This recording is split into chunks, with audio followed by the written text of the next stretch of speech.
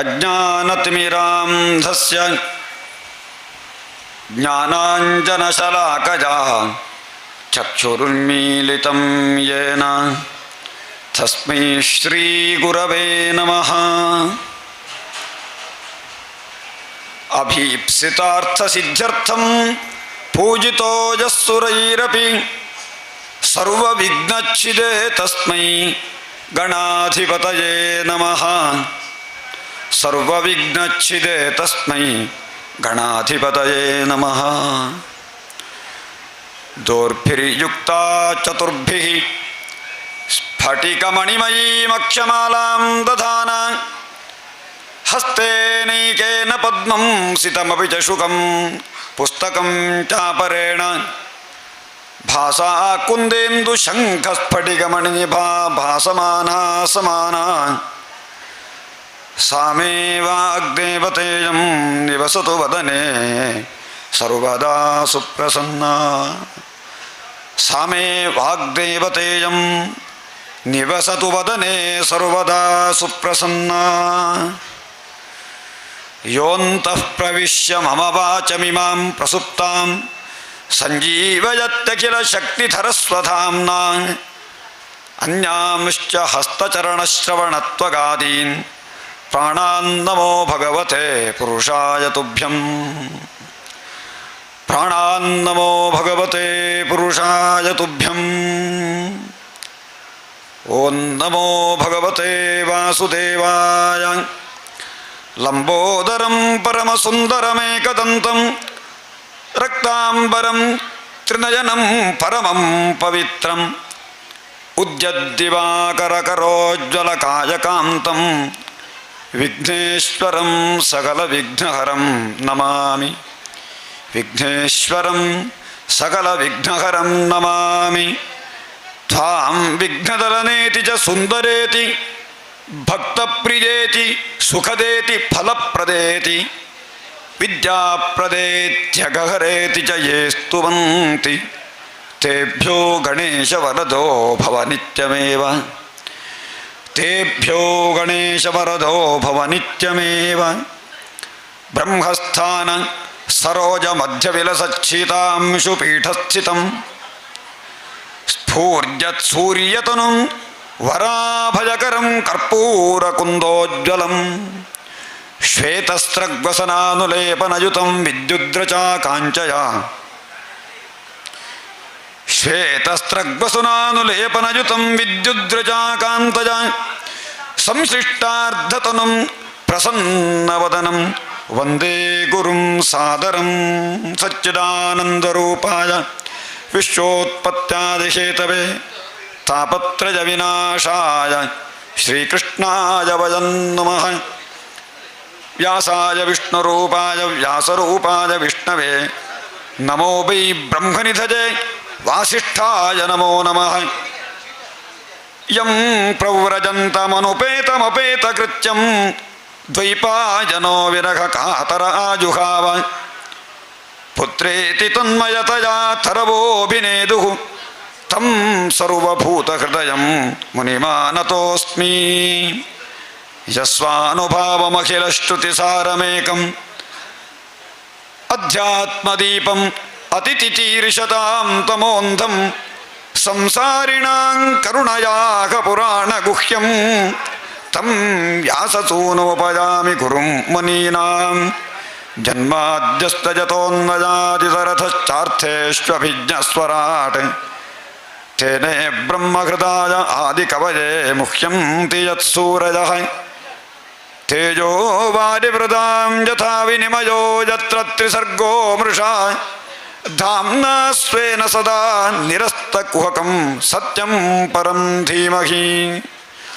ಧರ್ಮ ಪ್ರೋಜ್ಜಿತಕೈತವೋತ್ರ ಪರಮೋ ನಿರ್ಮತ್ಸರಾಣಾಂ ಸತಾಂ ವೇದ್ಯಂ ವಾಸ್ತವಮತ್ರ ವಸ್ತು ಶಿವದಂ ತಾಪತ್ರಯೋನ್ಮೂಲನಂ. ಶ್ರೀಮದ್ಭಾಗವತೆ ಮಹಾಮುನಿಕೃತೆ ಕಿಂ ವಾ ಪರೈರೀಶ್ವರಃ ಸದ್ಯೋ ಹೃದ್ಯವರುಧ್ಯತೆತ್ರ ಕೃತಿಭಿಃ ಶುಶ್ರೂಷುಭಿಸ್ತತ್ಕ್ಷಣಾತ್. ನಿಗಮಕಲ್ಪತರೋರ್ಗಲಿತಂ ಫಲಂ ಶುಕಮುಖಾದಮೃತದ್ರವ ಸಂಯುತಂ ಪಿಬತ ಭಾಗವತಂ ರಸಮಾಲಯಂ ಮುಹುರಹೋ ರಸಿಕಾ ಭುವಿ ಭಾವುಕಾ ಸಚ್ಚಿದಾನಂದರೂಪಾಯ ಕೃಷ್ಣಾಯ ಕ್ಲಿಷ್ಟಕಾರಿಣೇ ನಮೋ ವೇದಾಂತ ವೇದ್ಯಾಯ ಗುರವೇ ಸರ್ವಸಾಕ್ಷಿಣೇ ನಮಃ ಪಂಕಜನಾಭಾಯ ನಮಃ ಪಂಕಜಮಾಲಿನೇ ನಮಃ ಪಂಕಜನೇತ್ರಾಯ ನಮಸ್ತೆ ಪಂಕಜಾಂಘ್ರಜೇ ಪ್ರಹ್ಲಾದ ನಾರದ ಪರಾಶರ ಪುಂಡರೀಕ ವ್ಯಾಸಾಂಬರೀಷ ಶುಕಶೌನಕ ಭೀಷ್ಮದಾಲ್ಭ್ಯಾನ್ ರುಕ್ಮಾಂಗದಾರ್ಜುನ ವಸಿಷ್ಠ ವಿಭೀಷಣಾದೀನ್ ಪುಣ್ಯಾನಿಮಾನ್ ಪರಮ ಭಾಗವತಾಂ ನಮಾಮಿ.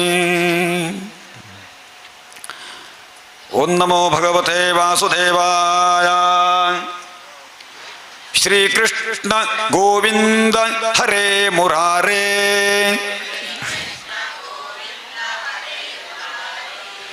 ಹೇ ನಾಥ ನಾರಾಯಣ ವಾಸುದೇವ.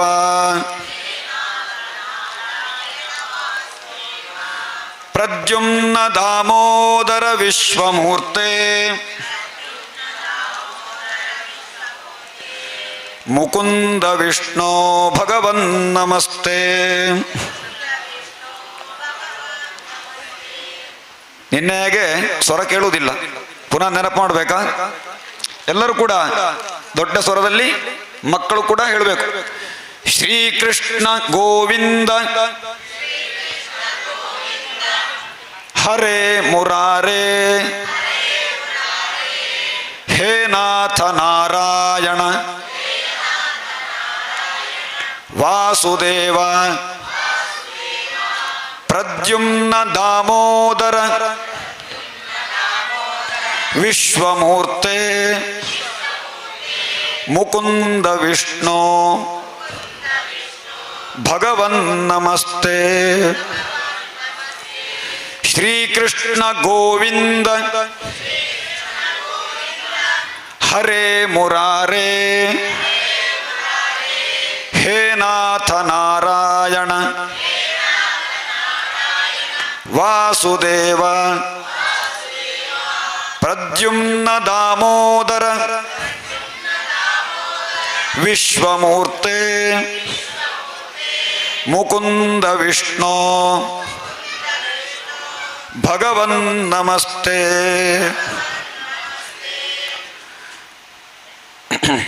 ಸರ್ವತ್ರ ಗೋವಿಂದ ನಾಮ ಸಂಕೀರ್ತನಂ ಗೋವಿಂದ. ಸರ್ವತ್ರ ಗೋವಿಂದ ನಾಮ ಸಂಕೀರ್ತನಂ ಗೋವಿಂದ. ಸರ್ವತ್ರ ಗೋವಿಂದ ನಾಮ ಸಂಕೀರ್ತನಂ ಗೋವಿಂದ.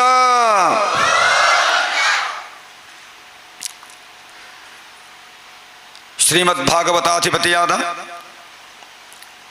ಯಜ್ಞ ಮಂಟಪದಲ್ಲಿ ಸರ್ವಾಲಂಕಾರ ಭೂಷಿತನಾಗಿ ವಿರಾಜಮಾನನಾದ ಭಗವಂತನಾದ ಸರ್ವದೇವತಾ ಸ್ವರೂಪನಾದ ಶ್ರೀಕೃಷ್ಣ ಪರಮಾತ್ಮನನ್ನು ಮನಸಾ ಧ್ಯಾನಿಸಿಕೊಂಡು ಶ್ರೀಮದ್ಭಾಗವತ ಸಪ್ತಾಹ ಯಜ್ಞಾಚರಣೆಯ 6ನೇ ದಿವಸ ಪಾರಾಯಣಾದಿಗಳನ್ನು ಮುಗಿಸಿ ಭಗವಂತ ನುಡಿಸಿದಂತೆ ಇವತ್ತಿನ ಕಥಾಭಾಗವನ್ನು ಯಥಾಮತಿ ಯಥಾಸಾಧ್ಯವಾಗಿ ಎಲ್ಲ ಭಗವತ್ ಭಕ್ತರ ಮುಂದೆ ಭಗವಂತನ ಪಾದಕಮಲದಲ್ಲಿ ಆ ಕಥಾಸುಮವನ್ನು ಸಮರ್ಪಿಸಲಿಕ್ಕೆ ಯಥಾಮತಿ ಪ್ರಯತ್ನವನ್ನು ಮಾಡ್ತೇನೆ. ಕಲಿಯುಗದಲ್ಲಿ ನಿನ್ನ ನಾಮವ ನೆನೆದರೆ ಕುಲಕೋಟಿಗಳು ಉದ್ಧರಿಸುವವೋ ಅಂತ ಹೇಳಿ ದಾಸರು ಹೇಳಿದ ಮಾತು ನಮಗೆಲ್ಲರಿಗೂ ಕೂಡ ನೆನಪಾಗಬೇಕು. 4 ಯುಗಗಳುಂಟು. ಯಾವುದೆಲ್ಲ? ಕೃತಯುಗ, ತ್ರೇತಾಯುಗ, ದ್ವಾಪರ ಯುಗ, ಕಲಿಯುಗ ಅಂತೇಳಿ 4 ಯುಗದಲ್ಲಿ ಕೃತಯುಗದಲ್ಲಿ ವಿಶೇಷವಾಗಿ ಭಗವಂತನ ಧ್ಯಾನಕ್ಕೆ ವಿಶೇಷವಾದ ಮಹತ್ವ ಇತ್ತಂತೆ. ಭಗವಂತನ ಧ್ಯಾನ ಅಂತರ್ಮುಖಿಯಾಗಿ ಧ್ಯಾನ ಮಾಡಲಿಕ್ಕೆ ಪ್ರತಿಯೊಬ್ಬರಿಗೂ ಕೂಡ ಸಾಧ್ಯ ಇತ್ತು. ಯಾಕೆ ಅಂತ ಹೇಳಿದ್ರೆ ಧರ್ಮವೆಂಬ ವೃಷಭ ಭದ್ರವಾಗಿ 4 ಕಾಲಲ್ಲಿ ನಿಂತುಕೊಂಡಿತ್ತು. ಧರ್ಮಕ್ಕೆ ಯಾವ ವಿರೋಧವೂ ಇರಲಿಲ್ಲ. ಕೃತಯುಗ ಅತ್ಯಂತ ಪರಮ ಪವಿತ್ರವಾದಂತಹ ಯುಗ. ಎರಡನೇ ಯುಗಕ್ಕೆ ಬರುವಾಗ ಒಂದು ಪಾದ ಹ್ರಾಸ ಆಯಿತು. ತ್ರೇತಾಯುಗಕ್ಕೆ ಬರುವಾಗ ಕೆಲವು ಅಧರ್ಮಿಗಳೆಲ್ಲ ಹುಟ್ಟಿಕೊಂಡ್ರು. ಆ ಸಮಯದಲ್ಲಿ ವಿಶೇಷವಾಗಿ ಯಜ್ಞಾಚರಣೆಗೆ ಹೆಚ್ಚಿನ ಮಹತ್ವ ಇತ್ತಂತೆ.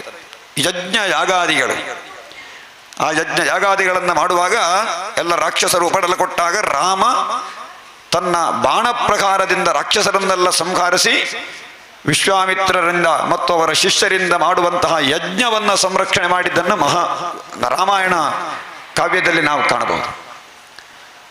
ಹಾಗೆ ದ್ವಾಪರ ಯುಗಕ್ಕೆ ಬರುವಾಗ ಧರ್ಮವೆಂಬ ವೃಷಭ ಎರಡೇ ಕಾಲಲ್ಲಿ ನಿಂತುಕೊಂಡಿತ್ತು. ಬಹಳಷ್ಟು ರಾಕ್ಷಸರಿದ್ದರು, ಬಹಳಷ್ಟು ದುಷ್ಟರಿದ್ದರು. ಆ ದುಷ್ಟರ ಸಂಹಾರವನ್ನ ತಾನು ಕೃಷ್ಣ ತನ್ನ ಕೈಯಿಂದ ಇನ್ನು ಎಲ್ಲರಿಂದ ತಾನು ಮಾಡಿಸುತ್ತಾನೆ. ಪಾಂಡವರಿಂದ ಎಷ್ಟೋ ರಾಕ್ಷಸರ ದುಷ್ಟರ ಸಂಹಾರವನ್ನು ಮಹಾಭಾರತ ಯುದ್ಧದಲ್ಲೆಲ್ಲ ಮಾಡಿಸ್ತಾನೆ. ಹಾಗೆ ಆ ಸಮಯದಲ್ಲಿ ದ್ವಾಪರ ಯುಗದಲ್ಲಿ ಭಗವಂತನ ಅರ್ಚನೆ, ವ್ರತ, ಉಪವಾಸಾದಿಗಳಿಗೆ ಹೆಚ್ಚಿನ ಮಹತ್ವ ಇತ್ತಂತೆ. ಅದರಿಂದ ಭಗವಂತ ಒಲಿತಾ ಇದ್ದಂತೆ.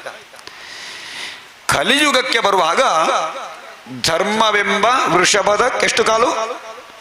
ಒಂದೇ ಕಾಲು. ಯಾಕೆ? ಅಷ್ಟು ಮನುಷ್ಯರ ಮನಸ್ಸು ಕೆಟ್ಟಿರ್ತದೆ. ಒಂದು ಕಾಲಿನಿಂದ ನಿಂತುಕೊಂಡಿರ್ತಾರೆ. ಯಾವಾಗ ಆ ಕಾಲಿಗೆ ಪೆಟ್ಟು ಬೀಳ್ತಾರೆ ಅಂತ ಹೇಳಿಕ್ಕಾಗುದಿಲ್ಲ. ಪೆಟ್ಟು ಬಿದ್ದರೆ ಮುಗೀತು ಮತ್ತೆ.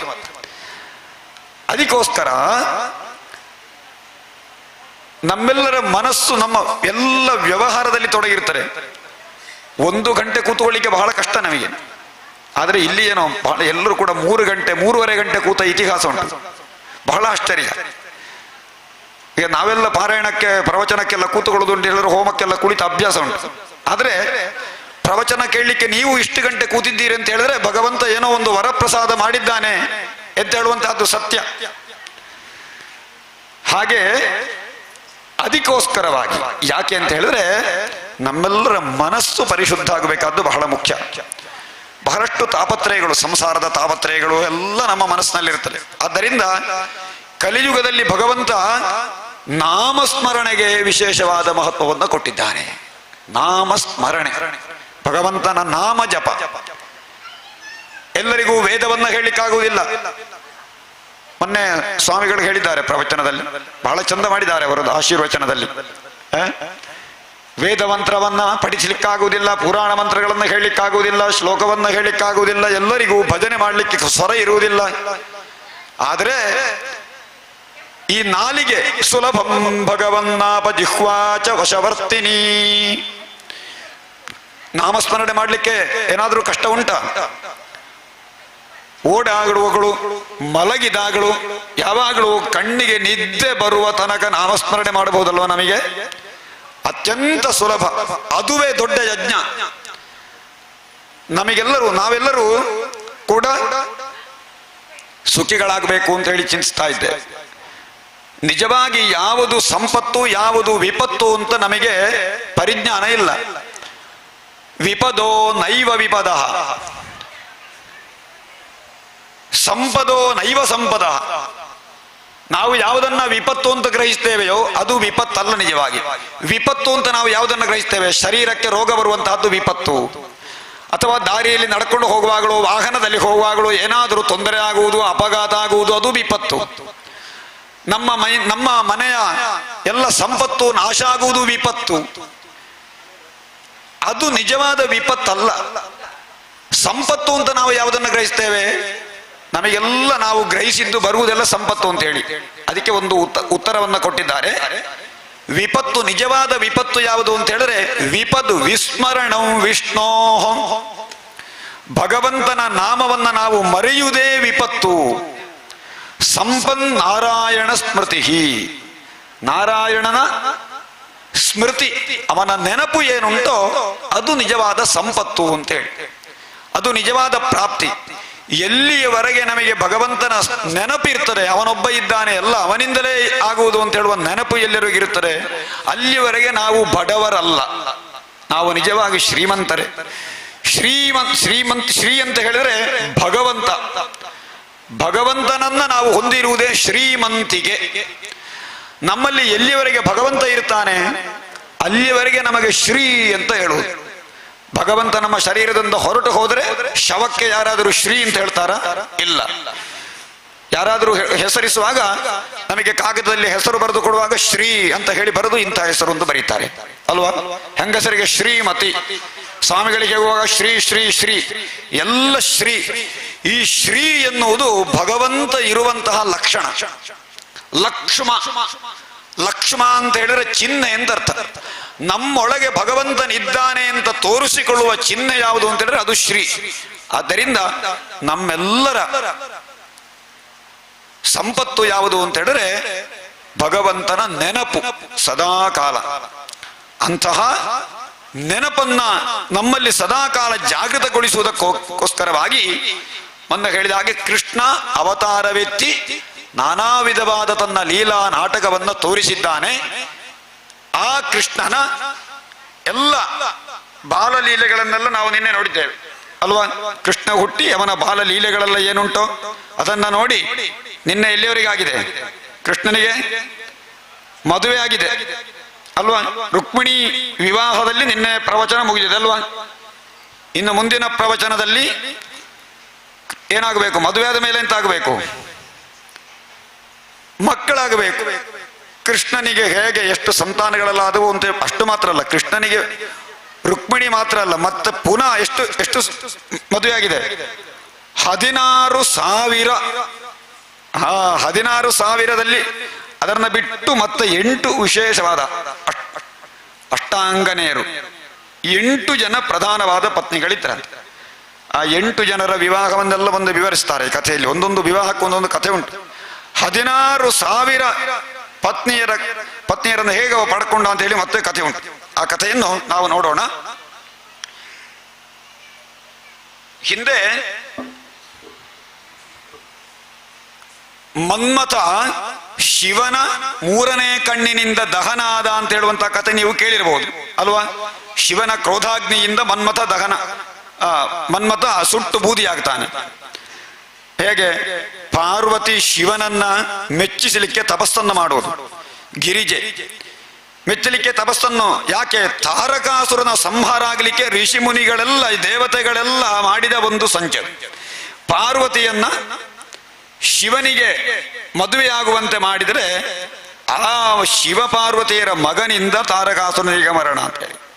ಹಾಗೆ ಶಿವ ಅಂತರ್ಮುಖಿಯಾಗಿ ಧ್ಯಾನಿಸುವ ಸಂದರ್ಭದಲ್ಲಿ ಪಾರ್ವತಿ ಶಿವನೇ ನನ್ನ ಪತಿ ಅಂತ ಹೇಳಿ ತಪಸ್ಸನ್ನಾಚರಿಸಿ ಶಿವನನ್ನ ಮೆಚ್ಚಿಸಬೇಕು ಅಂತ ಹೊರಡುವಾಗ ಎಷ್ಟು ಸಮಯವಾದರೂ ಶಿವ ಮೆಚ್ಚದಿದ್ದಾಗ ದೇವತೆಗಳ ಸೂಚನೆಯಂತೆ ಮನ್ಮಥ ಶಿವನಿಗೆ ಬಾಣ ಪ್ರಯೋಗ ಮಾಡ್ತಾನೆ. ಯಾವ ಬಾಣ? ಪುಷ್ಪ ಬಾಣ.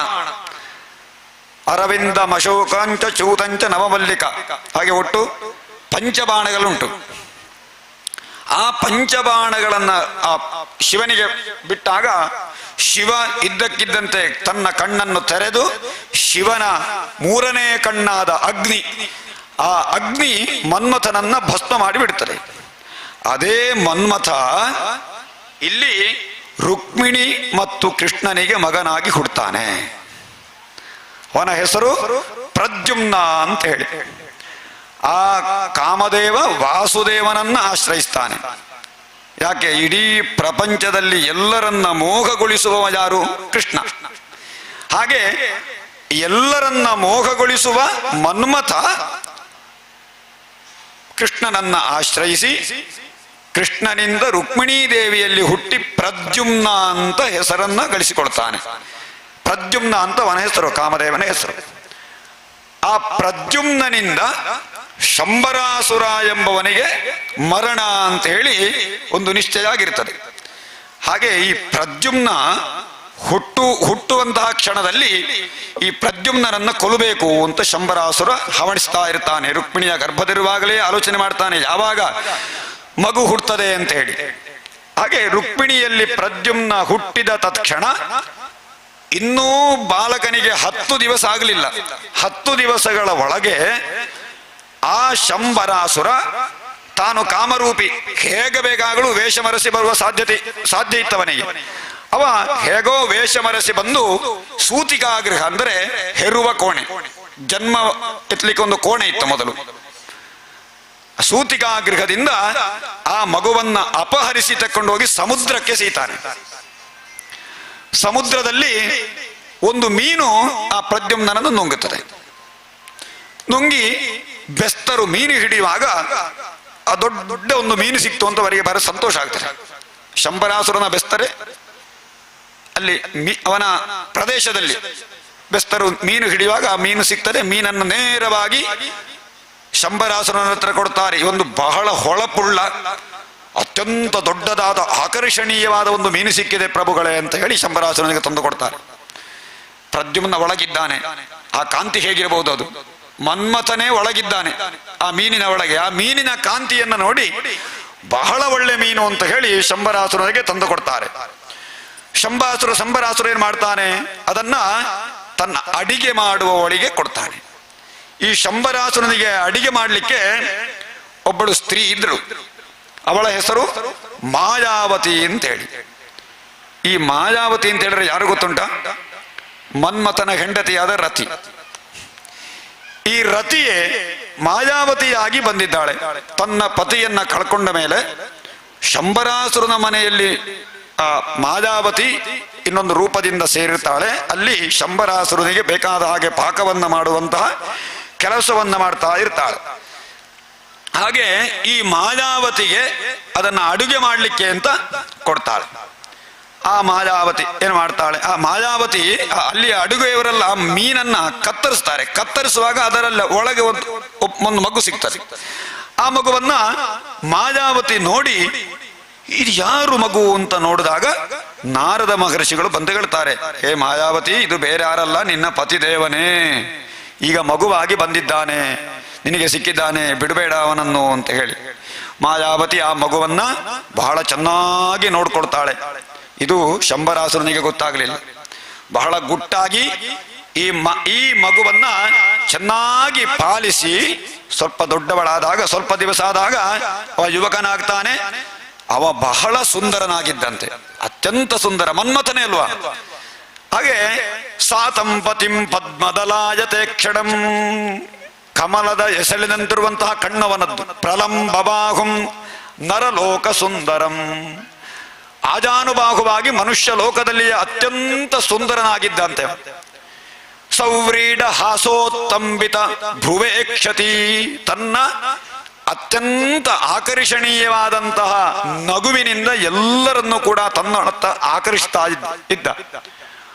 ಅಂತಹ ಆ ಸರ್ವ ಲಕ್ಷಣಗಳಿಂದ ಕೂಡಿದಂತಹ ಅವನನ್ನ ಈ ಮಾಯಾವತಿ ಮೋಹಿಸ್ತಾಳೆ. ಆ ಮಗು ದೊಡ್ಡದಾದಾಗ ಮೋಹಿಸ್ತಾಳೆ. ಆ ಪ್ರದ್ಯುಮ್ನನನ್ನ ಬಹಳ ಚೆನ್ನಾಗಿ ನೋಡಿಕೊಳ್ತಾಳೆ. ಅವನಿಗೆ ಬೇಕಾದಂತಹ ಎಲ್ಲ ಉಪಚಾರವನ್ನೆಲ್ಲ ಮಾಡ್ತಾಳೆ. ಮಾಡಿ ಅವನ ಹತ್ರ ಹೇಳ್ತಾಳೆ, ಹೇ ಪ್ರದ್ಯುಮ್ನ, ನೀನು ಬೇರೆ ಯಾರೂ ಅಲ್ಲ, ನನ್ನ ಪತಿದೇವನೇ. ಆದ್ದರಿಂದ ನೀನು ಶಂಬರಾಸುರನನ್ನು ಸಂಹಾರ ಮಾಡಲಿಕ್ಕೆ ಇದ್ದವ. ನೀನು ಶಂಬರಾಸುರನನ್ನು ಸಂಹಾರ ಮಾಡಬೇಕು. ಆದರೆ ಅವನನ್ನು ಸಂಹಾರ ಮಾಡಲಿಕ್ಕೆ ಅಷ್ಟು ಸುಲಭ ಇಲ್ಲ. ಅವನಿಗೆ ಬಹಳಷ್ಟು ಮಾಯಾಶಕ್ತಿಗಳುಂಟು. ಆ ಮಾಯಾಶಕ್ತಿಗಳನ್ನು ನಾಶ ಮಾಡಬೇಕಾದ್ರೆ ನಿನಗೆ ಒಂದಷ್ಟು ಶಕ್ತಿ ಬೇಕಾಗುತ್ತದೆ. ಆದ್ದರಿಂದ ನಾನು ನಿನಗೆ ಒಂದು ಅತ್ಯದ್ಭುತವಾದ ವಿದ್ಯೆಯನ್ನು ಹೇಳಿಕೊಡ್ತೇನೆ, ಉಪದೇಶ ಮಾಡ್ತೇನೆ. ಆ ವಿದ್ಯೆಯಿಂದ ನೀನು ಶಂಬರಾಸುರನನ್ನು ಕೊಲ್ಲಬೇಕು ಅಂತ ಹೇಳಿ ಮಹಾಮಾಯ ಎನ್ನುವಂತಹ ವಿದ್ಯೆಯನ್ನ ಈ ಪ್ರದ್ಯುಮ್ನನಿಗೆ ಇವಳು ಉಪದೇಶ ಮಾಡ್ತಾಳೆ, ಮಾಯಾವತಿ. ಆ ವಿದ್ಯೆಯಿಂದ ಅವ ಶಕ್ತಿವಂತನಾಗಿ ಅತ್ಯಂತ ಸಾಮರ್ಥ್ಯವನ್ನ ಪಡೆದುಕೊಂಡು ಶಂಬರಾಸುರನನ್ನು ಯುದ್ಧಕ್ಕೆ ಆಹ್ವಾನಿಸ್ತಾನೆ. ಸಿಂಹನಾದವನ್ನ ಮಾಡಿ ಶಂಬರಾಸುರ ಯುದ್ಧಕ್ಕೆ ಬಾ ಅಂತ ಕರೀತಾನೆ. ಈ ಶಂಬರಾಸುರ ಗದೆಯನ್ನ ಹಿಡ್ಕೊಂಡು ಬಹಳ ಸಿಟ್ಟಿನಿಂದ ಕೂಡಿಕೊಂಡು ಬರ್ತಾನೆ. ಆ ಶಂಬರಾಸುರನ ಮಾಯಾ ಯುದ್ಧ ಹೇಗಿತ್ತು? ಯಕ್ಷ, ಗಂಧರ್ವ, ಪಿಶಾಚ, ನಾಗ, ಎಲ್ಲರನ್ನೂ ಕೂಡ ತನ್ನ ಮಾಯೆಯಿಂದ ಸೃಷ್ಟಿ ಮಾಡ್ತಾನೆ. ಆ ಎಲ್ಲ ಮಾಯೆಯನ್ನು ಕೂಡ ಪ್ರದ್ಯುಮ್ನ ತನ್ನ ಮಾಯಾ ವಿದ್ಯೆಯಿಂದ ಅದನ್ನೆಲ್ಲ ಸಂಹಾರ ಮಾಡ್ತಾನೆ. ಆಮೇಲೆ ಶಂಬರಾಸುರನ ತಲೆಯನ್ನ ಕತ್ತರಿಸ್ತಾನೆ. ಶಂಬರಾಸುರ ಸತ್ತ ಮೇಲೆ ಈ ರತಿದೇವಿ, ಈ ಮಾಯಾವತಿ ಪ್ರದ್ಯುಮ್ನನನ್ನ ಆಕಾಶ ಮಾರ್ಗವಾಗಿ ಕರ್ಕೊಂಡು ದ್ವಾರಕೆಗೆ ಬರ್ತಾಳೆ. ಹುಟ್ಟಿದ ಮಗು ಸೂತಿಕಾಗೃಹದಿಂದ ಕಾಣೆ ಆಯಿತು ಅಂತಾದ ಮೇಲೆ ಕಾಣಲಿಕ್ಕೆ ಸಿಗಲಿಲ್ಲ ಪ್ರದ್ಯುಮ್ನ. ಇದು ಯಾರು ಬರ್ತಾ ಇದ್ದಾನೆ, ಕೃಷ್ಣನೇ ಬಂದನು ಅಂತ ಹೇಳಿ ಕೃಷ್ಣನ ಪತ್ನಿಯರೆಲ್ಲ ನಾಚಿಕೊಡುತ್ತಾರೆ. ಯಾಕೆ? ಪ್ರತ್ಯಕ್ಷ ಕೃಷ್ಣನ ಸ್ವರೂಪವೇ ಇತ್ತವನಲ್ಲಿ. ಕೃಷ್ಣನೇ ಬಂದನು ಅಂತ ಹೇಳಿ ಎಲ್ಲರೂ ಕೂಡ ನಾಚಿಕೊಂಡು ಅಲ್ಲಲ್ಲಿ ಅಡಗಿ ಸ್ವಲ್ಪ ಹೊರಗೆ ಬಂದು ಓರೆ ನೋಟದಿಂದಿರುವಾಗ ಇವನು ಕೃಷ್ಣನಲ್ಲ. ರುಕ್ಮಿಣಿಗೆ ಸ್ವಲ್ಪ ಆಲೋಚನೆಗೆ ಹೋಗ್ತಾರೆ, ಯಾರಿರಬಹುದು ಇವ? ನನ್ನ ಮಗನೇ ಇರಬಹುದೇ? ಯಾಕೆಂತ ಹೇಳಿದ್ರೆ ನನ್ನ ಪತಿದೇವನಂತೆಯೇ ಇದ್ದಾನೆ, ಎಂಥ ಸ್ವರೂಪ ಇವನದ್ದು, ಯಾರಾಗಿರ್ಬೋದು ಅಂತ ಆಲೋಚನೆ ಮಾಡಿದಾಗ ಅಲ್ಲಿಗೆ ನಾರದ ಮಹರ್ಷಿಗಳು ಬಂದು ಹೇಳ್ತಾರೆ, ಇವನು ನಿನ್ನ ಮಗ ಪ್ರದ್ಯುಮ್ನ, ಇವನನ್ನು ಸ್ವೀಕಾರ ಮಾಡು, ಇವನು ತನ್ನ ಪತ್ನಿಯನ್ನ ಕರ್ಕೊಂಡು ಬಂದಿದ್ದಾನೆ ಅಂತ ಹೇಳಿದಾಗ ಬಹಳ ಸಂಭ್ರಮದಿಂದ ಅವರನ್ನು ಸ್ವಾಗತಿಸಿ ಪುನಃ ಈ ಮಾಯಾವತಿ ಅಂದರೆ ರತಿಗೂ ಪ್ರದ್ಯುಮ್ನನಿಗೂ ವಿವಾಹವಾಗ್ತದೆ. ಆಮೇಲೆ ಇನ್ನೊಂದು ಕೃಷ್ಣನಿಗೆ ಅಪವಾದ ಬಂದಂತಹ ಕಥೆ. ಕೃಷ್ಣನಿಗೆ ಇನ್ನೊಂದು ಮದುವೆ ಆಗ್ತದೆ. ಆ ಮದುವೆ ಕಥೆಯನ್ನು ಹೇಳ್ತಾರೆ. ಹಿಂದೆ ಸತ್ರಾಜಿತ ಅಂತ ಹೇಳುವಂತಹ ಮಹಾರಾಜ ಇದ್ದ. ಅವ ಸೂರ್ಯನ ಪರಮ ಭಕ್ತನಾಗಿದ್ದಂತೆ. ಸೂರ್ಯದೇವನನ್ನ ಬಹಳ ಭಕ್ತಿಯಿಂದ ಪೂಜಿಸ್ತಾ ಇದ್ದ. ಆ ಸೂರ್ಯದೇವ ಅವನ ಭಕ್ತಿಗೆ ಒಲಿದು ಅವನಿಗೆ ಒಂದು ಮಣಿಯನ್ನು ಕೊಡ್ತಾನೆ. ಯಾವ ಮಣಿ ಅದು? ಸ್ಯಮಂತಕ ಮಣಿ ಅಂತ ಹೇಳಿ. ಆ ಸ್ಯಮಂತಕ ಮಣಿ ಅದು ಶ್ರೇಷ್ಠವಾದ ಮಣಿ. ಅದು ದಿನಕ್ಕೆ 8 ಮಣ ಚಿನ್ನವನ್ನು ಕೊಡ್ತಾ ಇತ್ತಂತೆ. 8 ಭಾರ ಚಿನ್ನವನ್ನು ಕೊಡ್ತಾ ಇತ್ತು. ಆ ಮಣಿ ಎಲ್ಲಿ ಉಂಟೋ ಅದು ಚಿನ್ನವನ್ನು ಹುಟ್ಟಿಸುವಂತಹದ್ದು. ಈಗ ದಿದ್ದಿದ್ರೆ ಬಹಳ ಖುಷಿ ಆಗ್ತಿತ್ತು ಎಲ್ಲರಿಗೂ ಕೂಡ. ಆ ಮಣಿ ಎಲ್ಲರೂ ಸಿಗ್ತಾರ ಅಂತ ನೋಡುವ. ಹೌದು, ಆ ಮಣಿ ಈಗ ಒಂದಿದ್ರೆ ಸಾಕು, ನಮಗೆ ಬೇರೆ ಏನು ಬೇಡ. ದಿನಕ್ಕೆ 8 ಮಣ ಚಿನ್ನ. ಹಾಗೆ ಆ ಮಣಿಗೆ ಗಲಾಟೆಯಾಗಿ ಎಲ್ಲರೂ ಸಾಯ್ತಿದ್ರೆ. ಈಗ ನಿಜವಾಗಿ ಎಲ್ಲಿ ಸಂಪತ್ತುಂಟೋ ಅಲ್ಲಿ ವಿಪತ್ತು, ಅದು ಬಹಳ ಮುಖ್ಯ. ಯಾವಾಗಲೂ ಒಂದು ಸಂಸ್ಥೆ, ಒಂದು ಸಂಘ ಸಂಸ್ಥೆ ಅಂತ ಹೇಳುವಂತಹದ್ದು, ಒಂದು ಸಂಸ್ಥೆ ಯಾವುದೋ ಮಂದಿರವೋ ಯಾವುದೇ ಇರಲಿ, ಅಲ್ಲಿ ಸ್ವಲ್ಪ ಹಣ ಇಲ್ಲದಿರುವಾಗ ಎಲ್ಲರಲ್ಲಿಯೂ ಐಕಮತ್ಯ ಇರ್ತಾರೆ. ಹಣ ಆಗಬೇಕು ಅಂತ ಹೇಳಿ ಎಲ್ಲರೂ ಕೂಡ ಈ ಕೆಲಸ ಕಾರ್ಯ ಆಗಬೇಕು ಅಂತ ಹೇಳಿ ಅತ್ಯಂತ ಶ್ರದ್ಧೆಯಿಂದ ಕೆಲಸ ಮಾಡ್ತಾರೆ. ಕೆಲಸ ಮಾಡಿ ಮಾಡಿ ಮಾಡಿ ಎಲ್ಲ ಕಟ್ಟಿ, ದೇವಸ್ಥಾನ ಕಟ್ಟಿ ಆಯಿತು, ಮಂದಿರ ಕಟ್ಟಿ ಆಯಿತು, ಎಲ್ಲರೂ ಬರಲಿಕ್ಕೆ ಶುರುವಾಗಿ ಎಲ್ಲ ಆದ ಮೇಲೆ ಸಂಪತ್ತು ಎಷ್ಟೋ ಉಳಿತದೆ. ಉಳಿದ ಸಂಪತ್ತೇನಾಗ್ತದೆ, ಆ ಸಂಪತ್ತನ್ನೇನು ಮಾಡುವುದು ಅಂತ ಹೇಳಿ ಮತ್ತೆ ಹಾಗಿಡ್ತಾರೆ. ಕೆಲವರೆಲ್ಲ ಆಲೋಚನೆ ಮಾಡ್ತಾರೆ, ಇದನ್ನೆಲ್ಲಾದರೂ ಅವ ತೆಕ್ಕೊಂಡನೋ ಇವನ ತೆಕ್ಕೊಂಡನೋ ಹಾಗೆ ಹೀಗೆ ಅಂತೇಳಿ ಆಲೋಚನೆ ಮಾಡಿ ಪರಸ್ಪರ ಅಲ್ಲಿ ಅನುಮಾನಕ್ಕೆ ಅದು ಆಸ್ಪದ ಆಗ್ತದೆ. ಅನುಮಾನ ಆಗ್ತದೆ. ಏನಾಯಿತದು? ಅನುಮಾನ ಆಗಿ ಅದು ಒಂದಕ್ಕೊಂದು ಸೇರಿ ಅಲ್ಲಿ ತೊಂದರೆ ಬರುತ್ತಾರೆ. ಆದ್ದರಿಂದ ನಾವು ನೆನಪಿಟ್ಟುಕೊಳ್ಬೇಕು, ಸಂಪತ್ತು ಎನ್ನುವುದನ್ನ ನಾವು ಭಕ್ತಿಯಿಂದ ಕೃಷ್ಣಾರ್ಪಣ ಅಂತ ಹೇಳಿ ಗ್ರಹಿಸಬೇಕು. ಆ ಸಂಪತ್ತು ಇದ್ರೆ ಆ ಕೃಷ್ಣಾರ್ಪಣ ಮಾಡಿದ ಸಂಪತ್ತು ಎಲ್ಲಿಯೂ ಕೂಡ ಗಲಾಟೆಯನ್ನು ತಂದು ಕೊಡುವುದಿಲ್ಲ. ಆದ್ದರಿಂದಲೇ ಸುರುವಿಗೆ ಹೇಳಿದ ಮಾತು ಇದು. ಯಾವುದು? ವಿಪದೋ ನೈವ ವಿಪದಃ ಸಂಪದೋ ನೈವ ಸಂಪದಃ. ಸಂಪತ್ತು ಎನ್ನುವುದು ಭಗವಂತನ ಸ್ಮರಣೆಯೇ ಸಂಪತ್ತು. ಇದು ಭಗವಂತನದ್ದು ಅಂತ ಹೇಳುವಂತ, ನಮ್ಮಲ್ಲಿರುವ ಸಂಪತ್ತು ನಾವು ಭಗವಂತನದ್ದು ಅಂತ ಗ್ರಹಿಸಬೇಕು. ಆ ಸಂಪತ್ತನ್ನು ನಾವು ವಿನಿಯೋಗ ಮಾಡುವಾಗ ಭಗವಂತನಿಗೆ ಇದು ಸಂಪ್ರೀತಿಯಾಗ್ತದೋ ಅಂತ ಹೇಳಿ ಆಲೋಚನೆ ಮಾಡಿ ಅದನ್ನು ವಿನಿಯೋಗ ಮಾಡಬೇಕಂತೆ. ನಾವು ಸಂಪತ್ತನ್ನು ವಿನಿಯೋಗಿಸುವಾಗ 10 ಸಲ ಆಲೋಚನೆ ಮಾಡಬೇಕು, ಇದು ಭಗವಂತನಿಗೆ ಸಂಪ್ರೀತಿಕರವೋ ಅಂತ ಹೇಳಿ. ಭಗವಂತನಿಗೆ ಸಂಪ್ರೀತಿಕರ ಅಂತ ಹೇಳಿದ್ರೆ ಅದನ್ನ ಭಗವಂತನಿಗಾಗಿ ನಾವು ಆ ಕೆಲಸಕ್ಕೆ ಅದನ್ನು ಸಮರ್ಪಣೆ ಮಾಡಬಹುದು. ಯಾವುದೇ ಕೆಲಸ ಇರಲಿ, ನಮ್ಮ ಸಾಂಸಾರಿಕವಾದಂತಹ ವಿಷಯ, ಅದರ ನಿರ್ವಹಣೆಗೆ ಅದೆಲ್ಲ ಭಗವತ್ ಸಂಪ್ರೀತಿಕರವೇ. ಯಾಕೆ? ಅದು ಬೇಕು. ಆದ್ದರಿಂದ ನಮಗೇನು ಬೇಕು ಅದಕ್ಕೋಸ್ಕರ ಆ ಸಂಪತ್ತನ್ನು ನಾವು ವಿನಿಯೋಗಿಸಬಹುದು. ಆದರೆ ಎಲ್ಲಿ ಆ ಸಂಪತ್ತಿನ ವಿನಿಯೋಗ ದುರ್ವಿನಿಯೋಗ ಆಗ್ತದೋ ಅದು ಭಗವಂತನಿಗೆ ಸಂಪ್ರೀತಿಕರ ಆಗುವುದಿಲ್ಲ. ಭಗವಂತನಿಗೆ ಸಂಪ್ರೀತಿಕರ ಆಗದೇ ಇರುವಾಗ ಆ ಸಂಪತ್ತಿನ ಮುಖೇನವಾಗಿಯೇ ಅಲ್ಲಿ ಪರಸ್ಪರ ಹೊಡೆದಾಟವೋ, ಪರಸ್ಪರ ದ್ವೇಷಗಳು, ಪರಸ್ಪರ ಕಲಹಗಳು ಉಂಟಾಗಿ ಯಾವುದೇ ಒಂದು ಸಂಸ್ಥೆ ಎನ್ನುವುದು ಅದು ನಾಶ ಆಗ್ತಾರೆ, ಒಂದು ಕುಟುಂಬ ನಾಶ ಆಗ್ತಾರೆ, ಒಂದು ಸಂಸಾರ ನಾಶ ಆಗ್ತಾರೆ ಎನ್ನುವುದನ್ನು ನಾವು ಮರೆಯುವ ಹಾಗಿಲ್ಲ. ಇದು ಭಾಗವತದ ಬೋಧನೆ ತತ್ವ. ದಿನೇ ದಿನೇ ಸ್ವರ್ಣಭಾರ ನಷ್ಟವು ಸೃಜತಿ ಪ್ರಭೋ. ಅಷ್ಟು ಮಾತ್ರ ಅಲ್ಲ, ಎಲ್ಲಿ ಸ್ಯಮಂತಕಮಣಿ ಇದೆಯೋ ಅಲ್ಲಿ ದುರ್ಭಿಕ್ಷಮಾರಿ ಯರಿಷ್ಟಾನಿ ಸರ್ಪಾಧಿವ್ಯಾಧಯೋ ಅಶುಭಾಃ ನ ಸಂತಿ ಮಾಯಿನಸ್ತತ್ರ ಯತ್ರಾಸ್ತೆ ಭ್ಯರ್ಜಿತೋ ಮಣಿ. ಆ ಮಣಿ ಎಲ್ಲಿ ಪೂಜಿಸಲ್ಪಡ್ತಾರೋ ಅಲ್ಲಿ ಯಾವುದೇ ರೀತಿಯ ಮಾನಸಿಕವಾದ ಅಶಾಂತಿ ಇಲ್ಲ, ಗ್ರಹ ಪೀಡೆ, ಸರ್ಪಭಯ, ರೋಗಗಳು, ಮಾಟ ಮಂತ್ರಗಳು ಯಾವುದೂ ಇರುವುದಿಲ್ಲಂತೆ ಆ ಮಣಿ ಇರುವಲ್ಲಿ. ಆ ಸ್ಯಮಂತಕ ಮಣಿ ಸತ್ರಾಜಿತ ಹತ್ರ ಇತ್ತು. ಕೃಷ್ಣ ಹೇಳ್ತಾನೆ, ಹೇ ಸತ್ರಾಜಿತ, ಈ ಮಣಿ ಇದು ನಿನ್ನತ್ರ ಇರಬೇಕಾದ್ದಲ್ಲ, ನಿಜವಾಗಿ ಇದು ಊರಿನ ರಾಜನಲ್ಲಿದ್ದರೆ ಇಡೀ ರಾಜ್ಯ ಎಲ್ಲರಿಗೂ ಕೂಡ ಒಳ್ಳೇದಾಗ್ತದೆ, ಪ್ರಜೆಗಳಿಗೆ.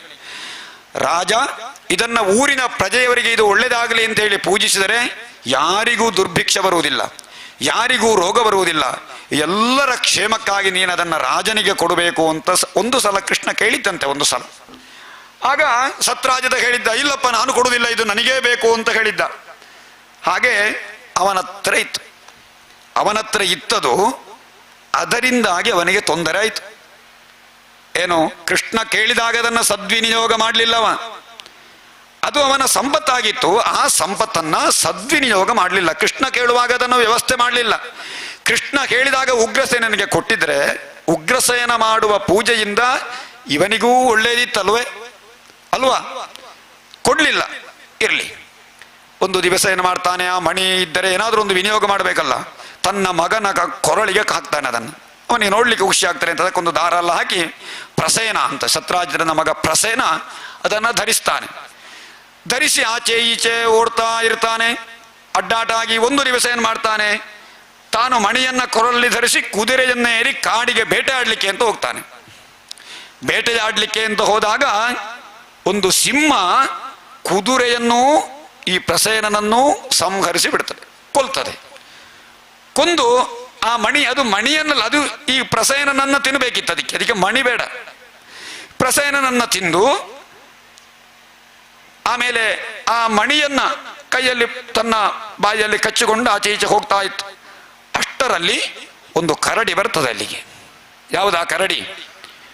ಜಾಂಬವಂತ. ಜಾಂಬವಂತ ಬರ್ತಾನೆ. ಬಂದು ಆ ಸಿಂಹವನ್ನ ಕೊಂದು ಆ ಮಣಿಯನ್ನ ತಾನು ತಕೊಂಡು ಬರ್ತಾನೆ.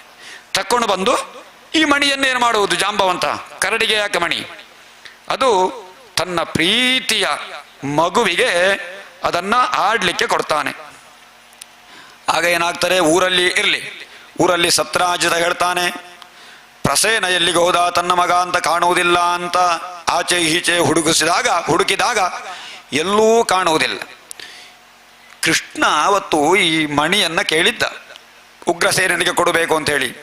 ಮಹಾ ಮೋಸಗಾರವ ಕೃಷ್ಣನೇ ಈ ಮಣಿಯನ್ನ ಅಪಹರಿಸಿದ್ದಾನೆ, ಪ್ರಸೇನನನ್ನು ಕೊಂದು ಅಂತ ಹೇಳಿ ಊರಿನೆಲ್ಲ ಶುದ್ಧಿಯಾಗ್ತದೆ. ಶುದ್ಧಿಯಾಗುವುದು ಕರ್ಣಾಕರ್ಣಿಕೆಯಾಗಿ ಕೃಷ್ಣನ ಕಿವಿಗೂ ಬೀಳ್ತದೆ. ಹೋ, ನಾನು ಆಗಿದ್ದೇನೆ ಅಂತ ಎಲ್ಲರೂ ಕೂಡ ನನ್ನನ್ನು ತಿಳಿದಿದ್ದಾರೆ. ಭಗವಂತನೇ ಅಪರಾಧಿ ಅಂತ ಎಲ್ಲಾದರೂ ಲೋಕದಲ್ಲಿ ಪ್ರಚಾರ ಆದರೆ ಭಗವಂತನ ಮೇಲೆ ಭಕ್ತಿ ವಿಶ್ವಾಸ ಉಳಿಲಿಕ್ಕಿಲ್ಲ. ಈ ಅಪವಾದದಿಂದ ನಾನು ಪಾರಾಗಬೇಕು ಅಂತ ಹೇಳಿ ಆ ಮಣಿ ಎಲ್ಲಿ ಹೋಯಿತು ಅಂತ ಹುಡುಕುತ್ತಾ ಕೃಷ್ಣ ಸಂಚರಿಸ್ತಾ ಇರುವಂತಹ ಸಂದರ್ಭ ಈ ಜಾಂಬವಂತನ ವಾಸಿಸುವ ಗುಹೆಯ ದ್ವಾರಕ್ಕೆ ಬರ್ತಾನೆ. ಆ ಗುಹಾದ್ವಾರಕ್ಕೆ ಬಂದಾಗ ಅಲ್ಲಿ ಈ ಜಾಂಬವಂತ ವೃಕ್ಷರಾಜ ಒಳಗಿದ್ದ. ಆ ಹುಡುಗಿಯ ಆಟಿಕೆಯಾಗಿತ್ತದು, ಸಣ್ಣ ಮಗುವಿನ ಆಟಿಕೆಯಾಗಿತ್ತದು ಆ ಮಣಿ. ಆ ಆಟಿಕೆಯನ್ನ ಆಡುವಾಗ ಈ ಕೃಷ್ಣನನ್ನ ಕಂಡು ಅದು ಬೊಬ್ಬಿಡ್ತದೆ ಬಗ್ಗು. ಆಗ ಯಾರು ಇದು ಯಾಕೆ ಬೊಬ್ಬ ಬಿಡುದು ಅಂತ ಜಾಂಬವಂತ ಹೊರಗೆ ಬಂದು ನೋಡಿದಾಗ ಕೃಷ್ಣನನ್ನ ಕಾಣ್ತಾರೆ. ಇದು ಕೃಷ್ಣ ಭಗವಂತ ಅಂತ ಹೇಳಿ ಜಾಂಬವಂತನಿಗೆ ಗೊತ್ತಿಲ್ಲ. ಯುದ್ಧ ಮಾಡ್ತಾನೆ. ಯುದ್ಧ ಮಾಡಿ ಬಹಳ ವಜ್ರಾಘಾತದಂತೆ ಕಠೋರ ಮುಷ್ಟಿಗಳಿಂದ ಪರಸ್ಪರ ಬಡಿಯುತ್ತಾ 28 ದಿವಸಗಳ ಕಾಲ ಯುದ್ಧ ಆಗ್ತದೆ. ಜಾಂಬವಂತನಿಗೆ ಅಷ್ಟು ಶಕ್ತಿ ಇತ್ತು. ಯಾಕೆ? ರಾಮನೊಂದಿಗೆ ಇದ್ದವಲ್ವಾ. ರಾಮನನ್ನ ಸದಾಕಾಲ ನೆನೆಯುವಂತಹ ಜಾಂಬವಂತನನ್ನ ಅಷ್ಟು ಬೇಗ ಸೋಲಿಸಲಿಕ್ಕೆ ಕೃಷ್ಣನಿಗೆ ಆಗುವುದಿಲ್ಲ. ಯಾಕೆ ಅಂತ ಹೇಳಿದ್ರೆ ಅವ ಭಕ್ತಪರಾಧೀನ ಕೃಷ್ಣ. ಕೃಷ್ಣ ಬೇರೆ ಅಲ್ಲ, ರಾಮ ಬೇರೆ ಅಲ್ಲ ಅಲ್ವಾ. ರಾಮನ ಅವತಾರವೇ ಇಲ್ಲ, ಕೃಷ್ಣ ರಾಮನೇ ಕೃಷ್ಣನಾಗಿ ಬಂದಿದ್ದಾನೆ. ಹಾಗೆ ಕೃಷ್ಣನಿಗೆ ಗೊತ್ತುಂಟದು. ಆಂತರ್ಯದಲ್ಲಿ ಅದನ್ನು ಹಾಗೆ ಮುಚ್ಚಿಟ್ಟು ಜಾಂಬವಂತನನ್ನ ಮನವನ್ನ ಅವನ ಅಹಂಕಾರವನ್ನು ಅಡಗಿಸಬೇಕು ಅಂತ ಹೇಳಿ ಜಾಂಬವಂತನೊಂದಿಗೆ ಯುದ್ಧ ಮಾಡ್ತಾ 28 ದಿವಸಗಳು ಕಳೀತದೆ. ಈಚೆ ಈ ಗುಹೆವರೆಗೆ ಅವನ ಕೃಷ್ಣನ ಅನುಚರರೆಲ್ಲ ಬಂದಿದ್ರು. ಗುಹೆ ಒಳಗೆ ಕೃಷ್ಣ ಹೋದಾಗ ಗುಹೆ ಒಳಗೆ ಬರಲಿಲ್ಲ ಅವರು. ಎಷ್ಟು ದಿನ ಆದರೂ ಕೃಷ್ಣ ಬರುವುದಿಲ್ಲ ಅಂತ ಹೇಳಿ ಅನುಚರರೆಲ್ಲ ಊರಿಗೆ ಹೋದ್ರಂತೆ. ಊರಿಗೆ ಹೋಗಿ ಕೃಷ್ಣ ಗುಹೆ ಒಳಗೆ ಹೋಗಿದ್ದಾನೆ, ಬರಲಿಲ್ಲ ಅಂತ ಸುದ್ದಿ ಆಗ್ತಾರೆ. ಹಾಗಾದ್ರೆ ಕೃಷ್ಣನು ಸತ್ತು ಹೋದ ಅಂತ ಹೇಳಿ ಎಲ್ಲರಿಗೂ ಕೂಡ ಪ್ರಚಾರ ಆಗ್ತಾರೆ. ಆಗ ಊರಿನವರೆಲ್ಲರೂ ಕೂಡ ದುರ್ಗಾದೇವಿಯನ್ನ ಆರಾಧನೆ ಮಾಡಿದರಂತೆ, ಕೃಷ್ಣ ಬೇಗ ಬರಲಿ ಅಂತ ಹೇಳಿ ದುರ್ಗಾದೇವಿಯನ್ನು ಆರಾಧನೆ ಮಾಡಿದರು ಅಂತ ಹೇಳಿ ಹೇಳ್ತಾರೆ. ಹಾಗೆ 28 ದಿನಗಳ ಯುದ್ಧ ಆದಾಗ ಈ ಜಾಂಬವಂತನ ಇಂದ್ರಿಯ ಬಲಗಳೆಲ್ಲ ಕಡಿಮೆಯಾಯಿತು. ಕಡಿಮೆಯಾಗಿ ಇನ್ನು ನನ್ನಿಂದ ಏನೂ ಸಾಧ್ಯ ಇಲ್ಲ, ನನ್ನನ್ನು ಸೋಲಿಸಬೇಕಾದರೆ ಭಗವಂತನಲ್ಲದೆ ಇನ್ನು ಯಾರಿಗೂ ಸಾಧ್ಯ ಇಲ್ಲ ಅಂತ ಹೇಳಿ, ಯಾರು ನೀನು ಅಂತ ಕೇಳಿ ಈ ಕೃಷ್ಣನಿಗೆ ನಮಿಸುವಾಗ ಕೃಷ್ಣ ತನ್ನ ನಿಜ ಅವನ ಆರಾಧ್ಯ ಮೂರ್ತಿಯಾದ ರಾಮನಾಗಿ ಕಾಣಸಿಗ್ತಾನೆ ಅಂತ ಹೇಳಿ ನಾವು ಕಥೆಯನ್ನು ಕೇಳ್ತೇವೆ. ರಾಮನಾಗಿ ದ್ವಾಪರ ಯುಗದಲ್ಲಿ, ತ್ರೇತಾಯುಗದಲ್ಲಿ ಕೇಳಿದ್ದ ನನಗೆ ಇನ್ನು ಮುಂದಿನ ಯುಗದಲ್ಲಿಯೂ ನೀನು ದರ್ಶನವನ್ನು ಕೊಡಬೇಕು ಅಂತ ಹೇಳಿ ಜಾಂಬವಂತ ಕೇಳಿಕೊಂಡ ಹಾಗೆ ಈ ದ್ವಾಪರ ಯುಗದಲ್ಲಿ ಶ್ರೀಕೃಷ್ಣನು ರಾಮನಾಗಿ ಜಾಂಬವಂತನಿಗೆ ಪ್ರತ್ಯಕ್ಷನಾಗ್ತಾನೆ. ಜಾಂಬವಂತ ಅತ್ಯಂತ ಸಂತೋಷದಿಂದ ಆ ರಾಮ ರಾಮ ರಾಮ ಅಂತ ಹೇಳಿ ಆ ಕೃಷ್ಣನ ಸುತ್ತಮುತ್ತಲು ಬಂದು ಭಜನೆಯನ್ನ ಮಾಡ್ತಾನೆ, ನಾಮಸ್ಮರಣೆಯನ್ನ ಮಾಡ್ತಾನೆ. ಜಾಂಬವಂತ ಮಾಡಿ ಈ ಮಣಿಯನ್ನ ಕೃಷ್ಣನಿಗೆ ಕೊಡುವುದರೊಂದಿಗೆ ಇನ್ನೊಂದು ಮಣಿ ಕೊಡ್ತಾನೆ. ಯಾವ ಮಣಿ? ಕನ್ಯಾಮಣಿ. ತನ್ನ ಪುತ್ರಿಯಾದ ಜಾಂಬವತಿಯನ್ನ ಕೃಷ್ಣನಿಗೆ ವಿವಾಹ ಮಾಡ್ತಾನೆ. ವಿವಾಹ ಮಾಡಿ ಅಲ್ಲಿಗೆ ಒಂದು ರುಕ್ಮಿಣಿ ಆಯಿತು, ಈಗ ಜಾಂಬವತಿ ಆಯಿತು. ಲೆಕ್ಕ ಇಟ್ಟುಕೊಳ್ಳಿ, ಲೆಕ್ಕ. ಜಾಂಬವತಿಯನ್ನ ತಾನು ಕರ್ಕೊಂಡು ಬರ್ತಾನೆ. ವಿವಾಹ ಆಗಲಿಲ್ಲ, ಕರ್ಕೊಂಡು ಬಂದು ಊರಿನ ಜನರೆಲ್ಲ ಕೃಷ್ಣ ಬರಲಿಲ್ಲ ಅಂತ ಹೇಳಿ ಬಹಳ ದುಃಖದಿಂದಿದ್ರು. ದುರ್ಗಾದೇವಿಯನ್ನು ಆರಾಧನೆ ಮಾಡಿದ್ರು. ಯಾಕೆ? ಮನಸ್ಸಿನ ಅಭಿಮಾನಿ ದೇವತೆ. ನಾನು ನಿನ್ನೆ ಹೇಳಿಲ್ವ ದುರ್ಗಾದೇವಿ? ಆ ದುರ್ಗಾದೇವಿಯನ್ನು ಆರಾಧನೆ ಮಾಡಿ ದುರ್ಗಾದೇವಿಯ ಅನುಗ್ರಹ ಪ್ರಸಾದರೋ ಅಂತ ಹೇಳಿ ಅವರಿಗೆ ಕಾಣುವಾಗ ಶ್ರೀಕೃಷ್ಣ ದೇವರು ಜಾಂಬವತಿಯೊಂದಿಗೆ ಬರ್ತಾನೆ. ಬಂದು ಸತ್ರಾಜಿತನ ಹತ್ರ ಉಗ್ರಸೇನ ಮಹಾರಾಜರನ್ನೆಲ್ಲ ಕರೆಸಿ ಒಂದು ಮಾತುಕತೆ ನಡೆಸ್ತಾನೆ. ಎಲ್ಲರ ಎದುರಿಗೆ ಈ ಮಣಿಯನ್ನು ಕೊಡಬೇಕು. ಯಾಕೆ? ಅಪವಾದ ತಪ್ಪಬೇಕಲ್ವಾ? ಸಭೆ ಮಾಡಿ ಈ ಮಣಿಯನ್ನ ಹೀಗೆ ಎತ್ತಿ ತೋರಿಸಿ, ಮಣಿ ಸಿಕ್ಕಿದೆ, ಕೃಷ್ಣ ಅಪರಾಧಿಯಲ್ಲ, ಈ ಮಣಿಯ ಹಿಂದೆ ಇಷ್ಟು ಕತೆ ಉಂಟು, ಈ ಮಣಿಗೆ ಇಷ್ಟು ವ್ಯವಸ್ಥೆ ಆಗಿದೆ, ಈ ಮಣಿಯೊಂದಿಗೆ ಕನ್ಯಾಮಣಿಯು ನನ್ನೊಟ್ಟಿಗೆ ಬಂದಿದೆ, ಆದ್ದರಿಂದ ಇದನ್ನು ಹಾಗೆ ಪುನಃ ಸತ್ರಾಜಿತನಿಗೆ ಕೊಡ್ತೇನೆ ಅಂತ ಹೇಳಿ ಎಲ್ಲರ ಸಮ್ಮುಖದಲ್ಲಿ ಸತ್ರಾಜಿತನಿಗೆ ಮಣಿ ಕೊಟ್ಟಾಗ ಅವನಿಗೆ ಬಹಳ ನಾಚಿಕೆ ಆಗ್ತದೆ. ನಾನು ಕೃಷ್ಣ, ನೀನು ಕಳ್ಳ ಅಂತ ಹೇಳಿ ನಾನೆಲ್ಲ ಊರಲ್ಲಿ ಪ್ರಚಾರ ಮಾಡಿ ಸೋತು ಹೋದೆ, ಎಂತ ಮಾಡುವುದು, ನನಗೆ ಪ್ರಾಯಶ್ಚಿತ್ತ ಎಂಥದ್ದು ಇದಕ್ಕೆ ಅಂತ ಹೇಳಿ ಆಲೋಚನೆ ಮಾಡ್ತಾನೆ. ಪ್ರಾಯಶ್ಚಿತ್ತ ಇನ್ನು ಬೇರೆ ಏನಲ್ಲ, ಕೃಷ್ಣನಿಗೆ ಈ ಮಣಿಯನ್ನು ಪುನಃ ಈಗ ಕೊಟ್ಟರೆ ಕೃಷ್ಣ ತೆಕ್ಕೊಡ್ತಾನ? ಇಲ್ಲ, ಅವನಿಗೆ ಮಣಿಯ ಮೇಲೆ ವ್ಯಾಮೋಹ ಉಂಟು ಸತ್ರಾಜನಿಗೆ. ಅದರ ಬದಲಿಗೆ ಇನ್ನೊಂದು ಮಣಿ ಕೊಡಬೇಕು. ಯಾವುದು? ಸತ್ರಾಜಿತನ ಮಗಳಾದ ಸತ್ಯಭಾಮೆಯನ್ನ ಕೊಡ್ತಾನೆ. ಹಾಗೆ ಮೂರನೆಯ ಮಡದಿ ಆಯಿತು ಕೃಷ್ಣನಿಗೆ.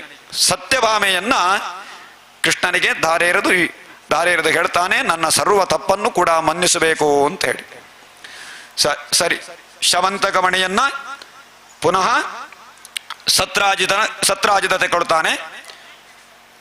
ಎಲ್ಲಿ ಮಣಿ ಉಂಟೋ ಅಲ್ಲಿ ಆಪತ್ತು ತಪ್ಪಿದ್ದಲ್ಲ. ನಾನು ಆಗ ಹೇಳಿದ ತತ್ವವೇ ಇದು.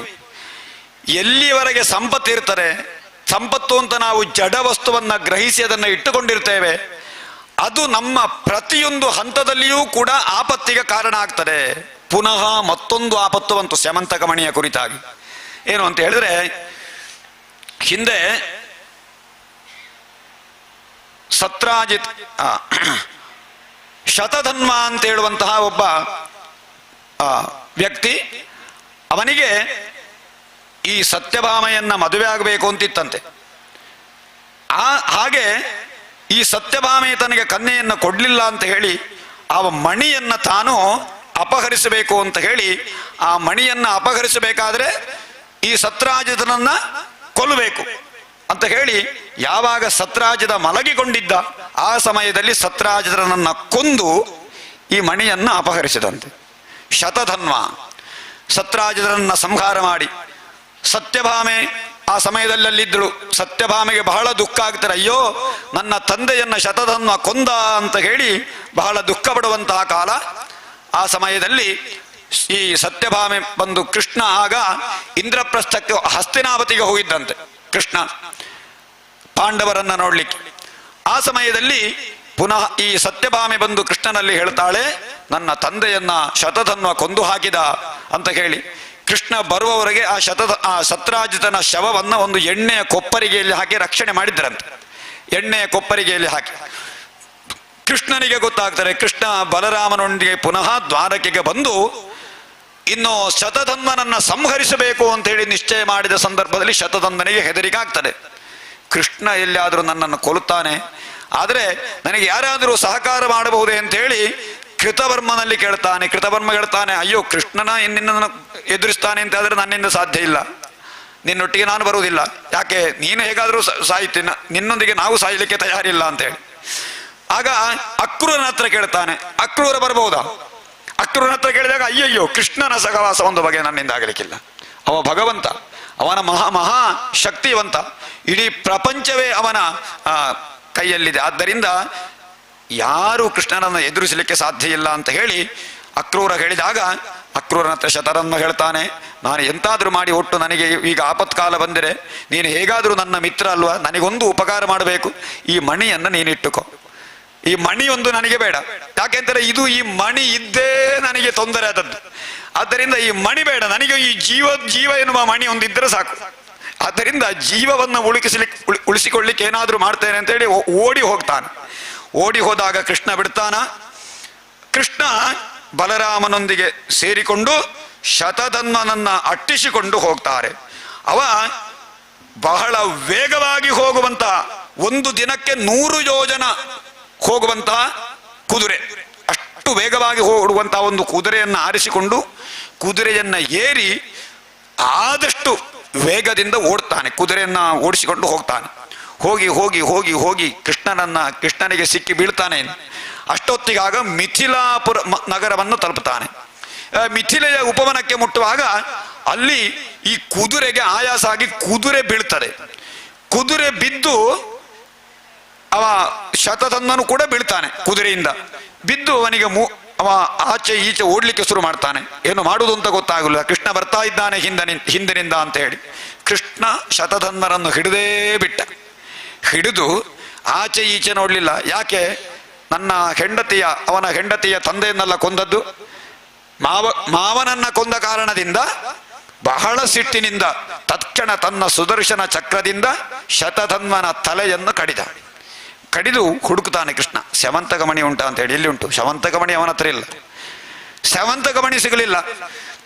ಅಲ್ಲಿ ಬಲರಾಮನೂ ಬಂದಿದ್ದ ಅವರೊಟ್ಟಿಗೆ. ಬಲರಾಮ ಸ್ಯವಂತಕಮಣಿ ಸಿಗ್ಲಿಲ್ಲ. ಬಂದದ್ದು ಈಗ ನಾವು ಸುಮ್ಮಗೆ ಆಯ್ತು, ಇರ್ಲಿ ನಾನು ಇಲ್ಲಿ ಮಿಥಿಲಾ ನಗರದಲ್ಲಿ ಸ್ವಲ್ಪ ಸಮಯ ಇರ್ತೇನೆ ಅಂತ ಹೇಳಿ ಮಿಥಿಲಾ ನಗರದಲ್ಲಿ ಜನಕ ಮಹಾರಾಜನ ಒಂದಿಗೆ ಕೆಲವು ಸಮಯ ಬಲರಾಮ ಇದ್ದ ಅಂತ ಹೇಳುವಂತಹ ಕಥೆಯನ್ನು ಹೇಳ್ತಾರೆ. ಆ ಸಮಯದಲ್ಲಿ ಬಲರಾಮನಲ್ಲಿ ದುರ್ಯೋಧನ ಯುದ್ಧದ ವಿದ್ಯೆಯನ್ನ ಕಲಿತುಕೊಂಡ ಅಂತ ಹೇಳುವಂತಹ ಕಥೆಯನ್ನು ಹೇಳ್ತಾರೆ.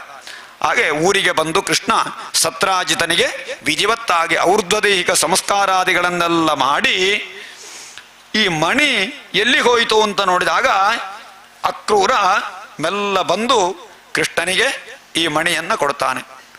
ಅಕ್ರೂರ ಆ ಊರಲ್ಲಿ ಇರುವುದಿಲ್ಲ. ಆ ಊರಲ್ಲಿ ಅಕ್ರೂರ ಓಡಿ ಹೋಗುತ್ತಾನೆ. ಅಂದ್ರೆ ಇನ್ನು ಮಣಿ ನನ್ನ ಹತ್ರ ಇದೆ ಅಂತ ಗೊತ್ತಾದ್ರೆ ನನಗೆ ಆಪತ್ತು ಬರ್ತಾರೆ ಅಂತ ಹೇಳಿ ಎಲ್ಲಿಯೋ ಓಡಿ ಹೋಗಿದ್ದ ದೂತರನ್ನೆಲ್ಲ ಕರೆಸಿ ಅಕ್ರೂರನನ್ನು ಹೇಗೋ ಮಾಡಿ ಹುಡುಕಿಸಿ ತಂದಾಗ ಅಕ್ರೂರ ಕೃಷ್ಣನ ಭಕ್ತನೇ, ಆದರೂ ತನ್ನ ದುಷ್ಟನಾದ ಮಿತ್ರನ ಮಾತಿಗೆ ಮರುಳಾಗಿ ತನ್ನಲ್ಲಿ ಆ ಮಣಿಯನ್ನ ಇಟ್ಟುಕೊಂಡಿದ್ದ. ಅಕ್ರೂರನಿಗೆ ಹೆದರಿಕೆ ಆಗ್ತಾರೆ. ಭಕ್ತಿಯಿಂದ ಕೃಷ್ಣನಿಗೆ ಆ ಮಣಿಯನ್ನ ಕೊಡ್ತಾನೆ. ಅಕ್ರೂರ ಪುನಃ ಆ ಮಣಿಯನ್ನ ಪುನಃ ಅಕ್ರೂರನಿಗೆ ಕೊಡ್ತಾನೆ ಕೃಷ್ಣ. ಇದು ನನಗೆ ಬೇಡ, ಇದು ನಿನ್ನತ್ರೇ ಇರಲಿ ಅಂತ ಹೇಳಿ. ಹಾಗೆ ಅಕ್ರೂರ ಆ ಮಣಿಯನ್ನ ಇರಿಸಿಕೊಳ್ಳುತ್ತಾನೆ ಅಂತ ಹೇಳುವಂತಹ ಕಥೆ ಬರ್ತದೆ. ಮುಂದೆ ಆ ಮಣಿ ಎಂತಾಯಿತು ಏನಾಯಿತು ಅಂತ ಹೇಳುವಂತಹ ಕಥೆ ಈ ಭಾಗವತದಲ್ಲಿ ಅದರ ವಿಷಯ ಇಲ್ಲ. ಆ ಮಣಿ ಇಷ್ಟೆಲ್ಲ ಅನರ್ಥ ಆ ಮಣಿ ಮಾಡಿದೆ ಅಂತ ಹೇಳುವಂತಹ ವಿಚಾರವನ್ನು ನಾವು ತತ್ವವನ್ನು ತಿಳ್ಕೊಳ್ಬೇಕು. ಇರ್ಲಿ. ಆಮೇಲೆ ಕೃಷ್ಣನಿಗೆ ಈಗ ಎಷ್ಟು ಮದುವೆ ಆಯಿತು? ರುಕ್ಮಿಣಿ ಸತ್ಯಭಾಮೆ, ಜಾಂಬವತಿ 3 ಮದುವೆ ಆಯಿತು. ಇನ್ನು ಬೇರೆ ಮದುವೆ ಕಥೆಯನ್ನ ಇದರಲ್ಲಿ ಹೇಳ್ತಾರೆ. ಒಮ್ಮೆ ಈ ಪಾಂಡವರ ಕಥೆ ಮಹಾಭಾರತದಲ್ಲಿ ಕೇಳಿದ್ದೇವೆ. ಅರಗಿನ ಮನೆಯನ್ನ ನಿರ್ಮಾಣ ಮಾಡಿಕೊಡ್ತಾನೆ ಕೌರವ. ಆ ಅರಗಿನ ಮನೆಯಲ್ಲಿ ಪಾಂಡವರು ಸುಟ್ಟು ಹೋದರು ಅಂತೇಳಿ ಊಳಲ್ಲೆಲ್ಲ ಪ್ರಚಾರ ಆಗ್ತಾರೆ. ಹಾಗೆ ಅವರು ಜೀವಂತವಾಗಿದ್ದಾರೆ, ಸುಟ್ಟು ಹೋಗ್ಲಿಲ್ಲ ಅಂತ ಹೇಳಿ ಕೃಷ್ಣನಿಗೆ ಗೊತ್ತಾಗುವಾಗ ಕೃಷ್ಣ ಅವರನ್ನು ಭೇಟಿಯಾಗಲಿಕ್ಕೆ ಇಂದ್ರಪ್ರಸ್ಥಕ್ಕೆ ಬರ್ತಾನೆ. ಇಂದ್ರಪ್ರಸ್ಥಕ್ಕೆ ಬಂದು ಯುಧಿಷ್ಠಿರಾದಿಗಳಲ್ಲಿ ನೀವು ಜೀವಂತವಾಗಿದ್ದೀರಲ್ಲೋ, ಬಹಳ ಸಂತೋಷ ಅಂತ ಹೇಳಿ ಕೃಷ್ಣ ಅವರ ಹತ್ರ ಮಾತುಕತೆ ಮಾಡುವಾಗ ಯುಧಿಷ್ಠಿರ ಅಂದರೆ ಮಾತನಾಡಿ ಸ್ವಲ್ಪ ಸಮಯ ಇಂದ್ರಪ್ರಸ್ಥದಲ್ಲಿಯೇ ಕೃಷ್ಣ ಇರ್ತಾನೆ. ಕೃಷ್ಣ ಇದ್ದು ಒಂದು ಅರ್ಜುನನಲ್ಲಿ ಅತಿ ಮಿತ್ರತ್ವ ಆಗ್ತಾರೆ ಅವನಿಗೆ. ಆ ಅರ್ಜುನನೊಂದಿಗೆ ಮಿತ್ರತ್ವದಿಂದಿದ್ದು ಒಂದು ದಿವಸ ಅರ್ಜುನನೊಂದಿಗೆ ರಥಾರೂಢನಾಗಿ ತಾನು ಹೊರಡ್ತಾನೆ. ಗಾಂಡೀವ ಧನುಸ್ಸನ್ನ ತೆಕ್ಕೊಂಡು ಶ್ರೀಕೃಷ್ಣನೊಂದಿಗೆ ಬೇಟೆಯಾಡಲಿಕ್ಕೆ ಅಂತ ಕಾಡಿಗೆ ಹೋಗ್ತಾನೆ. ಆ ಸಮಯದಲ್ಲಿ ಅಲ್ಲಿ ಬಹಳ ಬಾಯಾರಿಕೆ ಆಗ್ತಾರೆ ಕೃಷ್ಣ ಮತ್ತು ಅರ್ಜುನರಿಗೆ. ಬಾಯಾರಿಕೆ ಆಯಿತು ಅಂತೇಳಿ ಯಮುನಾ ತೀರಕ್ಕೆ ಬಂದು ನೀರು ಕುಡಿಬೇಕು ಅಂತ ಹೇಳಿ ಆಲೋಚನೆ ಮಾಡ್ತಾರೆ. ಆಗ ಅರ್ಜುನ ನೀರನ್ನು ತರಲಿಕ್ಕೆ ಅಂತ ಯಮುನಾನಿಗೆ ಹೋಗುವಾಗ ಅಲ್ಲಿ ಒಬ್ಬಳು ತಪಸ್ಸು ಮಾಡ್ತಾ ಇದ್ದಳಂತೆ, ಒಬ್ಬಳು ಸ್ತ್ರೀ, ಕಾಳಿಂದಿ ಅಂತ ಹೇಳಿ. ಅವನು ಆ ಕಾಳಿಂದಿ ಭಗವಂತನಾದ ಕೃಷ್ಣನನ್ನೇ ಧ್ಯಾನಿಸ್ತಾ ಇದ್ದಳಂತೆ. ಆ ಕಾಳಿಂದಿ ಎನ್ನುವಳು ಸೂರ್ಯನಾರಾಯಣನ ಮಗಳು. ನೀನು ಯಾರು ಅಂತ ಅರ್ಜುನ ಕೇಳಿದಾಗ, ನಾನು ಸೂರ್ಯನಾರಾಯಣನ ಪುತ್ರಿಯಾಗಿದ್ದೇನೆ, ಕಾಳಿಂದಿ ಅಂತ ನನ್ನ ಹೆಸರು, ನಾನು ನನ್ನ ಜನ್ಮದಲ್ಲಿ ಮದುವೆ ಆಗುತ್ತಿದ್ದರೆ ಶ್ರೀಕೃಷ್ಣನನ್ನೇ ಅಂತ ಹೇಳಿ ನಾನು ಮನಸ್ಸಿನಲ್ಲಿ ಭಾವಿಸಿದ್ದೇನೆ ಅಂತ ಹೇಳಿದಾಗ ಬಂದು ಅರ್ಜುನ ಶ್ರೀಕೃಷ್ಣನಲ್ಲಿ ಹೇಳಿದಾಗ, ನಾನು ಇಲ್ಲಿಗೆ ಬಂದದ್ದೇ ಬೇಟೆಯಾಡಲಿಕ್ಕೆ ಅದಕ್ಕೆ ಬೇಕಾಗಿ. ಕೃಷ್ಣನಿಗೆ ಮೊದಲೇ ಗೊತ್ತಿತ್ತು. ಹಾಗೆ ಆ ಕಾಳಿಂದಿಯನ್ನ ತನ್ನವಳನ್ನಾಗಿ ವಿವಾಹವಾಗ್ತಾನೆ. ಕಾಳಿಂದಿ ಆಯಿತು. ಇನ್ನು ಅಲ್ಲಿ ಕಾಂಡವ ದಹನದ ಒಂದು ಕಥೆ ಬರ್ತಾರೆ. ಕೃಷ್ಣ ಅರ್ಜುನನೊಂದಿಗೆ ಆ ಸಮಯದಲ್ಲಿದ್ದಾಗ ಒಮ್ಮೆ ಸಾಕ್ಷಾತ್ ಅಗ್ನಿ ತಾನು ಹೋಮ ಹವನಾದಿಗಳನ್ನೆಲ್ಲ ಸ್ವೀಕಾರ ಮಾಡಿ ಅಗ್ನಿ ಹೇಳ್ತಾನೆ, ನನಗೆ ಸ್ವಲ್ಪ ಅಜೀರ್ಣ ಆಗಿದೆ, ನನಗೆ ಸ್ವಲ್ಪ ಔಷಧಿ ವನಸ್ಪತಿಗಳನ್ನೆಲ್ಲ ನಾನು ಸ್ವೀಕಾರ ಮಾಡಬೇಕು ಅಂತ. ಕಾಂಡವ ವನ ಅಂತೇಳಿ ಅತ್ಯದ್ಭುತವಾದ ಔಷಧಿಗಳೆಲ್ಲ ಇರುವಂತಹ ವನ ಅದು. ಆ ವನವನ್ನ ನಾನು ಭಸ್ಮೀಭೂತವನ್ನಾಗಿಸಿದರೆ ನನಗೆ ಅಜೀರ್ಣ ಎಲ್ಲ ನಿವಾರಣೆಯಾಗಿ ನನಗೆ ಆರೋಗ್ಯ ಸಿಗ್ತಾರೆ ಅಂತ ಹೇಳಿ ಅಗ್ನಿ ಹೇಳಿದಾಗ, ಆ ಅಗ್ನಿ ವನವನ್ನ ದಹಿಸುವಂತಹ ಸಂದರ್ಭದಲ್ಲಿ ಅರ್ಜುನ ಅದಕ್ಕೆ ಅನುಕೂಲವನ್ನ ಮಾಡ್ತಾನೆ. ಯಾವುದೇ ಪ್ರಾಣಿಗಳು ಅದರಲ್ಲಿರುವಂತಹ ಯಾವುದೇ ವಸ್ತುಗಳು ಹೊರಗೆ ಬರಬಾರದು ಅಂತ ಹೇಳಿ ಬಾಣದ ಆವರಣವನ್ನೇ ಮಾಡಿ ಆ ಕಾಂಡವ ವನ ಬಹಳ ಸುಖವಾಗಿ ಅಗ್ನಿಗೆ ಆಹುತಿಯಾಗ್ತದೆ. ಹಾಗೆ ಆ ಕಥೆಯನ್ನ ಆ ಸಂದರ್ಭದಲ್ಲಿ ಹೇಳಿದ್ದಾರೆ. ಆ ಸಮಯದಲ್ಲಿ ಅಗ್ನಿ ಅರ್ಜುನನಿಗೆ ಸಂತೋಷಗೊಂಡು ಈ ಅರ್ಜುನನಿಗೆ ವಿಶೇಷವಾದ ಧನುಸ್ಸನ್ನು ಕೊಡ್ತಾನೆ. ಅರ್ಜುನನ ಧನುಸ್ಸು ಯಾವುದು? ಗಾಂಡೀವ ಧನುಸ್ಸು. ಅಗ್ನಿ ಈ ಕಾಂಡವ ದಹನದಿಂದ ಸಂತೋಷಗೊಂಡು ಅಗ್ನಿ ಕೊಟ್ಟ ಧನುಸ್ಸು ಅದು ಗಾಂಡೀವ ಧನುಸ್ಸು ಅಂತೇಳಿ ಅದಕ್ಕೆ ಹೆಸರು. ಆ ಧನುಸ್ಸು ಅದು ಅಕ್ಷಯವಾದಂತಹ ಬತ್ತಳಿಕೆವು. ಬರೀ ಧನುಸ್ಸು ಮಾತ್ರ ಅಲ್ಲ, ಆ ಅರ್ಜುನನಿಗೆ 2 ಅಕ್ಷಯವಾದ ಬತ್ತಳಿಕೆ ಇತ್ತು ಅಂತ ಹೇಳುತ್ತಾರಲ್ಲ, ಎಷ್ಟು ತೆಗೆದರೂ ಬಾಣ ಬರುವಂತಹದ್ದು ಆ ಬತ್ತಳಿಕೆಯಲ್ಲಿ. ಬಾಕಿಯೆಲ್ಲ ಯುದ್ಧ ಮಾಡಬೇಕಾದ್ರೆ ಕ್ಷತ್ರಿಯರೆಲ್ಲ ಬತ್ತಳಿಕೆಯಲ್ಲಿ ಆ ಬಾಣವನ್ನು ಮುಗಿದ ಹಾಗೆ ತುಂಬಿಸಬೇಕು. ಆದರೆ ಅರ್ಜುನನಿಗೆ ಮಾತ್ರ ಅಕ್ಷಯವಾದ ಬತ್ತಳಿಕೆ, ಅದು 2 ಬತ್ತಳಿಕೆ. ಅರ್ಜುನನ ವಿಶೇಷತೆ ಅದು. ಬತ್ತಳಿಕೆ ಬಾಣವನ್ನ ತೆಗೆದು ಬೆನ್ನಿಂದ ಒಂದೇ ಬದಿಯಲ್ಲಿರುವಂತಹದ್ದು ಬತ್ತಳಿಕೆ. ಕ್ಷತ್ರಿಯರಿಗೆ ಬತ್ತಳಿಕೆ ಅಂದರೆ ಹಿಂದಿನ ಒಂದು ಬಾಣವನ್ನಿರಿಸುವಂತಹ ಒಂದು ಚೀಲ. ಆ ಚೀಲ ಎಲ್ಲ ಕ್ಷತ್ರಿಯರಿಗೆ ಒಂದೇ ಇರುವುದು. ಅರ್ಜುನನಿಗೆ 2 ಬದಿಯಲ್ಲಿಯೂ ಬತ್ತಳಿಕೆ. ಯಾಕೆ ಅಂತ ಹೇಳಿದ್ರೆ ಅರ್ಜುನ ಸವ್ಯಸಾಚಿ, 2 ಕೈಯಿಂದಲೂ ಬಾಣ ಬಿಡಲಿಕ್ಕೆ ಅವನಿಗೆ ಗೊತ್ತುಂಟು. ಕೇವಲ ಬಲದ ಕೈಯಲ್ಲಿ ಮಾತ್ರ ಬಾಣ ಬಿಡುವುದಲ್ಲ, ಎಡದ ಕೈಯಲ್ಲಿಯೂ ಬಾಣ ಬಿಡುವ ಸಾಮರ್ಥ್ಯ. ಎಡದ ಕೈಯಲ್ಲಿ ಧನುಸ್ಸು ಇಟ್ಕೊಂಡು ಬಲದ ಕೈಯಿಂದ ಬಾಣ ಬಿಟ್ಟರೆ ಪುನಃ ಬಲದ ಕೈಯಲ್ಲಿ ಧನುಸ್ಸು ಇಟ್ಕೊಂಡು ಎಡದ ಕೈಯಿಂದ ಬಾಣ ಬಿಡುವ ಹಾಗೆ ಅಂತಹ ಬಾಣ ಪ್ರಯೋಗ ಮಾಡುವ ಶಕ್ತಿ ಇರುವುದು ಅರ್ಜುನನಿಗೆ. ಹಾಗೆ ಅಗ್ನಿಯ ಅನುಗ್ರಹದಿಂದ ಅಕ್ಷಯವಾದಂತಹ ಬತ್ತಳಿಕೆ ಮತ್ತು ಗಾಂಡೀವ ಧನುಸ್ಸು ಎಲ್ಲ ಅಗ್ನಿ ಅರ್ಜುನನಿಗೆ ಸಮರ್ಪಣೆ ಮಾಡ್ತಾನೆ. ಆಮೇಲೆ ಅವಂತಿ ದೇಶದಲ್ಲಿ ವಿಂದಾನುವಿಂದರು ಎನ್ನುವಂತಹ ರಾಜ, ಆ ರಾಜನ ಮಗಳಾದ ಮಿತ್ರವಿಂದ ತಂಗಿಯಾದ ಮಿತ್ರವಿಂದೆ ಎನ್ನುವಂತಹ ಕನ್ನಿಕೆಯು ಕೃಷ್ಣನನ್ನೇ ತಾನು ಪತಿಯಾಗಿ ವರಿಸಬೇಕು ಅಂತೇಳಿ ಆಲೋಚನೆ ಮಾಡ್ತಾಳೆ. ಆ ಸಂದರ್ಭದಲ್ಲಿ ಅವಿಂದರು ಅದನ್ನು ತಡೀತಾರೆ, ಕೃಷ್ಣನಿಗೆ ಕೊಡಬಾರದು ಅಂತೇಳಿ. ಆದರೂ ಕೃಷ್ಣ ಆ ಮಿತ್ರವಿಂದೆಯನ್ನ ಅಪಹರಿಸಿ ತಾನು ಬಲವಂತವಾಗಿ ಅಪಹರಿಸಿ ತಾನು ವಿವಾಹ ಆಗ್ತಾನೆ. ಬಹಳಷ್ಟು ಸಲ ಯಾರಿಗೆ ಕೃಷ್ಣನ ಮೇಲೆ ಒಲವಿದೆ ಅವನನ್ನು ಯಾರನ್ನು ಅವಳು ಕೃಷ್ಣ ಬಿಡಲಿಲ್ಲ, ಅವನನ್ನು ತಾನು ಆಗಿಸಿದ್ದಾನೆ. ಹಿಂದೆ ವರ ಇತ್ತಂತೆ. ಅಂದ್ರೆ ಕೃಷ್ಣ ಮೊದಲು ರಾಮಾವತಾರದಲ್ಲಿ ಹಲವು ಜನ ರಾಮನನ್ನು ಮದುವೆ ಆಗಬೇಕು ಅಂತ ಹೇಳಿ ಕೇಳಿಕೊಂಡಿದ್ದರು. ರಾಮನಿಗೆ ಏಕಪತ್ನಿ ವ್ರತ ಇತ್ತು. ಭಗವಂತನನ್ನ ವರಿಸದವರು ಯಾರು? ರಾಮ ಹೇಳ್ತಾನೆ, ಎಷ್ಟು ಜನ ಬಂದರೂ ನನಗೆ ವಿವಾಹ ಆಗುವುದು ನಾನು ಇನ್ನು ಮುಂದಿನ ಅವತಾರದಲ್ಲಿ. ಕೃಷ್ಣ ಆಗ ಎಷ್ಟು ಜನ ಬೇಕಾದರೂ ಮದುವೆ ಆಗಲಿಕ್ಕೆ ಬನ್ನಿ, ನಾನು ಮದುವೆ ಆಗ್ತೇನೆ ಅಂತ ಹೇಳಿದ್ದಂತೆ. ಆಗ ಈ ಗೋಪಿಕೆಯರೆಲ್ಲ ಹುಟ್ಟಿಕೊಂಡದ್ದು ಹಿಂದೆ ರಾಮಾವತಾರದಲ್ಲಿ ಋಷಿಗಳು ಅಂತ ಹೇಳುವ ಕಥೆಯನ್ನೆಲ್ಲ ಹೇಳಿಲ್ವಾ? ಹಾಗೆ ಕೃಷ್ಣ ಎಲ್ಲರನ್ನೂ ಕೂಡ ತನ್ನವನನ್ನಾಗಿಸಿಕೊಂಡಿದ್ದ. ಆದರೆ ಕೃಷ್ಣ ನಿತ್ಯ ಬ್ರಹ್ಮಚಾರಿ, ಮದುವೆ ಆಗಿದ್ದವ ನಿತ್ಯ ಬ್ರಹ್ಮಚಾರಿ ಅಂತ ಹೇಳ್ತಾರೆ. ಬಹಳ ಹಾಸ್ಯಾಸ್ಪದವಾದ ವಿಷಯ ಅಂತ ನಾವು ಗ್ರಹಿಸಬಹುದು. ಬ್ರಹ್ಮಚಾರಿ ಅಂತ ಹೇಳಿದರೆ ಅರ್ಥ ಎಂತದ್ದು ಗೊತ್ತುಂಟ? ವಿವಾಹವಾಗದೇ ಇರುವುದು ಅಂತ ಅರ್ಥ ಅಲ್ಲ. ಬ್ರಹ್ಮಚಾರಿ ಎನ್ನುವ ಶಬ್ದಕ್ಕೆ ಅರ್ಥ ಬ್ರಹ್ಮಣಿ ಚರತಿ, ಬ್ರಹ್ಮತತ್ವದಲ್ಲಿ ತಾನು ಅನುಸಂಧಾನವನ್ನು ಮಾಡಿಕೊಂಡಿರುವವ, ತನ್ನೊಳಗೆ ಬ್ರಹ್ಮನನ್ನ ಧ್ಯಾನಿಸುವ ಬ್ರಹ್ಮಚಾರಿ ಅಂತ ಅರ್ಥ. ವಿವಾಹ ನಾವು ಯಾಕೆ ಅದು ಬ್ರಹ್ಮಚಾರಿಗಿಂತ ಮದುವೆ ಆಗದಂತಹ ವಟುವಿಗೆ ಹಾಗೆ ಬಂದಿದೆ ಅಂತ ಹೇಳಿದ್ರೆ, ಮದುವೆ ಆಗದ ವಟುವಿಗೆ ಆ ಸಮಯದಲ್ಲಿ ಬ್ರಹ್ಮಚರ್ಯ ವ್ರತದಲ್ಲಿ ವಿವಾಹದ ಅಪೇಕ್ಷೆಯನ್ನು ನಾವು ಇಟ್ಟುಕೊಳ್ಳಬಾರದು. ವಿದ್ಯೆಯನ್ನ ಕಲಿಯುವಾಗ ಯಾವುದೇ ರೀತಿಯ ಕಾಮನೆ ಅವನಿಗಿರಬಾರದು. ಎಲ್ಲವನ್ನು ಬಿಟ್ಟು ವಿದ್ಯೆಯನ್ನಂದೇ ಆರಾಧಿಸಬೇಕವ. ಆದ್ದರಿಂದ ಬ್ರಹ್ಮ ಅಂತ ಹೇಳಿದ್ರೆ ಅಲ್ಲಿ ಅರ್ಥ ಯಾವುದು ಅಂತ ಹೇಳಿದ್ರೆ ವೇದ ಅಂತ ಅರ್ಥ. ವೇದಕ್ಕೆ ಬ್ರಹ್ಮ ಅಂತ ಹೇಳುವ ಅರ್ಥ ಉಂಟು, ವಿದ್ಯೆಗೆ ಬ್ರಹ್ಮ ಅಂತ ಅರ್ಥ ಉಂಟು. ವೇದ ಮಾತ್ರ ಅಲ್ಲ, ವಿದ್ಯೆ ಅದು ಬ್ರಹ್ಮ. ಬ್ರಹ್ಮಚಾರಿ ಅಂತ ಹೇಳುವಂತಹ ವಿಷಯ ಮದುವೆಯಾಗದೆ ವಿದ್ಯೆಯನ್ನ ಕಲಿಯುವ ಒಬ್ಬ ವ್ಯಕ್ತಿಗೂ ಬ್ರಹ್ಮಚಾರಿ ಅಂತ ನಾವು ಹೇಳಬಹುದು. ಆದ್ದರಿಂದ ಯಾರಿಗೂ ಕೂಡ ನೀನು ಬ್ರಹ್ಮಚಾರಿಯ? ಹೌದು. ಯಾರೇ ಅಂದ್ರೆ ಉಪನಯನ ಸಂಸ್ಕಾರವಾಗದೇ ಇರುವವ ಬ್ರಹ್ಮಚಾರಿ ಅಂತ ಹೇಳುವ, ಉಪನಯನ ಸಂಸ್ಕಾರ ಆದವ ಮಾತ್ರ ಬ್ರಹ್ಮಚಾರಿ ಅಂತ ಹೇಳುವ ಅರ್ಥ ಅಲ್ಲ. ವಿದ್ಯೆ ಕಲಿಯುವ ಬ್ರಹ್ಮಚಾರಿ. ವಿದ್ಯೆ ಕಲಿಯುವಾಗ ಇನ್ನೊಂದು ತತ್ವವನ್ನು ಇದೇ ಸಂದರ್ಭದಲ್ಲಿ ಹೇಳ್ತೇನೆ. ನಾವು ಯಾವಾಗ ವಿದ್ಯಾಭ್ಯಾಸ ಮಾಡ್ತೇವೆ, ಇದು ಪ್ರತಿಯೊಬ್ಬ ಮಕ್ಕಳಿಗೂ ಕೂಡ ಇರುವಂತಹ ತತ್ವ. ವಿದ್ಯಾಭ್ಯಾಸ ಮಾಡುವಾಗ ಯಾರೂ ಕೂಡ ಯಾವುದೇ ರೀತಿಯ ಬಾಹ್ಯವಾದ ಕಾಮನೆಯನ್ನ ತಾನು ಮನಸ್ಸಿನಲ್ಲಿ ಇಟ್ಟುಕೊಳ್ಬಾರದು.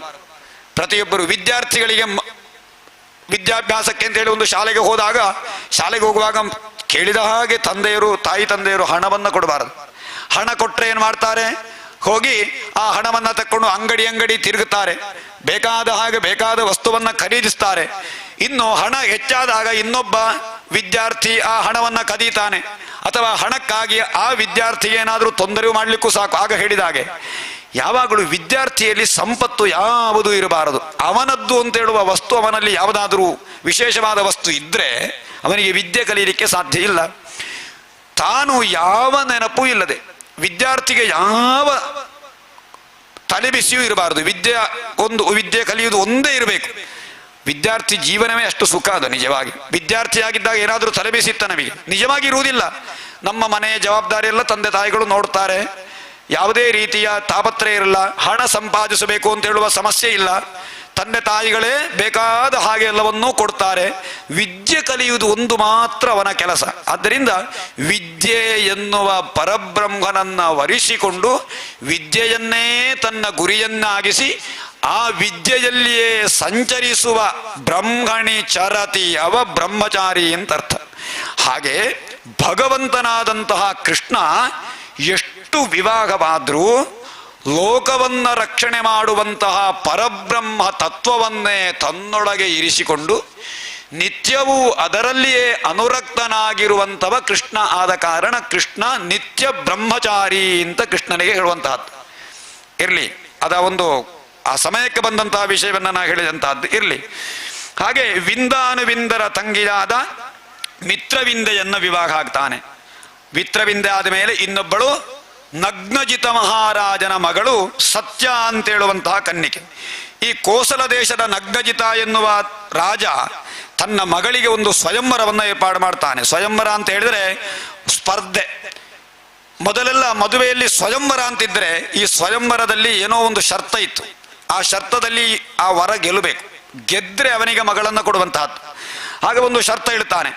ಅವನ ಅರಮನೆಯಲ್ಲಿ ಒಂದು ಗೋಷ್ಠದಲ್ಲಿ ಅಂತ ಹೇಳಿದ್ರೆ ಹಟ್ಟಿಯಲ್ಲಿ 7 ಗೂಳಿ ಇತ್ತಂತೆ. 7 ವೃಷಭ ಗೂಳಿ. ಅದು ಅತ್ಯಂತ ಅಹಂಕಾರದಿಂದ ಕೂಡಿದಂತಹ ಗೂಳಿ, ಬಹಳ ಸಾಮರ್ಥ್ಯ ಇತ್ತು ಆ ಗೂಳಿಗೆ. ಆ ಗೂಳಿಯನ್ನು ಒಂದೊಂದು ಗೂಳಿಯನ್ನು ನಿಯಂತ್ರಣ ಮಾಡಲಿಕ್ಕೆ ಯಾರಿಗೂ ಸಾಧ್ಯ ಇಲ್ಲ, ಅಂತಹ ಗೂಳಿ ಅದು.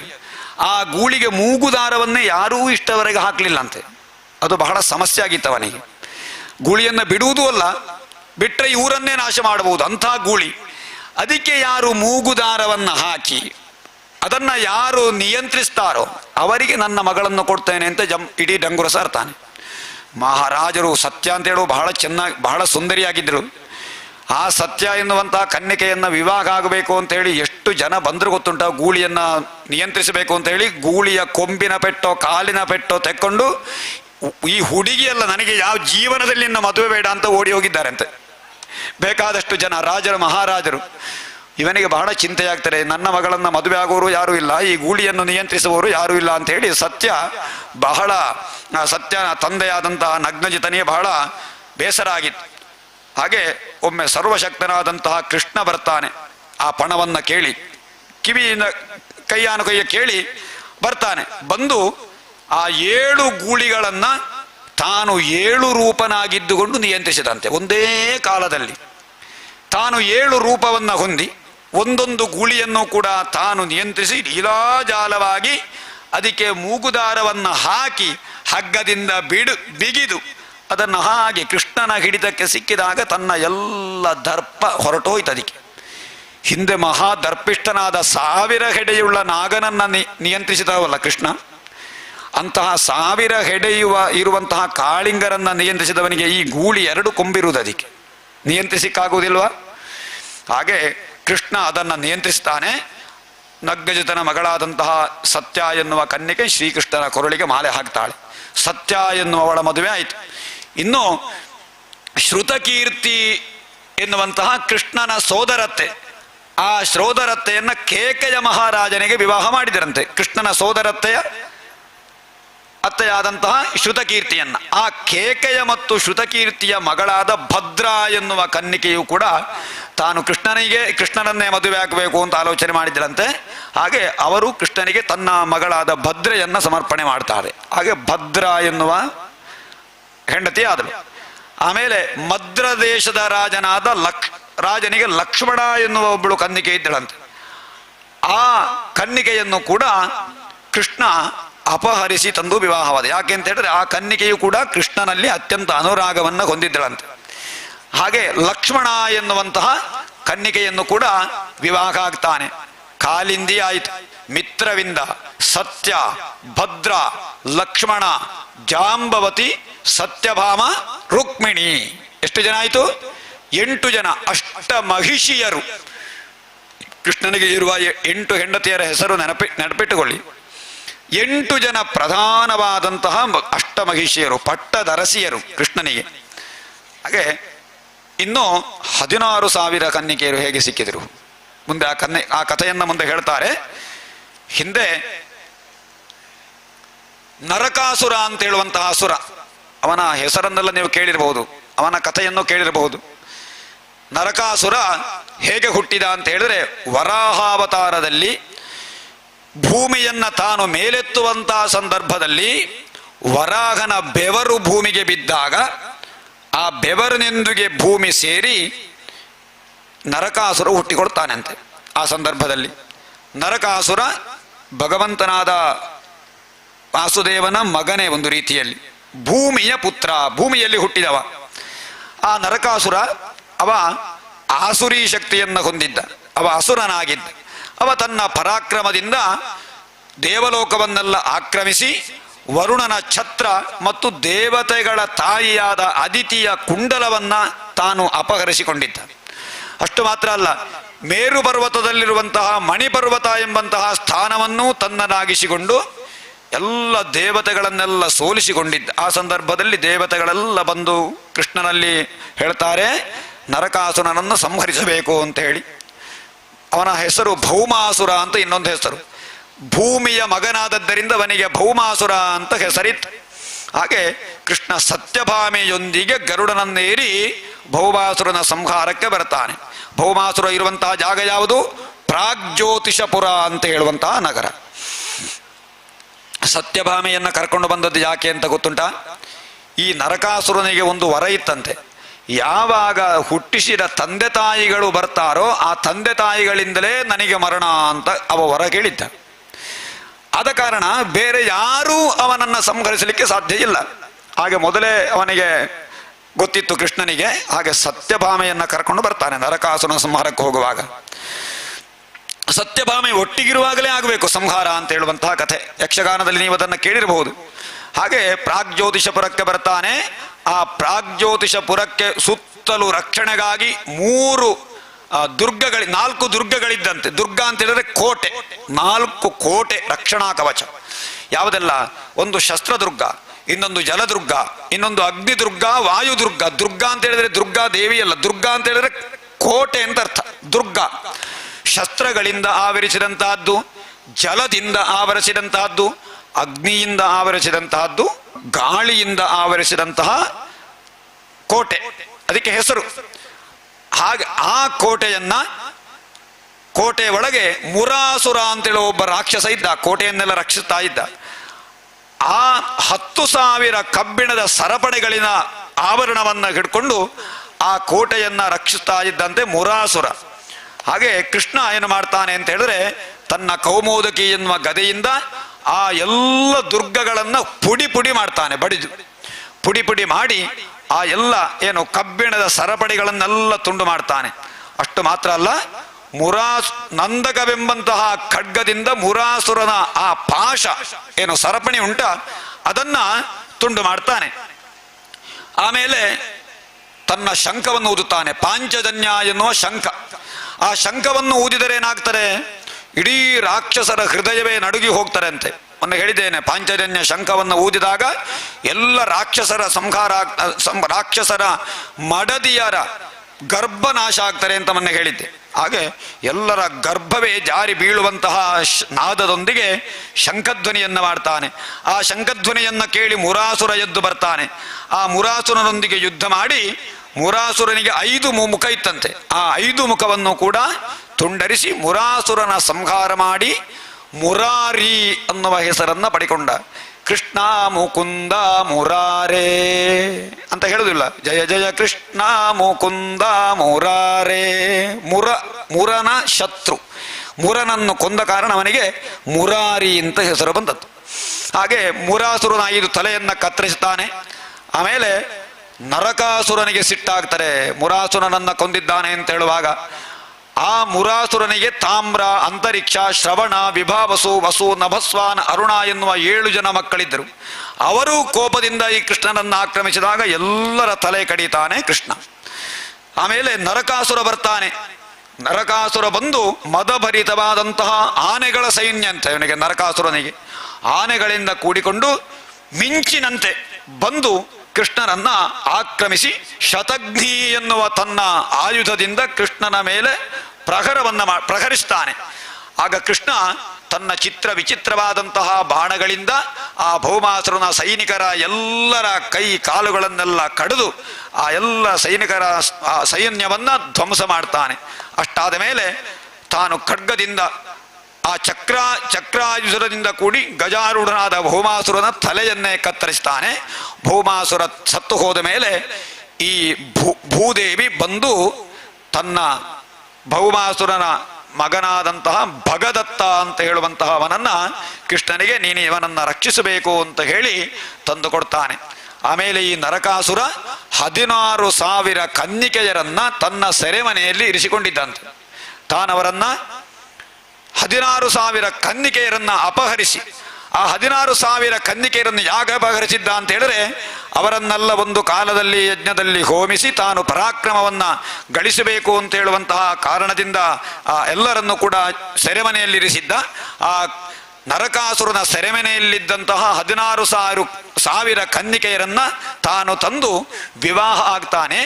ವಿವಾಹ ಆಗುವುದು ಹೇಗೆ ಅಂತ ಹೇಳಿದ್ರೆ 16,000 ಕಲ್ಯಾಣ ಮಂಟಪದಲ್ಲಿ ಒಂದೇ ಮುಹೂರ್ತದಲ್ಲಿ 16,000 ಕೃಷ್ಣನಾಗಿ ವಿಜೃಂಭಣೆಯಿಂದ ವಿವಾಹ ಆಗ್ತದೆ. ನಿನ್ನೆ ಮಾಡಿದ ಈ ಒಂದು ಮದುವೆ ಮಂಟಪ ಮಾಡಲಿಕ್ಕೆ ನಮಗೆ ಎಷ್ಟು ಸಮಯ ಬೇಕಾಗಿದೆ ಅಲ್ವಾ? ಅಷ್ಟು ಹೊತ್ತು ಬೇಕಾಗಿದೆ ಆ ಮದುವೆ ಮಂಟಪ ನಿರ್ಮಾಣ ಮಾಡಲಿಕ್ಕೆ. 16,000 ಮದುವೆ ಮಂಟಪಗಳು. ಆ ಒಂದೊಂದು ಮಂಟಪದಲ್ಲಿಯೂ ಕೃಷ್ಣನೇ ಒಬ್ಬೊಬ್ಬರಿಗೆ ಒಂದೊಂದು ಮದುಮಗನಾಗಿ ವಿವಾಹ ಆದಂತೆ. ಆ ಕಥೆಯಿಂದ ಅವನಿಗೆ ಹೇಗಿದ್ದತ್ತು ಸಂಸಾರ ಅಂತ ಹೇಳುವಂಥದ್ದು ಮುಂದೆ ಕಥೆ ಬರ್ತದೆ. ಅದು ಕೃಷ್ಣ ಹೇಗೆ ನಿರ್ವಹಿಸಿಕೊಂಡಿದ್ದ ಅಂತ ಹೇಳುವಂಥ ಕಥೆ ಮುಂದೆ ಬರ್ತದೆ ಆ ಕಥೆ. ಆಮೇಲೆ ನರಕಾಸುರನ ಸಂಹಾರ ಆಗ್ತಾರೆ. ಆಮೇಲೆ ಇನ್ನೊಂದು ಅನಿರುದ್ಧನ ಕಥೆಯನ್ನು ಹೇಳ್ತಾರೆ.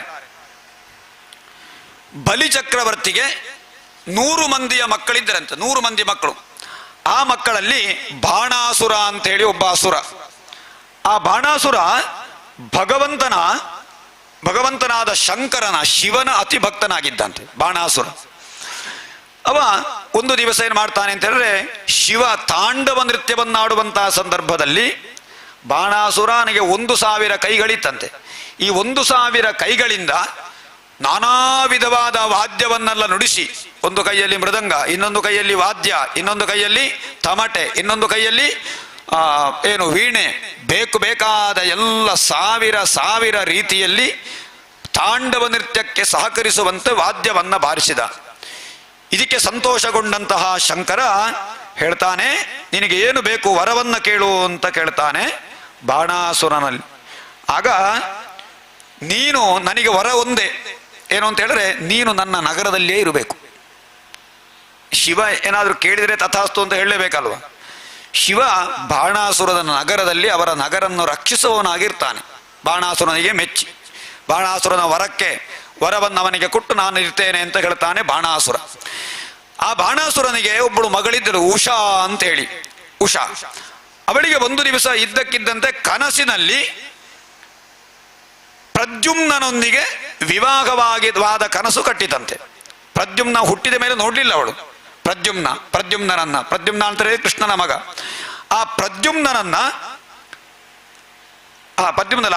ಅನಿರುದ್ಧನೊಂದಿಗೆ ವಿವಾಹವಾದಂತಹ ಕನಸು ಕಂಡಿತಂತೆ.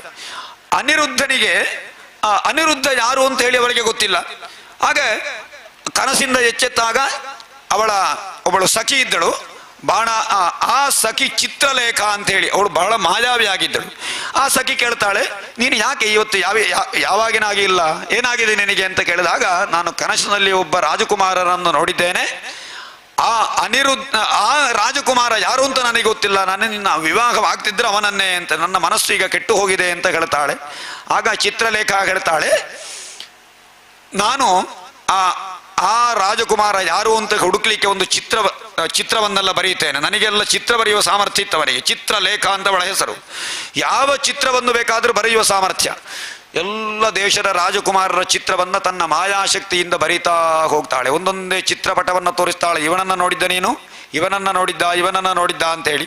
ಹಾಗೆ ಒಂದೊಂದೇ ಚಿತ್ರಪಟವನ್ನು ತೋರಿಸುವಾಗ ಈ ಯಾರು ಅನಿರುದ್ಧನ ಚಿತ್ರವನ್ನ ನೋಡಿದಾಗ ಅವಳಿಗೆ ಇವನನ್ನೇ ನಾನು ಕನಸಿನಲ್ಲಿ ಕಂಡದ್ದು ಅಂತ ಹೇಳ್ತಾಳೆ.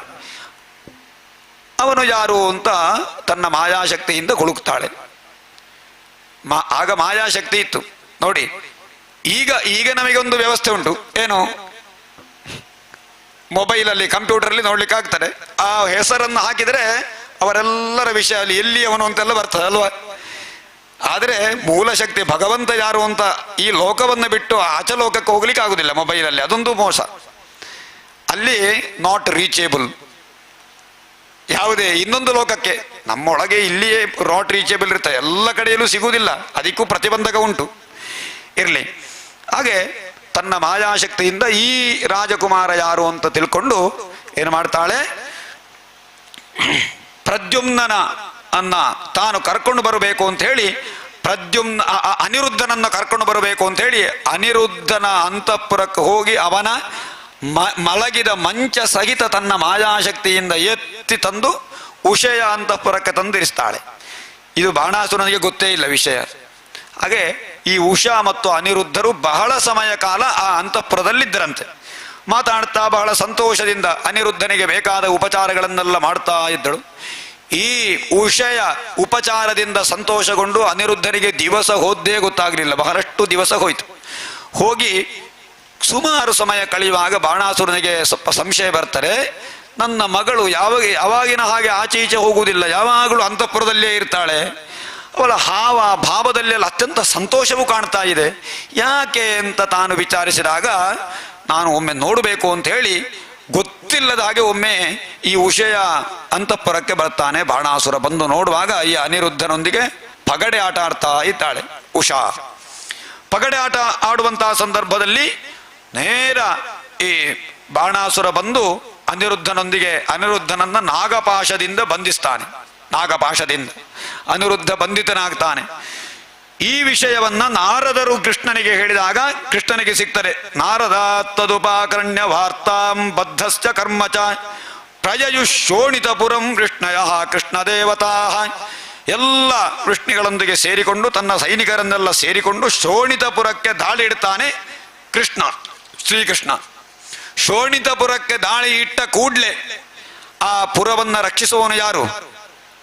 ಹಿಂದೆ ಹೇಳಿದ್ದೇನಲ್ವ, ಬಾಣಾಸುರ ವರ ಕೇಳಿದ್ದ, ನನ್ನ ಪುರವನ್ನು ರಕ್ಷಿಸಲಿಕ್ಕೆ ನೀನು ಬರಬೇಕು ಅಂತ ಹೇಳಿ. ಯಾರನ್ನ? ಪರಮೇಶ್ವರನನ್ನ.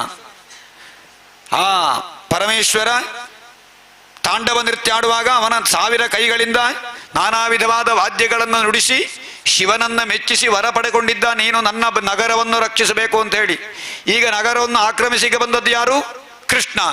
ಕೃಷ್ಣನಿಗೂ ಶಂಕರನಿಗೂ ಯುದ್ಧ ಆಗ್ತಾರೆ, ಶಿವನಿಗೂ ಕೃಷ್ಣನಿಗೂ. ಎಂಥ ಒಂದು ವಿಚಿತ್ರ ಪ್ರಸಂಗ ನೋಡಿ. ಇದೆಲ್ಲ ಮನುಷ್ಯನ ಈ ಭಗವಂತನಾದಂತಹ ಕೃಷ್ಣನ ಲೀಲೆ ಇದು. ಶಂಕರನಿಗೂ ಕೃಷ್ಣನಿಗೂ ಯುದ್ಧ ಆಗ್ತದೆ. ಯುದ್ಧ ಮಾಡಿ ಆ ಶಂಕರನ ಕಡೆಯಿಂದ ಅವನ ಮಗನಾದ ಕಾರ್ತಿಕೇಯಾದಿ ನಾನಾ ವಿಧವಾದ ಅವನ ಶೈವ ಸೈನ್ಯಗಳೆಲ್ಲವೂ ಕೂಡ ಬರುತ್ತದೆ. ಯುದ್ಧ ಮಾಡಿ ಕೃಷ್ಣ ಒಬ್ಬ ಬ್ರಹ್ಮಾಸ್ತ್ರವನ್ನು ಬಿಟ್ಟರೆ ಇನ್ನೊಬ್ಬ ವಾಯುವ್ಯಾಸ್ತ್ರ, ಪರ್ವತಾಸ್ತ್ರ, ಆಗ್ನೇಯಾಸ್ತ್ರ ಎಲ್ಲ ಅಸ್ತ್ರಗಳನ್ನು ಬಿಡ್ತಾ ಇರ್ತಾರೆ. ಶಿವ ಪಾರ್ಶುಪತಾಸ್ತ್ರವನ್ನು ಬಿಟ್ಟರೆ ಕೃಷ್ಣ ನಾರಾಯಣಾಸ್ತ್ರವನ್ನು ಬಿಡ್ತಾನೆ. ಇಷ್ಟೆಲ್ಲ ಪ್ರಯೋಗ ಮಾಡಿ ಒಂದು ಜೃಂಭಣಾಸ್ತ್ರ ಅಂತ ಒಂದುಂಟು. ಜೃಂಭಣಾಸ್ತ್ರ ಅಂತ ಹೇಳಿದ್ರೆ ಆ ಅಸ್ತ್ರವನ್ನು ಬಿಟ್ಟರೆ ಆಕಳಿಸುವುದು ಒಂದೇ ಜಡ.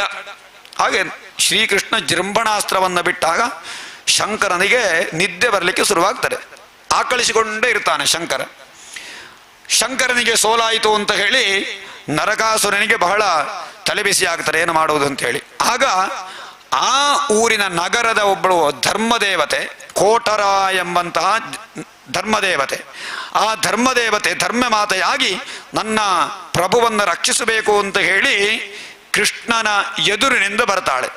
ಬಂದು ನಿಲ್ಲುವುದು ಹೇಗೆ ಅಂತ ಹೇಳಿದ್ರೆ, ನಗ್ನಳಾಗಿ ವಿವಸ್ತ್ರಳಾಗಿ ತಲೆ ಕೂದರನ್ನ ಕೆದರಿಕೊಂಡು ನಿಂದಾಗ ಮುಕ್ತ ಶಿರೋರುಹ, ತಲೆ ಕೂದರನ್ನ ಕೆದರಿಕೊಂಡು ಕೃಷ್ಣನ ಎದುರು ನಿಂತಾಗ ಕೃಷ್ಣ ಯುದ್ಧ ಮಾಡುವುದನ್ನು ನಿಲ್ಲಿಸಿ ಹಿಂದಕ್ಕೆ ಬರ್ತಾನೆ. ಯಾವಾಗ ನಗ್ನಳಾದಂತಹ ಒಂದು ಸ್ತ್ರೀಯನ್ನ ಅಥವಾ ಒಂದು ತಲೆ ಕೂದಲನ್ನ ಕೆದರಿಸಿ ಅಮಂಗಳವಾದ ದೃಶ್ಯ ನೋಡಿದರೋ ಆಮೇಲೆ ಅವನು ಯುದ್ಧ ಮಾಡುವಾಗಿಲ್ಲ. ಅದು ಯುದ್ಧದ ಧರ್ಮ. ಅದನ್ನು ನೋಡಿ ಹಿಂದೆ ಮಹಾಭಾರತ ಯುದ್ಧದ ಸಮಯದಲ್ಲಿಯೂ ಅದೇ ಪ್ರಸಂಗ ಆಗಿತ್ತು.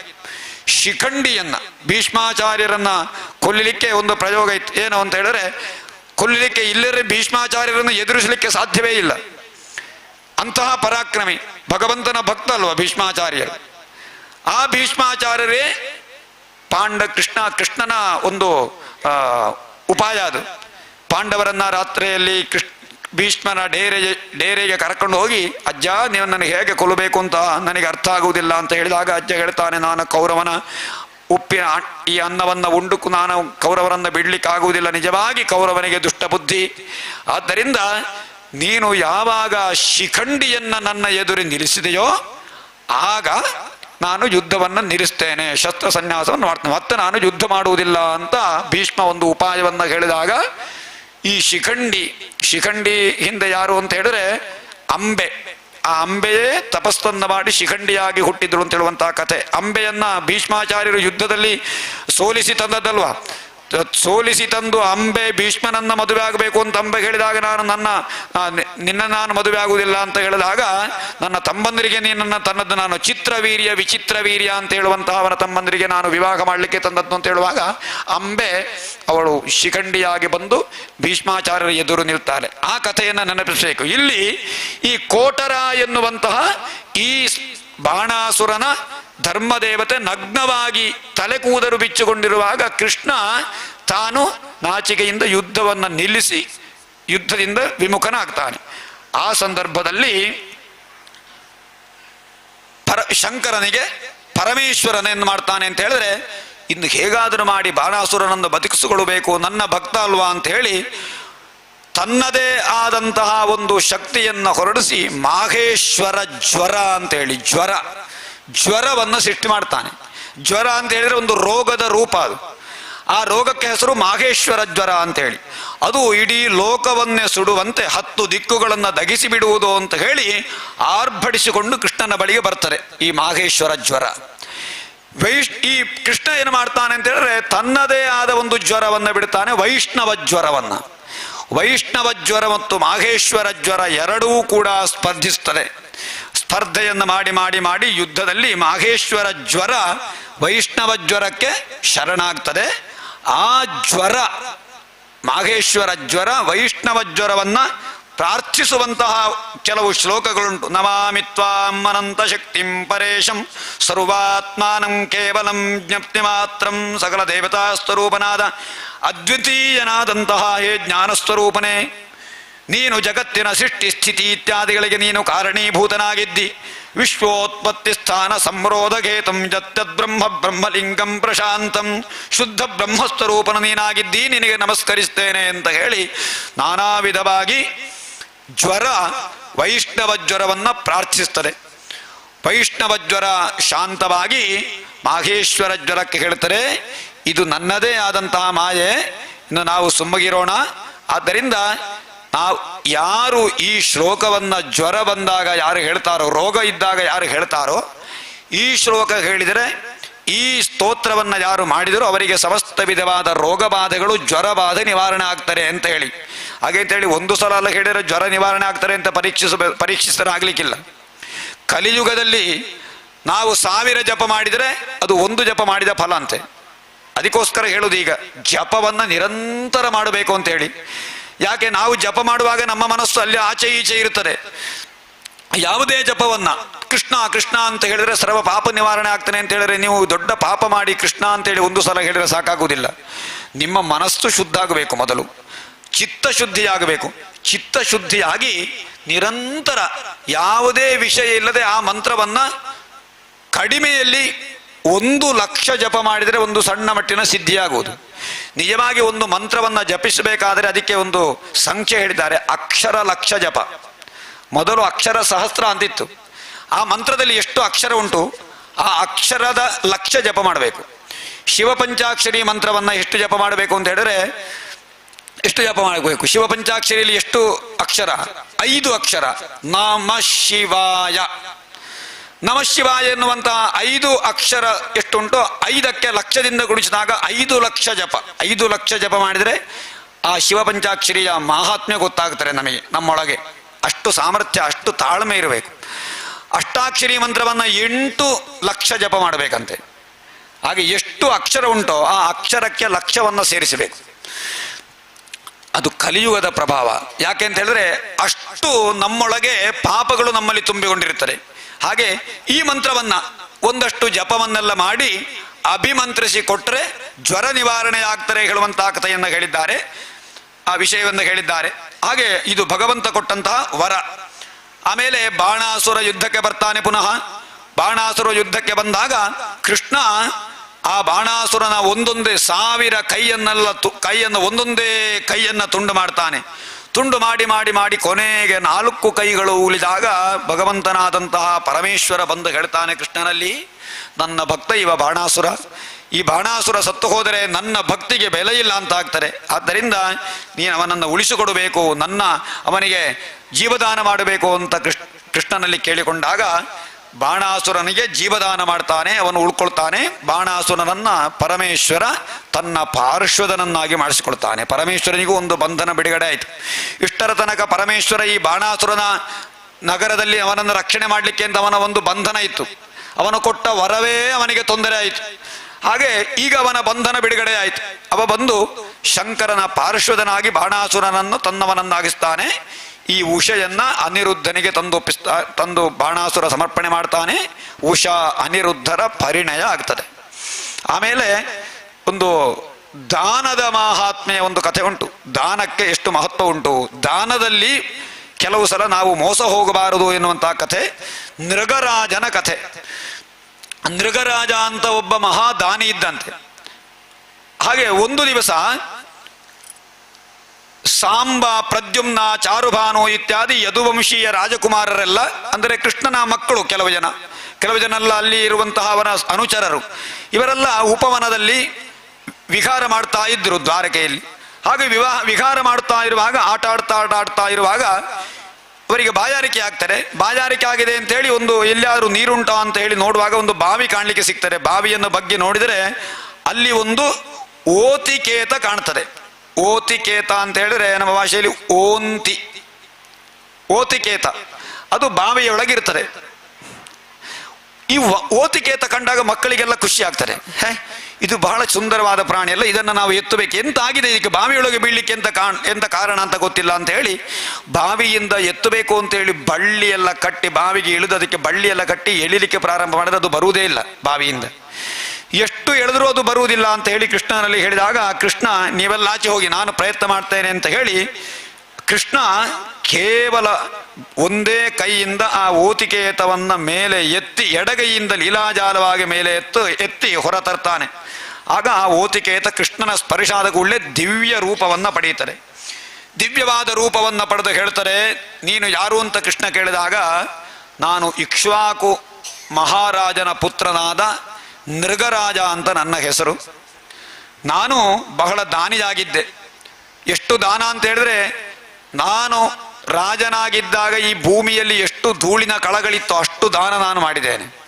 ಅಷ್ಟು ಮಾತ್ರ ಅಲ್ಲ, ಆಕಾಶದಲ್ಲಿ ಎಷ್ಟು ನಕ್ಷತ್ರಗಳುಂಟೋ ಅಷ್ಟು ಗೋದಾನವನ್ನು ನಾನು ಮಾಡಿದ್ದೇನೆ. ಮಳೆ ಬೀಳುವಾಗ ಎಷ್ಟು ಧಾರೆ ನೀರು ಬೀಳುತ್ತದೋ ಅಷ್ಟು ಗೋದಾನ ನಾನು ಮಾಡಿದವ. ಆದರೆ ಏನಾಯಿತು, ಅದು ಗೋದಾನ ಅಂತ ಹೇಳಿದ್ರೆ ಹೇಗೆ, ಚಿನ್ನದ ಸರಪಳಿಗಳಿಂದ ಕೂಡಿದಂತಹ ಅವರ ಗೊರಸುಗಳಿಗೆ ಚಿನ್ನದ ಕವಚವನ್ನು ಹಾಕಿ, ಅವರ ಕೊಂಬುಗಳಿಗೆ ಚಿನ್ನದ ಕವಚವನ್ನೆಲ್ಲ ಹಾಕಿ ದಾನ ಮಾಡಿದವ ನಾನು. ಅಷ್ಟು ದೊಡ್ಡ ಸಣ್ಣ ದಾನಿಯಲ್ಲ. ಆದರೆ ಅವನಲ್ಲಿ ಅಹಂಕಾರ ಇತ್ತು. ದಾನ ಮಾಡುವಾಗ ದಾನ ಮಾಡಿದ. ದಾನ ಮಾಡಿ ಒಂದು ದಿವಸ ಇವನ ಅರಮನೆಯಲ್ಲಿ ಒಂದು ಹಸು ಬಂತು. ಈ ಹಸು ಬಂದು ಇವನ ಹಟ್ಟಿಯಲ್ಲಿ ಸೇರಿಸಿಕೊಂಡಂತೆ. ಒಂದು ಗೋವು ಒಂದು ಬಂತು ಇವನ ಹಟ್ಟಿಗೆ. ಅವನಿಗೆ ದಾನ ಮಾಡುವುದು ಕೆಲಸ ಅಂತ ಹೇಳಿ ಆ ಹಸುವನ್ನ ಒಂದು ಬ್ರಾಹ್ಮಣನಿಗೆ ದಾನ ಮಾಡಿದಂತೆ. ಆ ಬ್ರಾಹ್ಮಣನಿಗೆ ದಾನ ಮಾಡಿದಂತಹ ಕ್ಷಣದಲ್ಲಿ ಮತ್ತೊಬ್ಬ ಬ್ರಾಹ್ಮಣ ಬರ್ತಾನೆ, ಇದು ನನಗೆ ನೀವು ಕೊಟ್ಟ ಹಸು ಮೊದಲು ಅಂತ ಹೇಳಿ.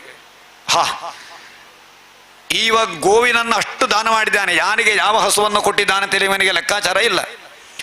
ಆದರೆ ಇವನ ಅಹಂಕಾರಕ್ಕೆ ತಕ್ಕ ಒಂದು ಔಷಧಿ ಆಯ್ತದು.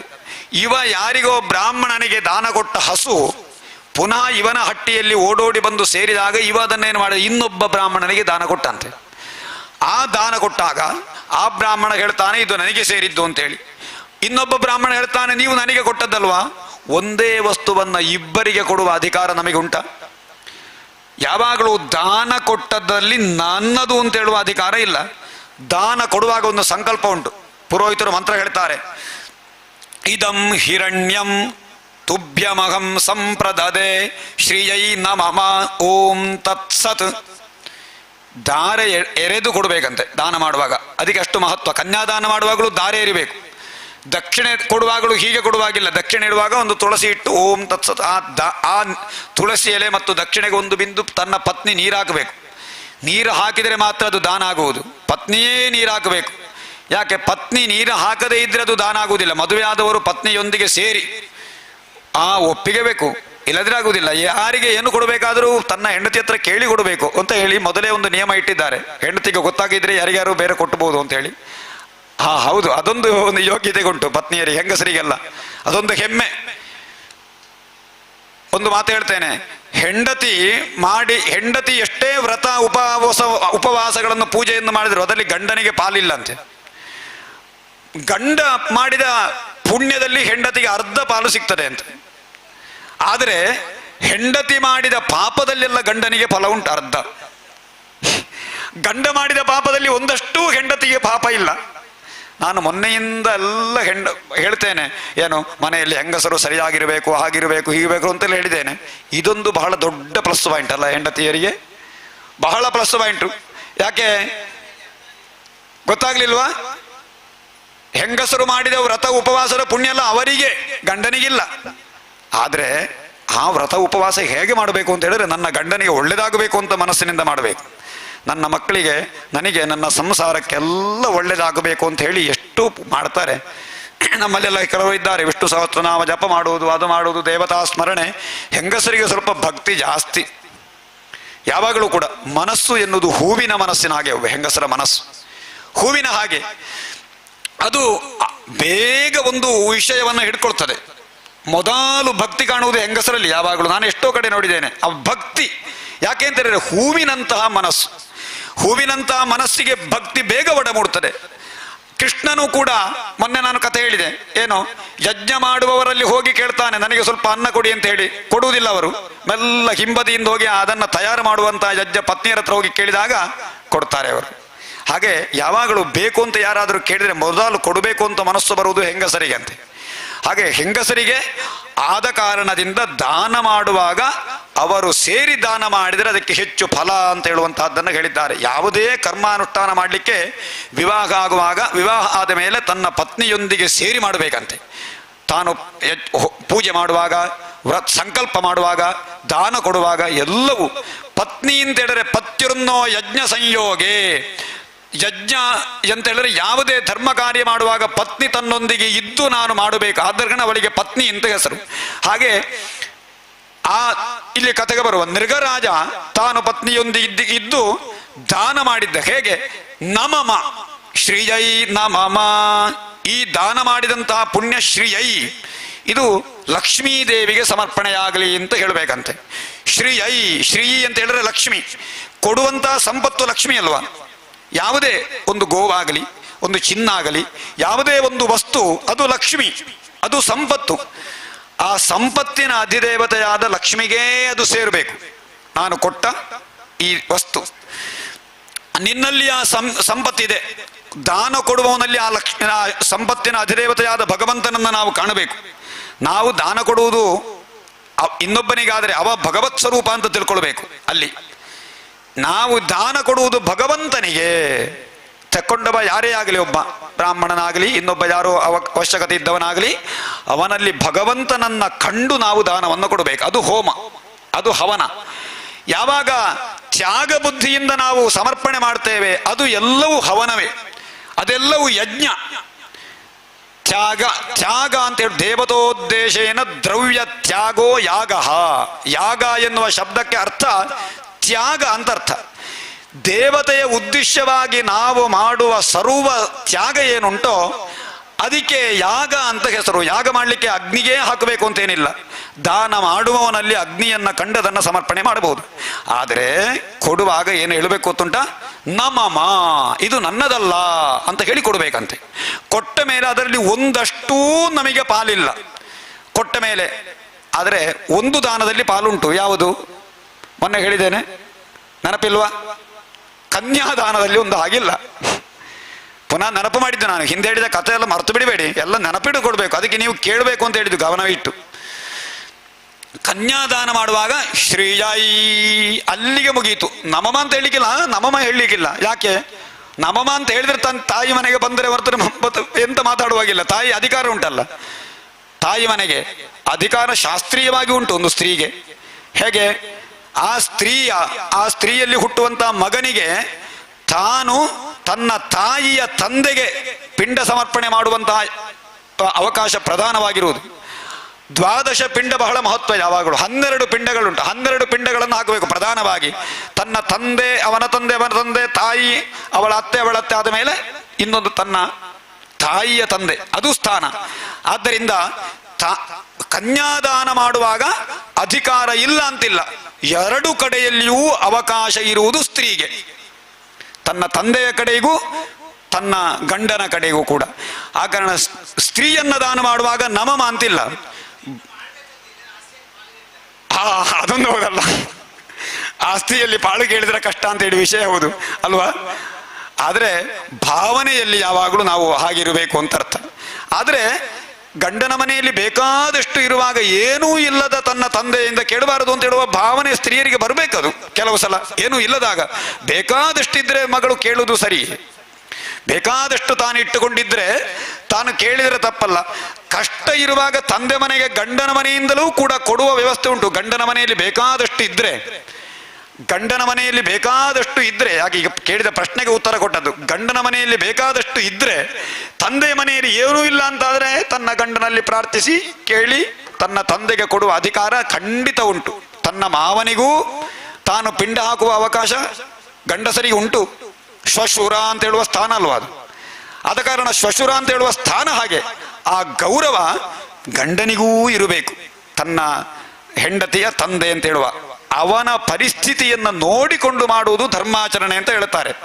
ಆದ ಕಾರಣ ಸಂಬಂಧ ಹಾಳಾಗಬಾರದು ಅಂತೇಳಿ ಅಲ್ಲಿ ನಮಮ ಹೇಳಲಿಕ್ಕಿಲ್ಲ. ಇರ್ಲಿ, ಈಗ ದಾನ ಮಾಡುವಾಗ ಇಲ್ಲಿ ನಮಮ ನನ್ನದಲ್ಲ ಅಂತ ಹೇಳುವಂತಹ ಭಾವನೆಯಿಂದ ಕೊಟ್ಟಿದ್ದಾನೆ ಈ ನೃಗರಾಜ. ನನ್ನದಲ್ಲ ಅಂತೇಳಿ ಬ್ರಾಹ್ಮಣನಿಗೆ ಗೋವನ್ನ ಕೊಟ್ಟ ಮೇಲೆ ಆ ಗೋವು ಇನ್ನೊಬ್ಬ ಬ್ರಾಹ್ಮಣನಿಗೆ ಕೊಡುವುದು ಶುದ್ಧ ತಪ್ಪಾಗ್ತದೆ, ಶುದ್ಧ ಪಾಪ. ಇರ್ಲಿ, ಬೇಕಾದಷ್ಟು ಗಲಾಟೆ ಆಗ್ತದೆ, ಆಮೇಲೆ ಏನು ಮಾಡ್ಲಿಕ್ಕೂ ಆಗುವುದಿಲ್ಲ. ಕೊನೆಗೆ ಹಾಗೆ ಅಲ್ಲಿ ಆ ವ್ಯವಹಾರ ಮುಗಿದು ಹೋಗ್ತಾರೆ, ಏನು ಮಾಡ್ಲಿಕ್ಕೆ ಆಗದೆ ಇಬ್ರು ಬ್ರಾಹ್ಮಣರು ಹೋಗ್ತಾರೆ. ಆಮೇಲೆ ಆಯುಸ್ಸು ಮುಗಿದ ಮೇಲೆ ಈ ನೃಗರಾಜ ಸತ್ತು ಹೋಗ್ತಾನೆ. ಸತ್ತು ಹೋದಾಗ ಯಮಪುರಿಯಲ್ಲಿ ಯಮ ಕೇಳ್ತಾನೆ, ನೀನು ದಾನ ಕೊಟ್ಟ ವಸ್ತುವನ್ನು ಪುನಃ ದಾನ ಕೊಟ್ಟಿದ್ಯಾ? ನಿನಗೊಂದು ಪಾಪ ಉಂಟು, ನೀನು ಎಷ್ಟು ದಾನ ಮಾಡಿದ್ದೀಯೋ ಅಷ್ಟು ದಾನ ಮಾಡಿದ ಪುಣ್ಯ ಒಂದು ಕಡೆಯಲ್ಲಿ, ಇನ್ನೊಂದು ಕಡೆಯಲ್ಲಿ ದತ್ತಾಪಹಾರದ ಪಾಪ. ಕೊಟ್ಟಂತಹ ವಸ್ತುವನ್ನು ನನ್ನದು ಅಂತ ತಿಳ್ಕೊಳ್ಳುವುದು. ಯಾವುದೇ ಒಂದು ವಸ್ತುವನ್ನ ಕೊಟ್ಟ ಮೇಲೆ ಯೋಚನೆ ಮಾಡಬಾರದಂತೆ. ಯಾವುದೇ ವಸ್ತು, ಒಬ್ಬನಿಗೆ ಎಲ್ಲಾದ್ರೂ 1,000 ಕೊಡುವಾಗ ಅದರ ಒಟ್ಟಿಗೆ 2,000 ಬಂತು ಅಂತಾದ್ರೆ, 2,000 ತಪ್ಪಿಕೊಟ್ಟೆ ಮಾರಾಯ ಅಂತ ಹೇಳಿ ದಾನ ನಮಮ ಅಂತ ಹೇಳಿ ಕೊಟ್ಟ ಮೇಲೆ ಅದನ್ನ ಹಾಗೆ ತೆಕ್ಕೊಳ್ಳುವಾಗಿಲ್ಲ. ಅವ ಮನಸ್ಸು ಮಾಡಿ ಎಲ್ಲಾದ್ರೂ ಪುನಃ ನಮಮ ಅಂತೇಳಿ ಅವ ದಾನ ಎರೆದು ಕೊಡ್ಬೇಕಷ್ಟೆ, ಶಾಸ್ತ್ರೀಯ ಹಾಗೆ. ಕೊಟ್ಟ ಮೇಲೆ ಕೊಟ್ಟ ವಸ್ತು ತನ್ನದ್ದಲ್ಲ, ಅದು ಇನ್ನೊಬ್ಬನದ್ದೇ. ಅದರಲ್ಲಿ ತನ್ನದು ಎನ್ನುವಂತಹ ಭಾವನೆ ನಾವಿರಬಾರದು. ಅಷ್ಟು ಮಾತ್ರ ಅಲ್ಲ, ಕೊಡುವಾಗಲೇ ನಾವು ಅತ್ಯಂತ ಶ್ರದ್ಧೆಯಿಂದ ಕೊಡಬೇಕು. ಯಾವುದೇ ವಿಷಯವನ್ನ ಕೊಟ್ಟ ಮೇಲೆ ಅಯ್ಯೋ ನಾನು ಅಷ್ಟು ಕೊಟ್ಟೆನಲ್ವಾ, ಅಷ್ಟು ನಾನು ಕೊಡಬೇಕಿತ್ತೆ, ಅವನಿಗೆ ಅದು ಕಂಡ ಅಂದರೆ ಯಾವುದೇ ವಿಚಾರಕ್ಕೆ ಹೇಳಿದ್ದು. ನಾನು ಯಾವುದೇ ಒಂದು ವಸ್ತುವನ್ನ ದಾನ ಮಾಡುವಾಗ, ಒಬ್ಬನಿಗೆ ಕೊಡುವಾಗ, ಒಂದು ದೇವಸ್ಥಾನದಿಂದ ಬಂದು ಕೇಳ್ತಾರೆ, ಬಂದು ನೀನೊಂದು ಬ್ರಹ್ಮ ಕಲಶದಲ್ಲಿ ನೀನು ಒಂದು ಕಲಶದ ಸೇವೆ ಮಾಡು, 1,000, ಅಥವಾ ಭಾಗವತ ಯಜ್ಞಾಚರಣೆ ಮಾಡ್ತಾ ಇದ್ದೇವೆ, ಒಂದು 10,000 ಒಂದು ಸೇವೆ ಮಾಡಿಸುವ ಅಂತ ಹೇಳಿದ ಮೇಲೆ ಆಗಲಿ ಅಂತ ಹೇಳಿ ಆ ಭಾವನೆಯಿಂದ ತಕ್ಷಣ ಆ ಒಂದು ಸೇವೆಯನ್ನು ಮಾಡಿಸಬೇಕು. ಅದು ಅವನ ಸಮರ್ಪಣೆ. ಯಾವಾಗ ಸೇವೆ ಮಾಡಿಸಬೇಕು, ದಾನ ಕೊಡಬೇಕು ಅಂತ ಯಾರಿಗೆ ಕಾಣ್ತದೆ ಆ ಕ್ಷಣದಿಂದ ಮಾಡಿದರೆ ಆಯ್ತು. ಇನ್ನೊಂದು ಕ್ಷಣಕ್ಕಾಗುವ ಅದು ಬುದ್ಧಿ ಬರುವುದಿಲ್ಲ. ಕೊಟ್ಟ ಮೇಲೆ ಕೇಳಿದ್ರು ಕೊಟ್ಟೆ, ಅಗತ್ಯ ಇಲ್ವೋ ಗೊತ್ತಿಲ್ವಾ ಆ ವಿಷಯವೇ ಇಲ್ಲ. ಯಾವುದೇ ಒಂದು ವಿಷಯ, ಯಾರಿಗಾದರೂ ಒಂದು ವಸ್ತುವನ್ನ ದಾನ ಮಾಡಿದ ಮೇಲೆ, ಒಂದು ಕ್ಷೇತ್ರಕ್ಕೆ ಸಮರ್ಪಣೆ ಮಾಡಿದ ಮೇಲೆ ಒಂದು ಲವವೂ ಅದರ ಮೇಲೆ ಭಾವನೆಯೇ ಕ್ಷಣ ಮಾತ್ರದಲ್ಲಿ ಬರಬಾರದಂತೆ. ಅದು ಮಾಡಿದರೆ ಎಷ್ಟು ದಾನ ಮಾಡಿದರೂ ಆ ಪುಣ್ಯ ಎಲ್ಲ ಭಸ್ಮವಾಗಿ ಹೋಗ್ತಾರೆ ಅಂತ ಹೇಳುವುದು ಶಾಸ್ತ್ರ. ಹಾಗೆ ದಾನಕ್ಕೆ ಅಷ್ಟು ವ್ಯವಸ್ಥೆಯನ್ನು ಹೇಳಿದ್ದಾರೆ. ಇರ್ಲಿ, ಯಮ ಹೇಳ್ತಾನೆ, ನಿನಗೆ 2 ಫಲ ಉಂಟು, ಒಂದು ಪಾಪದ ಫಲ, ಇನ್ನೊಂದು ಪುಣ್ಯದ ಫಲ. ಇದರಲ್ಲಿ ನಿನಗೆ ಒಂದು ಅವಕಾಶ ಕೊಡ್ತೇನೆ, ನೀನು ಒಂದು ಸುರುವಿಗೆ ಯಾವುದನ್ನು ಅನುಭವಿಸ್ತೀ ಅಂತ. ಅವ ಹೇಳ್ತಾನೆ, ನನಗೆ ಸುರುವಿಗೆ ಪಾಪದ ಫಲವೇ ಆದೀತು. ಸುರುವಿಗೆ ನಾನು ಒಳ್ಳೆಯ ಫಲವನ್ನು ಸ್ವೀಕಾರ ಮಾಡಿದರೆ, ಒಳ್ಳೆಯ ಫಲವನ್ನು ಅನುಭವಿಸುವಾಗ ಇನ್ನು ಮುಂದೆ ಪಾಪ ಉಂಟು ಅಂತ ಆಲೋಚನೆಯಲ್ಲಿ ಒಳ್ಳೆಯ ಫಲವನ್ನು ಅನುಭವಿಸಲಿಕ್ಕೆ ಆಗುವುದಿಲ್ಲ ಅಲ್ವಾ. ಸುರುವಿಗೆ ಒಳ್ಳೆ ಫಲ ಬೇಕು ನನಗೆ, ಸುರುವಿಗೆ ಪಾಪದ ಫಲ, ಆಮೇಲೆ ಸುಖ ಸಿಕ್ಕಿದರೆ ಸಾಕು ಅಂತ ಹೇಳ್ತಾನೆ. ಹಾಗೆ ನೀನು ಹಾಗಾದ್ರೆ ನಿನ್ನ ಈ ದಾನ ಕೊಟ್ಟದನ್ನ ಅಪಹರಿಸಿದಂತ ಕಾರಣದಿಂದ ನೀನು ಒಂದು ಓತಿಕೇತವಾಗಿ ಹುಟ್ಟು ಅಂತ ಹೇಳಿ ಹೇಳ್ತಾನೆ ಯಮ. ಹಾಗೆ ಯಮನ ಮಾತಿನಿಂದ ಇವ ಓತಿಕೇತವಾಗಿ ಈ ಅನುಕೂಲಕ್ಕೋಸ್ಕರವೇ ಈ ದ್ವಾರಕೆಯ ಈ ವೃಂದಾವನದಲ್ಲಿ, ಆ ಪರಿಸರದಲ್ಲಿ, ಆ ಬಾವಿಯಲ್ಲಿ ಓತಿಕೇತವಾಗಿ ಬೀಳ್ತಾನೆ. ಅವನಿಗೆ ಪೂರ್ವಜನ್ಮದ ಸ್ಮರಣೆ ಮಾತ್ರ ಹಾಗೆ ಇತ್ತಂತೆ. ಯಾಕೆ? ಅಷ್ಟು ದಾನ ಮಾಡಿದ್ದಾನೆ. ಎಷ್ಟು ಎಷ್ಟೇ ಪಾಪ ಮಾಡಿದರೂ ಹಿಂದೆ ಮಾಡಿದ ಧರ್ಮದ ಆಚರಣೆ ಏನುಂಟು ಅದರ ಫಲ ಎಲ್ಲಿಗೂ ಹೋಗುವುದಿಲ್ಲ. ಅವರವರ ಪಾಪಕ್ಕೆ ತಕ್ಕ ಏನಾದರೂ ಒಂದು ಫಲ ಬರ್ತದೆ. ಇಂತಿಂಥ ಪಾಪಕ್ಕೆ ಇಂತಿಂಥ ಕಷ್ಟ ಬರ್ತಾರೆ ಅಂತ ಹೇಳಿ ನರಕದ ಚಿಹ್ನೆಯಲ್ಲೆಲ್ಲ ಹೇಳ್ತಾರೆ, ಗರುಡ ಪುರಾಣದಲ್ಲೆಲ್ಲ ಹೇಳ್ತಾರೆ. ಆ ಫಲವನ್ನು ಅವರ ಪಾಪದ ಫಲದಿಂದ ಕಷ್ಟಪಟ್ಟರು ಆ ನಂತರ ಅವ ಮಾಡಿದ ಪ್ರತಿಯೊಂದು ಪುಣ್ಯ ಕಾರ್ಯಕ್ಕೂ ಒಳ್ಳೆಯ ಫಲವನ್ನು ಅನುಭವಿಸಲೇಬೇಕು. ಪುಣ್ಯ ಕಾರ್ಯಕ್ಕೂ ಅಷ್ಟೇ ಫಲ ಉಂಟು. ಹಾಗೆ ಕೃಷ್ಣನ ಹಸ್ತಸ್ಪರ್ಶದಿಂದ ಅವನ ಪಾಪ ವಿಮೋಚನೆಯಾಗ್ತದೆ. ಆ ಪಾಪ ವಿಮೋಚನೆಯಾಗಿ ಆ ಕೃಷ್ಣ ಅವನಿಗೆ ಅನುಗ್ರಹ ಮಾಡ್ತಾನೆ.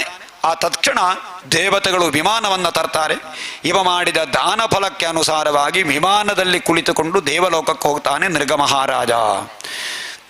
ಹಾಗೆ ದಾನದ ಮಹತ್ವವನ್ನು ಹೇಳಿದ್ದಾರೆ. ಇನ್ನೊಂದು ದಿನ ಬಲರಾಮ ತಾನು ವ್ರಜಭೂಮಿಗೆ ಬರ್ತಾನೆ. ತಾನು ಹುಟ್ಟಿ ಬೆಳೆದಂತಹ ಭೂಮಿಗೆ, ದ್ವಾರಕೆಯಿಂದ ಹುಟ್ಟಿ ಬೆಳೆದಂತಹ ಭೂಮಿಗೆ ಬರ್ತಾನೆ. ಅಲ್ಲಿರುವಂತಹ ತನ್ನ ತಂದೆ ತಾಯಿಯನ್ನೆಲ್ಲ ನೋಡಬೇಕು, ವಸುದೇವ ದೇವಕಿಯರನ್ನೆಲ್ಲ ನೋಡಬೇಕು ಅಂತ ಆಗ್ತದೆ. ಹಾಗೆ ಅಲ್ಲಿರುವಂತಹ ಗೋಪಿಕೆಯರೆಲ್ಲರೂ ಕೂಡ ಸಂತೋಷದಿಂದ ಬಲರಾಮನನ್ನ ಸ್ವಾಗತಿಸ್ತಾರೆ. ಬಲರಾಮ ಅಲ್ಲಿ ಆಚೆ ಈಚೆ ಎಲ್ಲರ ಮನೆಗೂ ಹೋಗಿ ಎಲ್ಲರನ್ನ ಮಾತನಾಡಿಸಿ ಪ್ರೀತಿಯಿಂದ ಮಾತನಾಡಿಸ್ತಾನೆ. ಪೂರ್ವ ನೆನಪಿಂದ ಗೋಪಿಕೆಯರೆಲ್ಲ ಅವನ ಹತ್ರ ಬರ್ತಾರೆ. ಬಂದಾಗ ಬಲರಾಮ ಈ ಗೋಪಿಕೆಯರೊಂದಿಗೆ ಯಮುನಾ ನದಿಯಲ್ಲಿ ಕ್ರೀಡಿಸ್ತಾನೆ. ಅಂದರೆ ಜಲಕ್ರೀಡೆ ಆಡ್ತಾನೆ, ಒಂದು ಜಲದಾಟ. ಆಗ ಆಡಬೇಕು ಅಂತ ಸಂಕಲ್ಪ ಆದಾಗ ಯಮುನಾ ಎತ್ತರ ಕೇಳ್ತಾನೆ, ನೀನು ನಮ್ಮ ಜಲಕ್ರೀಡೆಗಾಗಿ ನೀನು ಬಾ ಅಂತ ಹೇಳಿ ಕರೆದಾಗ ಯಮುನ ಹೇಳ್ತಾಳೆ, ನಾನು ಬರುವುದಿಲ್ಲ, ನೀನು ಜಲಕ್ರೀಡೆ ಆಡಬೇಡ ಅಂತ ಯಮುನ ಹೇಳಿದಾಗ ಅವನಿಗೆ ಸಿಟ್ಟಾಗ್ತದೆ. ನೀನು ಇರಬಾರದು ಅಂತ ಹೇಳಿ ಅವ ತನ್ನ ಹಲಾಯುಧದಿಂದ ಆ ಯಮುನೆಯನ್ನು ಒಂದಷ್ಟು ದೂರ ಸೆಳೀತಾನೆ. ಅವನ ಹಲಾಯುಧದಿಂದ ಯಮುನೆಯನ್ನ ಆಕರ್ಷಿಸಿದಂತಹ ಜಾಗ ಅದು ಬೇರೆ ಜಾಗ. ಹಾಗೆ ಇವತ್ತೂ ಕೂಡ ಯಮುನಾ ನದಿಯಲ್ಲಿ ಅಲ್ಲಿ ಯಮುನಾ ಇದನ್ನು ನೋಡುವಾಗ ಅಲ್ಲಿ ಮಥುರೆ ಹೋಗುವ ಯಮುನಾ ನದಿಯಲ್ಲಿ ಬಲರಾಮನ ನೇಗಿಲಿನಿಂದ ಅವನ ಹಲಾಯುಧದಿಂದ ಆಕ್ರಮಿಸಿದಂತಹ ಸೆಳೆದಂತಹ ಜಾಗದಲ್ಲಿಯೇ ಇವತ್ತು ಯಮುನೆ ಸಂಚರಿಸ್ತಾ ಇದ್ದಾಳೆ. ಆಗ ಯಮುನೆ ಅತ್ಯಂತ ದುಃಖದಿಂದ ಕ್ಷಮೆಯನ್ನು ಯಾಚಿಸ್ತಾಳೆ ಬಲರಾಮನಲ್ಲಿ. ಹಾಗೆ ಯಮುನೆ ಅನುಕೂಲವಾಗಿ ಬಂದು ಗೋಪಿಕೆಯವರೊಂದಿಗೆ ಬಲರಾಮ ಕ್ರೀಡಿಸ್ತಾನೆ. ಇನ್ನೊಂದು ಕಥೆ, ಕರುಷ ದೇಶದಲ್ಲಿ ಪೌಂಡ್ರಕ ಎನ್ನುವಂತಹ ಒಬ್ಬ ಮದೋನ್ಮತ್ತನಾದ ಅರಸ ಇದ್ದಂತೆ. ಆ ಅರಸ ಅವನು ಕಾಣುವಾಗ ಕೃಷ್ಣನಾಗೇ ಇದ್ದ, ತಾನೇ ಕೃಷ್ಣ ಅಂತ ಹೇಳಿ ಮೆರೀತಾ ಇದ್ದಂತೆ. ನಾನೇ ಮಿತ್ರ ಕೃಷ್ಣ, ಇನ್ನು ಈ ಲೋಕದಲ್ಲಿ ಇನ್ನೊಬ್ಬ ಕೃಷ್ಣನೇ ಇಲ್ಲ, ಅವ ಕಳ್ಳ ಕೃಷ್ಣ ಆಚವ, ನಾನು ಸರಿಯಾದ ಕೃಷ್ಣ ಅಂತೇಳಿ ತನ್ನನ್ನೇ ಕೃಷ್ಣನನ್ನಾಗಿ ತಿಳಿದುಕೊಂಡು ಅವನಿಗೆ ಗಾಳಿ ಹಾಕ್ಲಿಕ್ಕೆ ಅವನೊಂದಿಗೆ ಬೇಕಾಷ್ಟು ಜನ ಇದ್ದರು, ಅವನಿಗೆ ವೇಷ ಎಲ್ಲ ಕಟ್ಟಲಿಕ್ಕೆ. ತಾನು ಕೃಷ್ಣ ಅಂತೇಳಿ ಏನು ಮಾಡ್ತಾ ಇದ್ದ, ತನ್ನ ಕೈಯಲ್ಲಿಯೂ ಶಂಖ ಚಕ್ರ ಗದೆಯನ್ನೆಲ್ಲ ಧರಿಸಿಕೊಂಡಿದ್ದಂತೆ. ಇನ್ನೊಂದು ಕೃತಕವಾದ ಶ್ರೀವತ್ಸವ ಲಾಂಛನವನ್ನ ಧರಿಸಿಕೊಂಡು ಕೃತಕವಾಗಿ ಪೀತಾಂಬರವನ್ನೆಲ್ಲ ಉಟ್ಟುಕೊಂಡು ತಾನೇ ತನ್ನ ಧ್ವಜದಲ್ಲಿ ಗರುಡ ಚಿಹ್ನೆಯನ್ನು ಹಾಕಿಸಿ, ಇನ್ನೊಂದು ಕೃಷ್ಣ ಇಲ್ಲ, ನನ್ನನ್ನು ನೀವು ಆರಾಧಿಸಬೇಕು ಅಂತೇಳಿ ಹೇಳ್ತಾನೆ. ಅಷ್ಟು ಮಾತ್ರ ಅಲ್ಲ, ಒಬ್ಬ ದೂತನನ್ನ ಕಳಿಸಿಕೊಡ್ತಾನೆ. ಹೇ ವಾಸುದೇವ, ನೀನು ಸರಿಯಾದ ಕೃಷ್ಣ ಅಲ್ಲ, ನಾನೇ ಕೃಷ್ಣ, ನೀನು ನನಗೆ ಶರಣಾಗಿ ಬಾ ಅಂತ ಹೇಳಿ ದೂತನನ್ನ ಕಳಿಸಿದಾಗ ಕೃಷ್ಣ ಗಹಿಸಿ ನಗುತ್ತಾನೆ.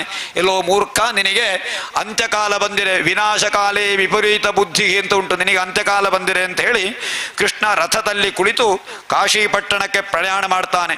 ಆ ಕರುಷ ರಾಜ ಕೂಡ ಕಾಶಿರಾಜನ ಜೊತೆಗಿದ್ದಂತೆ. ಆ ಕಾಲದಲ್ಲಿ ಕಾಶಿರಾಜನ ಜೊತೆಯಲ್ಲಿ, ಕಾಶಿರಾಜನಲ್ಲಿ ಮನೆಯಲ್ಲಿ ಈ ಪೌಂಡ್ರಕ ಇದ್ದಾನೆ ಅಂತ ತಿಳಿದು ಕೃಷ್ಣ ಕಾಶಿರಾಜನ ಅರಮನೆಗೆ ಬಂದು ಈ ಪೌಂಡ್ರಕನೊಂದಿಗೆ ಯುದ್ಧ ಮಾಡಿ ಹೇಳ್ತಾನೆ, ಎಲ್ಲ ಪೌಂಡ್ರಕ, ನೀನು ಹೇಳಿದೆ ಅಲ್ವಾ, ನಿನ್ನ ಕೈಯಲ್ಲಿರುವುದೇ ಸರಿಯಾದ ಚಕ್ರ ಶಂಖ ಅಂತ ಹೇಳಿ ಪ್ರಯೋಗಿಸ ಆ ಚಕ್ರವನ್ನ, ನಿನ್ನ ಶಕ್ತಿ ಎಷ್ಟುಂಟು ಅಂತ ನೋಡ್ತೇನೆ ಅಂತ ಹೇಳಿ ತನ್ನ ಕೈಯಲ್ಲಿರುವಂತಹ ಚಕ್ರವನ್ನ ಕಳುಹಿಸಿ ಆ ಸುದರ್ಶನ ಚಕ್ರದಿಂದ ಪೌಂಡಕನ ತಲೆಯನ್ನ ಕತ್ತರಿಸುವುದರೊಂದಿಗೆ ಕಾಶಿರಾಜನನ್ನು ಸಂಹಾರ ಮಾಡ್ತಾನೆ.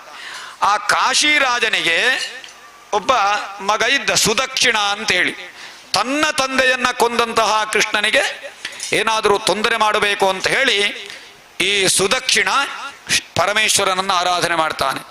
ಆರಾಧನೆ ಮಾಡಿ ಆ ಒಂದು ಯಜ್ಞವನ್ನ ಮಾಡ್ತಾನೆ. ಆ ಯಜ್ಞದಲ್ಲಿ ಶಂಕರ ಪ್ರತ್ಯಕ್ಷನಾಗಿ ಹೇಳ್ತಾನೆ, ನೀನು ಆಭಿಚಾರಾಗ್ನಿಯಿಂದ ನೀನು ಒಲಿಸಬೇಕು ಅಂತ ಹೇಳಿ, ಅಗ್ನಿಯನ್ನು ಒಲಿಸಬೇಕು ಅಂತ ಹೇಳಿ. ಹಾಗೆ ಆಭಿಚಾರ ಕೃತ್ಯವನ್ನ ಮಾಡಿದಾಗ ಒಂದು ಅತ್ಯದ್ಭುತವಾದಂತಹ ಒಂದು ಕೃತ್ರಿಮ ಶಕ್ತಿಯ ಅಗ್ನಿಯಿಂದ ಉತ್ಪತ್ತಿಯಾಗುತ್ತದೆ. ಆ ಕೃತ್ರಿಮ ತನ್ನ ಬಹಳ ಭೀಕರವಾದ ಜ್ವಾಲೆಯನ್ನು ಬೆಳಗಿಸಿಕೊಂಡು ಕೃಷ್ಣನ ಹತ್ರ ಬರುವಾಗ ಕೃಷ್ಣನ ತನ್ನ ಸುದರ್ಶನ ಚಕ್ರದಿಂದ ಆ ಅಗ್ನಿಯನ್ನು ನಾಶ ಮಾಡ್ತಾನೆ. ಕೃಷ್ಣನ ಸುದರ್ಶನ ಚಕ್ರದ ಆ ಒಂದು ಶಕ್ತಿ ಎಷ್ಟಿತ್ತು ಅಂತ ಹೇಳಿದ್ರೆ ಎಲ್ಲ ಕೃತ್ರಿಮಗಳನ್ನು ಕೂಡ ನಿವಾರಣೆ ಮಾಡುವಂತಹ ಶಕ್ತಿ ಅದಕ್ಕಿತ್ತು ಅಂತ ಹೇಳ್ತಾರೆ. ಆ ರೀತಿ ಕಾಶಿರಾಜನ ಮಗನಾದ ಸುದಕ್ಷಿಣನ ಸೃಷ್ಟಿಯಾದಂತಹ ಆ ಅಗ್ನಿಯನ್ನು ಆ ಚಕ್ರದಿಂದ ಸಂಹಾರ ಮಾಡ್ತಾನೆ, ಸುದಕ್ಷಿಣರನ್ನು ಕೂಡ ನಾಶ ಮಾಡ್ತಾನೆ. ಆಮೇಲೆ ನರಕಾಸುರನ ಮಿತ್ರದಾದಂತಹ ದ್ವಿವಿಧ ಎಂಬಂತಹ ವಾನರನ ಸಂಹಾರ.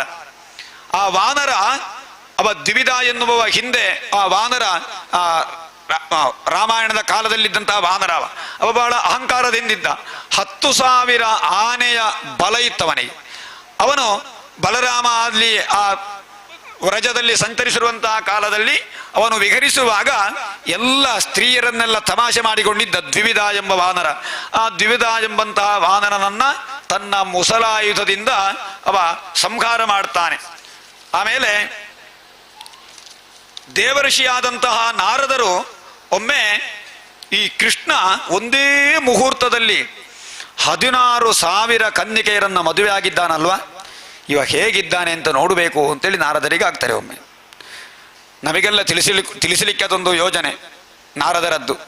ನಾರದರಿಗಾಗಿ ಹೋದ್ದಲ್ಲ, ನೋಡಬೇಕು ಅಂತ ಹೇಳಿ ನಾರದರು ಬಹಳ ಉತ್ಸುಕತೆಯಿಂದ ದ್ವಾರಕೆಗೆ ಬರ್ತಾರೆ. ಬಂದಾಗ ಕೃಷ್ಣ ಬಹಳ ಸಂತೋಷದಿಂದ ಸಿಂಹಾಸನವನ್ನು ಏರಿದ್ದ. ಅತ್ಯಂತ ವಿಶ್ವಕರ್ಮ ತನ್ನ ಕೌಶಲದಿಂದ ನಿರ್ಮಿಸಿದಂತಹ ಅಂತಃಪುರಗಳು 16,000 ಇದ್ದಂತೆ. 16,000 ಅಂತಃಪುರಗಳು ಬೇರೆ ಬೇರೆ ಬೇರೆ ಅವನ ಅರಮನೆಯಲ್ಲಿ ಬೇರೆ ಬೇರೆ ಕೋಣೆಗಳು, ಸರ್ವಾಲಂಕಾರ ಭೂಷಿತವಾದ ಕೋಣೆ ಇತ್ತಂತೆ. ನಾರದ ಮಹರ್ಷಿಗಳನ್ನು ನೋಡ್ತಾರೆ. ಆ ಅಂತಃಪುರದಲ್ಲಿ ನಾರದರು ಪ್ರವೇಶ ಮಾಡ್ತಾರೆ. ನಾರದರು ನೋಡ್ತಾ ಇದ್ದ ಹಾಗೆ ನಾರದ ಮಹರ್ಷಿಗಳನ್ನು ಕೃಷ್ಣ ಬಹಳ ಉಪಚಾರದಿಂದ ಪೂಜಿಸಿ ಬೇಕಾದ ರೀತಿಯ ಭೋಜನವನ್ನೆಲ್ಲ ಇತ್ತು. ನಾರದ ಮಹರ್ಷಿಗಳಿಗೆ ನಮಸ್ಕಾರವನ್ನೆಲ್ಲ ಮಾಡಿ ನಾರದ ಮಹರ್ಷಿಗಳನ್ನು ಉಪಚಾರ ಮಾಡ್ತಾನೆ ಕೃಷ್ಣ. ಹಾಗೆ ಕೃಷ್ಣ ತನ್ನ ಒಂದು ಕಡೆ ಹೋದಾಗ, ಒಂದು ಅಂತಃಪುರಕ್ಕೆ ನಾರದರು ಹೋದಾಗ ಕೃಷ್ಣ ಉದ್ಧವನೊಂದಿಗೆ ಪಗಡೆಯಾಡ್ತಾ ಇದ್ದಂತ. ಇನ್ನೊಂದು ಕಡೆ ಇನ್ನೊಂದು ಅಂತಃಪುರಕ್ಕೆ ಹೋಗುವಾಗ ಅದೇ ಸಮಯದಲ್ಲಿ ನಾರದ ಮಹರ್ಷಿಗಳಿಗೆ ಹೋಗಲಿಕ್ಕೆ ಎಷ್ಟು ಸಮಯ ಬೇಡ, ಇನ್ನೊಂದು ಅರಮನೆಗೆ ಹೋಗುವಾಗ ಅಲ್ಲಿ ಮಕ್ಕಳನ್ನು ಆಡಿಸ್ತಾ ಇದ್ದ ಕೃಷ್ಣ. ಇನ್ನೊಂದು ಅರಮನೆಗೆ ಹೋದಾಗ ಯಜ್ಞಕುಂಡದಲ್ಲಿ ಹೋಮ ಮಾಡ್ತಾ ಇದ್ದಂತೆ ಕೃಷ್ಣ ನೋಡಿ. ಹಾಗೆ ಇನ್ನೊಂದು ಮನೆಯಲ್ಲಿ ಹೋಗುವಾಗ ಬ್ರಾಹ್ಮಣರಾದ ಅತಿಥಿಗಳಿಗೆ ಸತ್ಕಾರ ಮಾಡ್ತಾ ಇದ್ದ. ಇನ್ನೊಂದು ಮನೆಗೆ ಹೋಗುವಾಗ ಮೌನವಾಗಿ ಕೂತುಕೊಂಡು ಜಪ ಮಾಡ್ತಾ ಇದ್ದಂತೆ, ಗಾಯತ್ರಿ ಜಪ. ಇನ್ನೊಂದು ಮನೆಗೆ ಹೋದಾಗ ಅಲ್ಲಿ ಪರಿಸರದಲ್ಲಿ ಶಸ್ತ್ರ ಗುರಾಣಿಗಳನ್ನು ಇಟ್ಕೊಂಡು ಶಸ್ತ್ರಾಭ್ಯಾಸ ಮಾಡ್ತಾ ಇದ್ದ. ಇನ್ನೊಂದು ಮನೆಗೆ ಹೋದಾಗ ಮಂಚದಲ್ಲಿ ಮಲಗಿದ್ದಂತೆ. ಇನ್ನೊಂದು ಮನೆಗೆ ಹೋಗುವಾಗ ಸಿಂಹಾಸನದಲ್ಲಿ ಕುಳಿತಾಗ ಬಂದು ಎಲ್ಲ ಪ್ರಜೆಗಳೆಲ್ಲ ಅಂದರೆ ಅವನ ಪರಿವಾರದವರೆಲ್ಲ ಬಂದವನನ್ನು ಸೇವಿಸ್ತಾ ಇದ್ರಂತೆ. ಇನ್ನೊಂದು ಮನೆಗೆ ಹೋದಾಗ ಅಲ್ಲಿ ವರಾಂಗನೆಯರೊಂದಿಗೆ ಅವನ ಪತ್ನಿಯರೊಂದಿಗೆ ಜಲಕ್ರೀಡೆ ಆಡ್ತಾ ಇದ್ದ. ಈ ರೀತಿ ಬೇರೆ ಬೇರೆ ಕಡೆಯಲ್ಲಿ ತನ್ನ ಪತ್ನಿಯರೊಂದಿಗೆ ತಾನು ತನ್ನ ಸಂಸಾರದೊಂದಿಗೆ ವಿಹರಿಸುವುದನ್ನು ನೋಡಿ ನಾರದರಿಗೆ ಅನಿಸ್ತಾರೆ, ಇವ ಎಲ್ಲರಲ್ಲಿಯೂ ಇರುವವ ಅಂತೇಳಿ. ಹಾಗೆ ನಾವೆಲ್ಲರೂ ಕೂಡ ಕೃಷ್ಣನ ಭಕ್ತರು. ನಮ್ಮೆಲ್ಲರಲ್ಲಿಯೂ ಕೂಡ ನಾವು ಯಾವಾಗ ಕೃಷ್ಣರನ್ನು ಸ್ಮರಿಸ್ತೇವೆಯೋ ಅಂತಹ ಕೃಷ್ಣ ಅವ ಎಲ್ಲರಲ್ಲಿಯೂ ಕೂಡ ಒಂದೇ ಕ್ಷಣದಲ್ಲಿ ಇರುತ್ತಾನೆ. ಅದಕ್ಕೋಸ್ಕರವಾಗಿ ಅವನನ್ನ ಸಹಸ್ರ ಶೀರ್ಷ ಪುರುಷ ಸಹಸ್ರಾಕ್ಷ ಸಹಸ್ರಪಾತ್ ಅಂತ ಹೇಳಿದ್ದಾರೆ. ಅವನಿಗೆ 1000 ತಲೆ ಇದೆ. ಆ ಮಂತ್ರವನ್ನ ಕೇಳಿದಾಗ ಕೆಲವರಿಗೆ ಆಶ್ಚರ್ಯ ಆಗಬಹುದು. ಸಹಸ್ರ ಶೀರ್ಷ ಪುರುಷ ಅಂತ ಹೇಳಿದ್ರೆ 1000 ತಲೆ ಅಂತ ಅರ್ಥ. ಸಹಸ್ರ ಪಾತ್ 1000 ಕಾಲು ಅಂತ ಹೇಳ್ತಾರೆ. 1,000 ತಲೆಗೆ 1,000 ಕಾಲು ಇರ್ತದ? ಆಲೋಚನೆ ಮಾಡಿ. 1,000 ತಲೆಗೆ ಎಷ್ಟು ಕಾಲಿರಬೇಕು? ಒಂದು ತಲೆಗೆ ಎಷ್ಟು ಕಾಲು? ಒಂದು ತಲೆಗೆ 2 ಕಾಲಿರಬೇಕು. ನಮಗೆ ಒಂದು ತಲೆ ಇರುವಾಗ 2 ಕಾಲಿಲ್ವಾ? ಯಾಕೆ 2 ಒಂದೇ ಕಾಲು? ಸಹಸ್ರಪಾತು ಅಂತ ಹೇಳಿದ್ದಾರೆ. ಅರ್ಥ ಏನು ಅಂತ ಹೇಳಿದ್ರೆ, ಈ ಪ್ರಪಂಚದಲ್ಲಿರುವ ಎಲ್ಲ ತಲೆಗಳು ಕೂಡ ಕೃಷ್ಣನ ತಲೆ ಅಂತ ಅರ್ಥ. ಸಹಸ್ರ ಅಂತ ಹೇಳುವ ಸಂಖ್ಯೆಗೆ ಅರ್ಥ ಅಸಂಖ್ಯ ಅಂತ, ಅಪರಿಮಿತ ಅಂತ ಅರ್ಥ. ಅಪರಿಮಿತ ಅಂತ ಹೇಳಿದ್ರೆ ಸ ಭೂಮಿಂ ವಿಶ್ವತೋ ವೃತ್ವ, ಈ ಪ್ರಪಂಚವನ್ನೆಲ್ಲ ಆವರಿಸಿದ್ದಾನೆ. ಅತ್ಯತಿಷ್ಠ ದಶಾಂಗುಲಂ, ಇನ್ನು 10 ಅಂಗುಲಗಷ್ಟು ಅವ ಮೀರಿದ್ದಾನೆ. ಆದ್ದರಿಂದ ಸಹಸ್ರ ಎನ್ನುವ ಶಬ್ದಕ್ಕೆ ಅರ್ಥ ಅನಂತ ಅಂತ ಅರ್ಥ. ಈ ಪ್ರಪಂಚದಲ್ಲಿರುವ ಸಮಸ್ತ ತಲೆಗಳೂ ಅವನೇ, ಸಮಸ್ತ ಕಾಲುಗಳೂ ಅವನೇ, ಸಮಸ್ತ ಕೈಗಳೂ ಅವನೇ. ನಮ್ಮೆಲ್ಲರ ಕಾಲಿನ ರೂಪದಲ್ಲಿ, ನಮ್ಮೆಲ್ಲರ ಕೈಯಾಗಿ, ನಮ್ಮೆಲ್ಲರ ಕಣ್ಣಾಗಿ, ನಮ್ಮೆಲ್ಲರ ಸಹಸ್ರಾಕ್ಷ, ಸಹಸ್ರ ಶೀರ್ಷ ಸಹಸ್ರಾಕ್ಷ ಅಂತ ಹೇಳಿಲ್ವಾ? 1000 ತಲೆಗೆ 1000ವೇ ಕಣ್ಣು ಅಂತ ಹೇಳಿದ್ರೆ ಅಸಂಖ್ಯ. ನಮ್ಮೆಲ್ಲರ ಕಣ್ಣೂ ಅವನೇ. ಈ ಪ್ರಪಂಚದಲ್ಲಿ ಕಣ್ಣಾಗಿ, ಕಿವಿಯಾಗಿ, ಮೂಗಾಗಿ, ಕಾಲುಗಳಾಗಿ, ಕೈಗಳಾಗಿ ಎಲ್ಲ ಇಂದ್ರಿಯಗಳಲ್ಲಿಯೂ ಅವ ಇದ್ದು ಅದಕ್ಕೆ ಪ್ರಚೋದನೆಯನ್ನು ಕೊಟ್ಟು ನಮ್ಮೆಲ್ಲರನ್ನು ವ್ಯವಹರಿಸುವಂತೆ ಮಾಡುವಂಥವನು ಭಗವಂತ. ಆದ್ದರಿಂದ ಧ್ರುವಕುಮಾರ ಒಂದು ಹೇಳಿದಂತಹ ಶ್ಲೋಕವನ್ನ ಹೇಳಿದ್ದೇನೆ. ಏನು?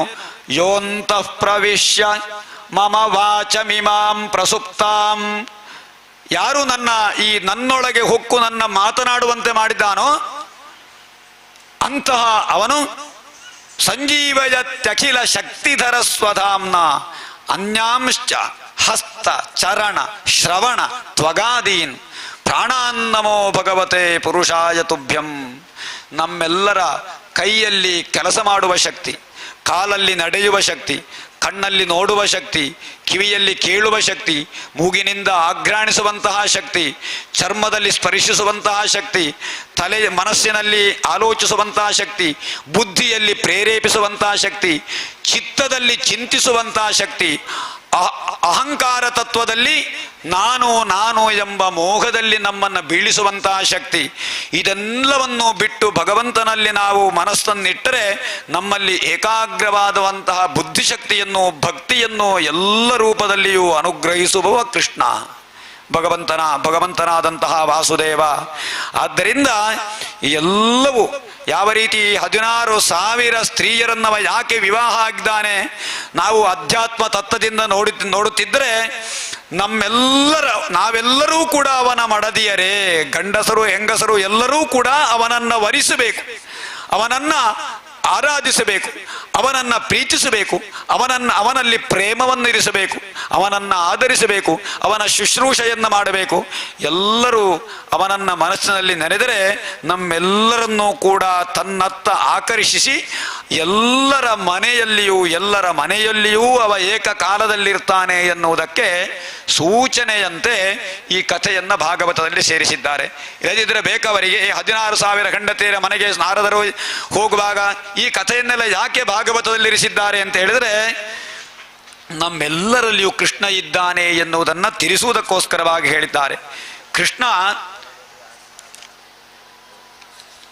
ಕೃಷ್ಣನು ಅವನ ಒಂದು ಸಭಾ ಮಂಟಪದಲ್ಲಿ ವಿರಾಜಿಸ್ತಾ ಇದ್ದಂತೆ.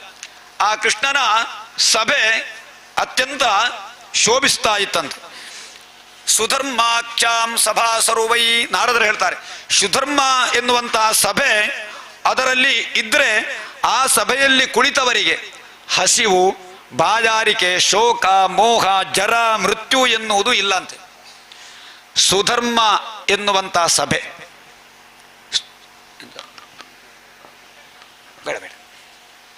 ಸುಧರ್ಮ ಎನ್ನುವ ಸಭೆ ಅಂತ ಹೇಳಿ ಇಲ್ಲಿ ವಿವರಿಸಿದ್ದಾರೆ. ಕೃಷ್ಣನ ಸಭೆಗೆ ಸುಧರ್ಮ ಅಂತ ಹೆಸರಂತೆ. ಆ ಸಭೆಯಲ್ಲಿ ಯಾರು ಕುಳಿತುಕೊಂಡಿದ್ದಾರೆ ಅವರಿಗೆ ಯಾರಿಗೂ ಹಸಿವಿಲ್ಲ, ಬಾಯಾರಿಕೆ ಇಲ್ಲ, ಮೋಹ ಇಲ್ಲ, ಯಾವುದೂ ಇಲ್ಲ ಅಂತೆ. ಯಾಕೆ? ಅದನ್ನು ಆಧ್ಯಾತ್ಮಿಕ ತತ್ವಕ್ಕೆ ತೆಕ್ಕೊಂಡ್ರೆ, ಕೃಷ್ಣ ಆಸೀನವಾಗಿರುವಂತಹ ಸಭೆ ಈ ಶರೀರ, ಕೃಷ್ಣ ಇರುವುದು ಈ ಶರೀರದಲ್ಲಿ, ಇದೊಂದು ಸಭೆ. ಈ ಸಭೆಯಲ್ಲಿ ಯಾರು ಸಭಾಸದರು? ಅಧ್ಯಕ್ಷ ಕೃಷ್ಣ. ಸಭಾಸದರು ಯಾರು ಅಂತ ಹೇಳಿದ್ರೆ ನಮ್ಮಲ್ಲಿರುವಂತಹ ಎಲ್ಲ ಇಂದ್ರಿಯಗಳು ಸಭಾಸದರು. ನಾವು ಏನಾದರೂ ಕೆಲಸ ಮಾಡಬೇಕಾದ್ರೆ ಅಧ್ಯಕ್ಷನಾದ ಕೃಷ್ಣನಲ್ಲಿ ಕೇಳಬೇಕು. ಕೃಷ್ಣನ ಆಜ್ಞೆ ಇಲ್ಲದೆ ಯಾವ ಕೆಲಸವನ್ನು ನಮ್ಮಿಂದ ಮಾಡಲಿಕ್ಕಾಗುವುದಿಲ್ಲ. ಸಭಾ ನಿಯಂತ್ರಣ ಇರುವುದು ಕೃಷ್ಣನಲ್ಲಿ. ಆ ಸಭೆ ಅದು ಸುಧರ್ಮ ಸಭೆ. ನಮ್ಮ ಎಲ್ಲ ಇಂದ್ರಿಯಗಳಿಂದ ನಾವು ಧರ್ಮಾಚರಣೆಯನ್ನು ಮಾಡಿಕೊಂಡು ಕೃಷ್ಣನನ್ನ ಅತಿಕ್ರಮಿಸದೆ, ಆತ್ಮವನ್ನ ಅತಿಕ್ರಮಿಸದೆ, ಆತ್ಮ ಅಂತ ಹೇಳಿದ್ರೆ ಕೃಷ್ಣ, ಈ ಕೃಷ್ಣನನ್ನ ಅತಿಕ್ರಮಿಸದೆ, ಅವನ ಮಾತನ್ನ ಮೀರದೆ, ಕೆಟ್ಟ ಕೆಲಸವನ್ನ ಮಾಡದೇ ಇದ್ದು ಅವನಲ್ಲಿಯೇ ನಾವು ರಮಿಸಿಕೊಂಡಿದ್ರೆ ಅಲ್ಲಿ ಹಸಿವಿಲ್ಲ, ಅಲ್ಲಿ ಬಾಯಾರಿಕೆ ಇಲ್ಲ, ಅಲ್ಲಿ ಶೋಕವಿಲ್ಲ, ಅಲ್ಲಿ ಮೋಹವಿಲ್ಲ, ಜರೆ ಮೃತ್ಯು ಇಲ್ಲ ಅಲ್ವಾ? ಆ ಸುಧರ್ಮ ಸಭೆಯನ್ನ ಈ ಸಭೆಗೆ ಹೋಲಿಸುವ. ಅಂದರೆ ಇಲ್ಲಿ ಕೃಷ್ಣ ಇದ್ದಾನೆ, ಭಾಗವತ ಪುಸ್ತಕ, ಕೃಷ್ಣನ ಮಂಟಪ, ಕಥಾ ಪ್ರವಚನ. ಈ ಕಥಾ ಪ್ರವಚನದಲ್ಲಿ ನೀವು ಕೃಷ್ಣನನ್ನ ಕಾಣಬೇಕು. ಇದು ಸಭೆ. ಈ ಸಭೆಯಲ್ಲಿ ನೀವೆಲ್ಲ ಕುಳಿತುಕೊಂಡಿದ್ದೀರಿ. ಕುಳಿತುಕೊಂಡಿರುವಾಗ ಕಥೆಯನ್ನ ಕೇಳುವಾಗ ಕಥೆಯಲ್ಲಿಯೇ ಮನಸ್ಸು, ಕೃಷ್ಣನಲ್ಲಿ ಮನಸ್ಸು, ಕೃಷ್ಣನ ಕಥೆಯಲ್ಲಿ ಆಸಕ್ತಿ ಇದು ಇದ್ದು ನೀವು ಕಥೆಯನ್ನ ಕೇಳುವಾಗ ನಿಮಗೆ ಬಾಯಾರಿಕೆ ಆಗ್ತದ, ಹಸಿವೆ ಆಗ್ತದ? ಈ 3 ಗಂಟೆ 3:30 ಗಂಟೆ 4 ಗಂಟೆ ಕೂತುಕೊಂಡವರೂ ಕೂಡ ಕೆಲವರಿಗೆ ಸ್ವಲ್ಪ ನಿದ್ದೆ ಬರುವುದೆಲ್ಲ ಉಂಟು. ಆದರೆ ನಿಜವಾಗಿ ಆಸಕ್ತಿಯಿಂದ ಕೇಳುವಾಗ ಹಸಿವೆ ಆಗಬಾರದು. ಆ ಆಸಕ್ತಿಯನ್ನು ಹಳ್ಳಿಯವರೆಗೆ ತಂದಿಡಬೇಕು ನಾವು. ಇಲ್ಲಿ ಬಾಯಾರಿದವರಿಗೆ ಬಾಯಾರಿಕೆಯೇ ಈ ಕಥಾವಸ್ತು, ಹಸಿವಾವರಿಗೆ ಆಗುವವರಿಗೆ ಅಮೃತ ಕಥಾವಸ್ತು. ಹಾಗೆ ಆ ಕಥಾವಸ್ತುವನ್ನು ಹಾಗೆ ಆಲಿಸಬೇಕಂತೆ. ಆ ಕಥಾವಸ್ತುವನ್ನು ಹಸಿವು ಬಾಯಾರಿಕೆ ಇಲ್ಲದೆ ಆಲಿಸುವವರು ಯಾರು ಅಂತ ಹೇಳಿದ್ರೆ ಮೋಕ್ಷೇಪ್ಸುಗಳು. ನಮಗೆ ಮೋಕ್ಷ ಸಿಗಬೇಕು ಅಂತ ಯಾರು ಬಯಸ್ತಾರೋ ಅವರು ಹಾಗೆ ಅದನ್ನ ಆಲಿಸ್ತಾರೆ ಅಂತ. ಅದಕ್ಕೋಸ್ಕರವಾಗಿ ಆ ಕಥೆಯನ್ನು ಒಂದು ಬರ್ತಾರೆ, ಅದನ್ನ ಬೇಕಾದ್ರೆ ನಾಳೆ ಹೇಳುವ ಕಥೆ. ಈ 7 ಗಂಟುಗಳಿರುವಂತಹ ಒಂದು ಬಿದಿರನ್ನ ಕಟ್ಟಿದ್ದೇವೆ. ಆ ಬಿದಿರಿನ ಗಂಟಿನಲ್ಲಿ ಕೂತುಕೊಳ್ತಾವೆ ಆತಿವಾಹಿಕ ಶರೀರಗಳು. ಅದು ಭಾಗವತ ಸಪ್ತಾಹವನ್ನ ಹೇಗೆ ಕೇಳುತ್ತಾರೆ? ಅದಕ್ಕೆ ಯಾರಾದರೂ ಬಾಯಾರಿಕೆ ಕೊಡ್ಲಿಕ್ಕುಂಟ? ಅದಕ್ಕೇನಾದರೂ ಅದಕ್ಕೆ ಆಹಾರ ಕೊಡ್ಲಿಕ್ಕುಂಟ? ಏನಿಲ್ಲ. 7 ದಿವಸಗಳ ಕಾಲ ಹಸಿವು ಬಾಯಾರಿಕೆ ಏನೂ ಇಲ್ಲದೆ ಏಕಾಗ್ರತೆಯಿಂದ ಪಾರಾಯಣ ಪ್ರವಚನವನ್ನ ಆಲಿಸಿದ ಯಾವ ಜೀವಾತ್ಮ ಉಂಟೋ ಅದಕ್ಕೆ ತತ್ಕ್ಷಣ ಮೋಕ್ಷ ಪ್ರಾಪ್ತಿಯಾಗುತ್ತದೆ ಎನ್ನುವುದನ್ನ ಕಥೆಯಲ್ಲಿ ಹೇಳ್ತಾರೆ. ಹಾಗೆ ಸುಧರ್ಮ ಸಭೆ ಎನ್ನುವುದರ ಕುರಿತಾಗಿ ನಾನು ಹೇಳಿದ್ದು, ಕೃಷ್ಣನ ಅಧ್ಯಕ್ಷತೆಯಲ್ಲಿ ನಡೆಯುವಂತಹ ಸುಧರ್ಮ ಸಭೆ ಎನ್ನುವಂತಹದ್ದರಲ್ಲಿ ಹಸಿವು, ಬಾಯಾರಿಕೆ ಮತ್ತು ಯಾವುದೇ ಶೋಕ ಮೋಹ ಜರ ಮೃತ್ಯುಗಳೆಂಬಂತಹ 6 ಊರ್ಮಿಗಳು ಬಾಧಿಸುವುದಿಲ್ಲ ಅಂತ.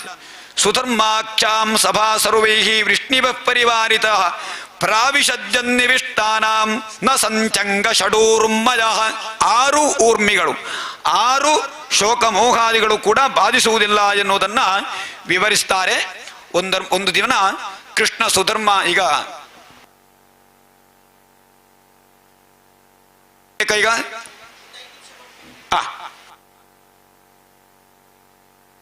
ಹಾಗಾದ್ರೆ ಸ್ವಲ್ಪ ಬಾಯಾರಿಕೆ ತೆಕ್ಕೊಂಡು ಬನ್ನಿ, ಒಂದು 10 ನಿಮಿಷಗಳ ಆದಷ್ಟು ಬೇಗ, ಹೆಚ್ಚು ಸಮಯ ಇಲ್ಲ. ಈಗ 5:15 ಆಯ್ತು.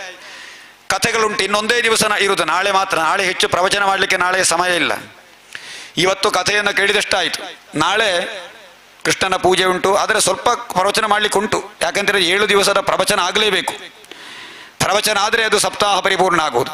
ಹಾಗೆ ಕೃಷ್ಣನ ಪೂಜೆ ಮತ್ತು ನಾಳೆ ಅವಭೃತೋತ್ಸವ, ತೀರ್ಥ ಸ್ನಾನ ಎಲ್ಲ ಉಂಟು ನಾಳೆ ದಿವಸ. ಆ ಗಂಗಾದಿ ನದಿಗಳ ನೀರನ್ನೆಲ್ಲ ತಂದು ಕಲಶದಲ್ಲಿ ಇಟ್ಟಿದ್ದೇವೆ.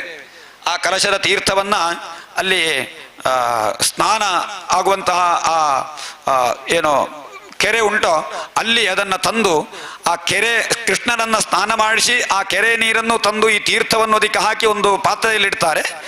ಸ್ನಾನ ಮಾಡುವವರಿಗೆ ಬಹಳ ಅವಕಾಶ ಉಂಟು. 7 ನದಿಗಳ ತೀರ್ಥವು ಅದರಲ್ಲಿರ್ತದೆ. ಇಡೀ ಭಾಗವತದ ಕಥಾವಸ್ತುವಿನ ಪರಮ ಪವಿತ್ರವಾದಂತಹ ಪ್ರಸಾದವು ಅದರಲ್ಲಿರ್ತದೆ.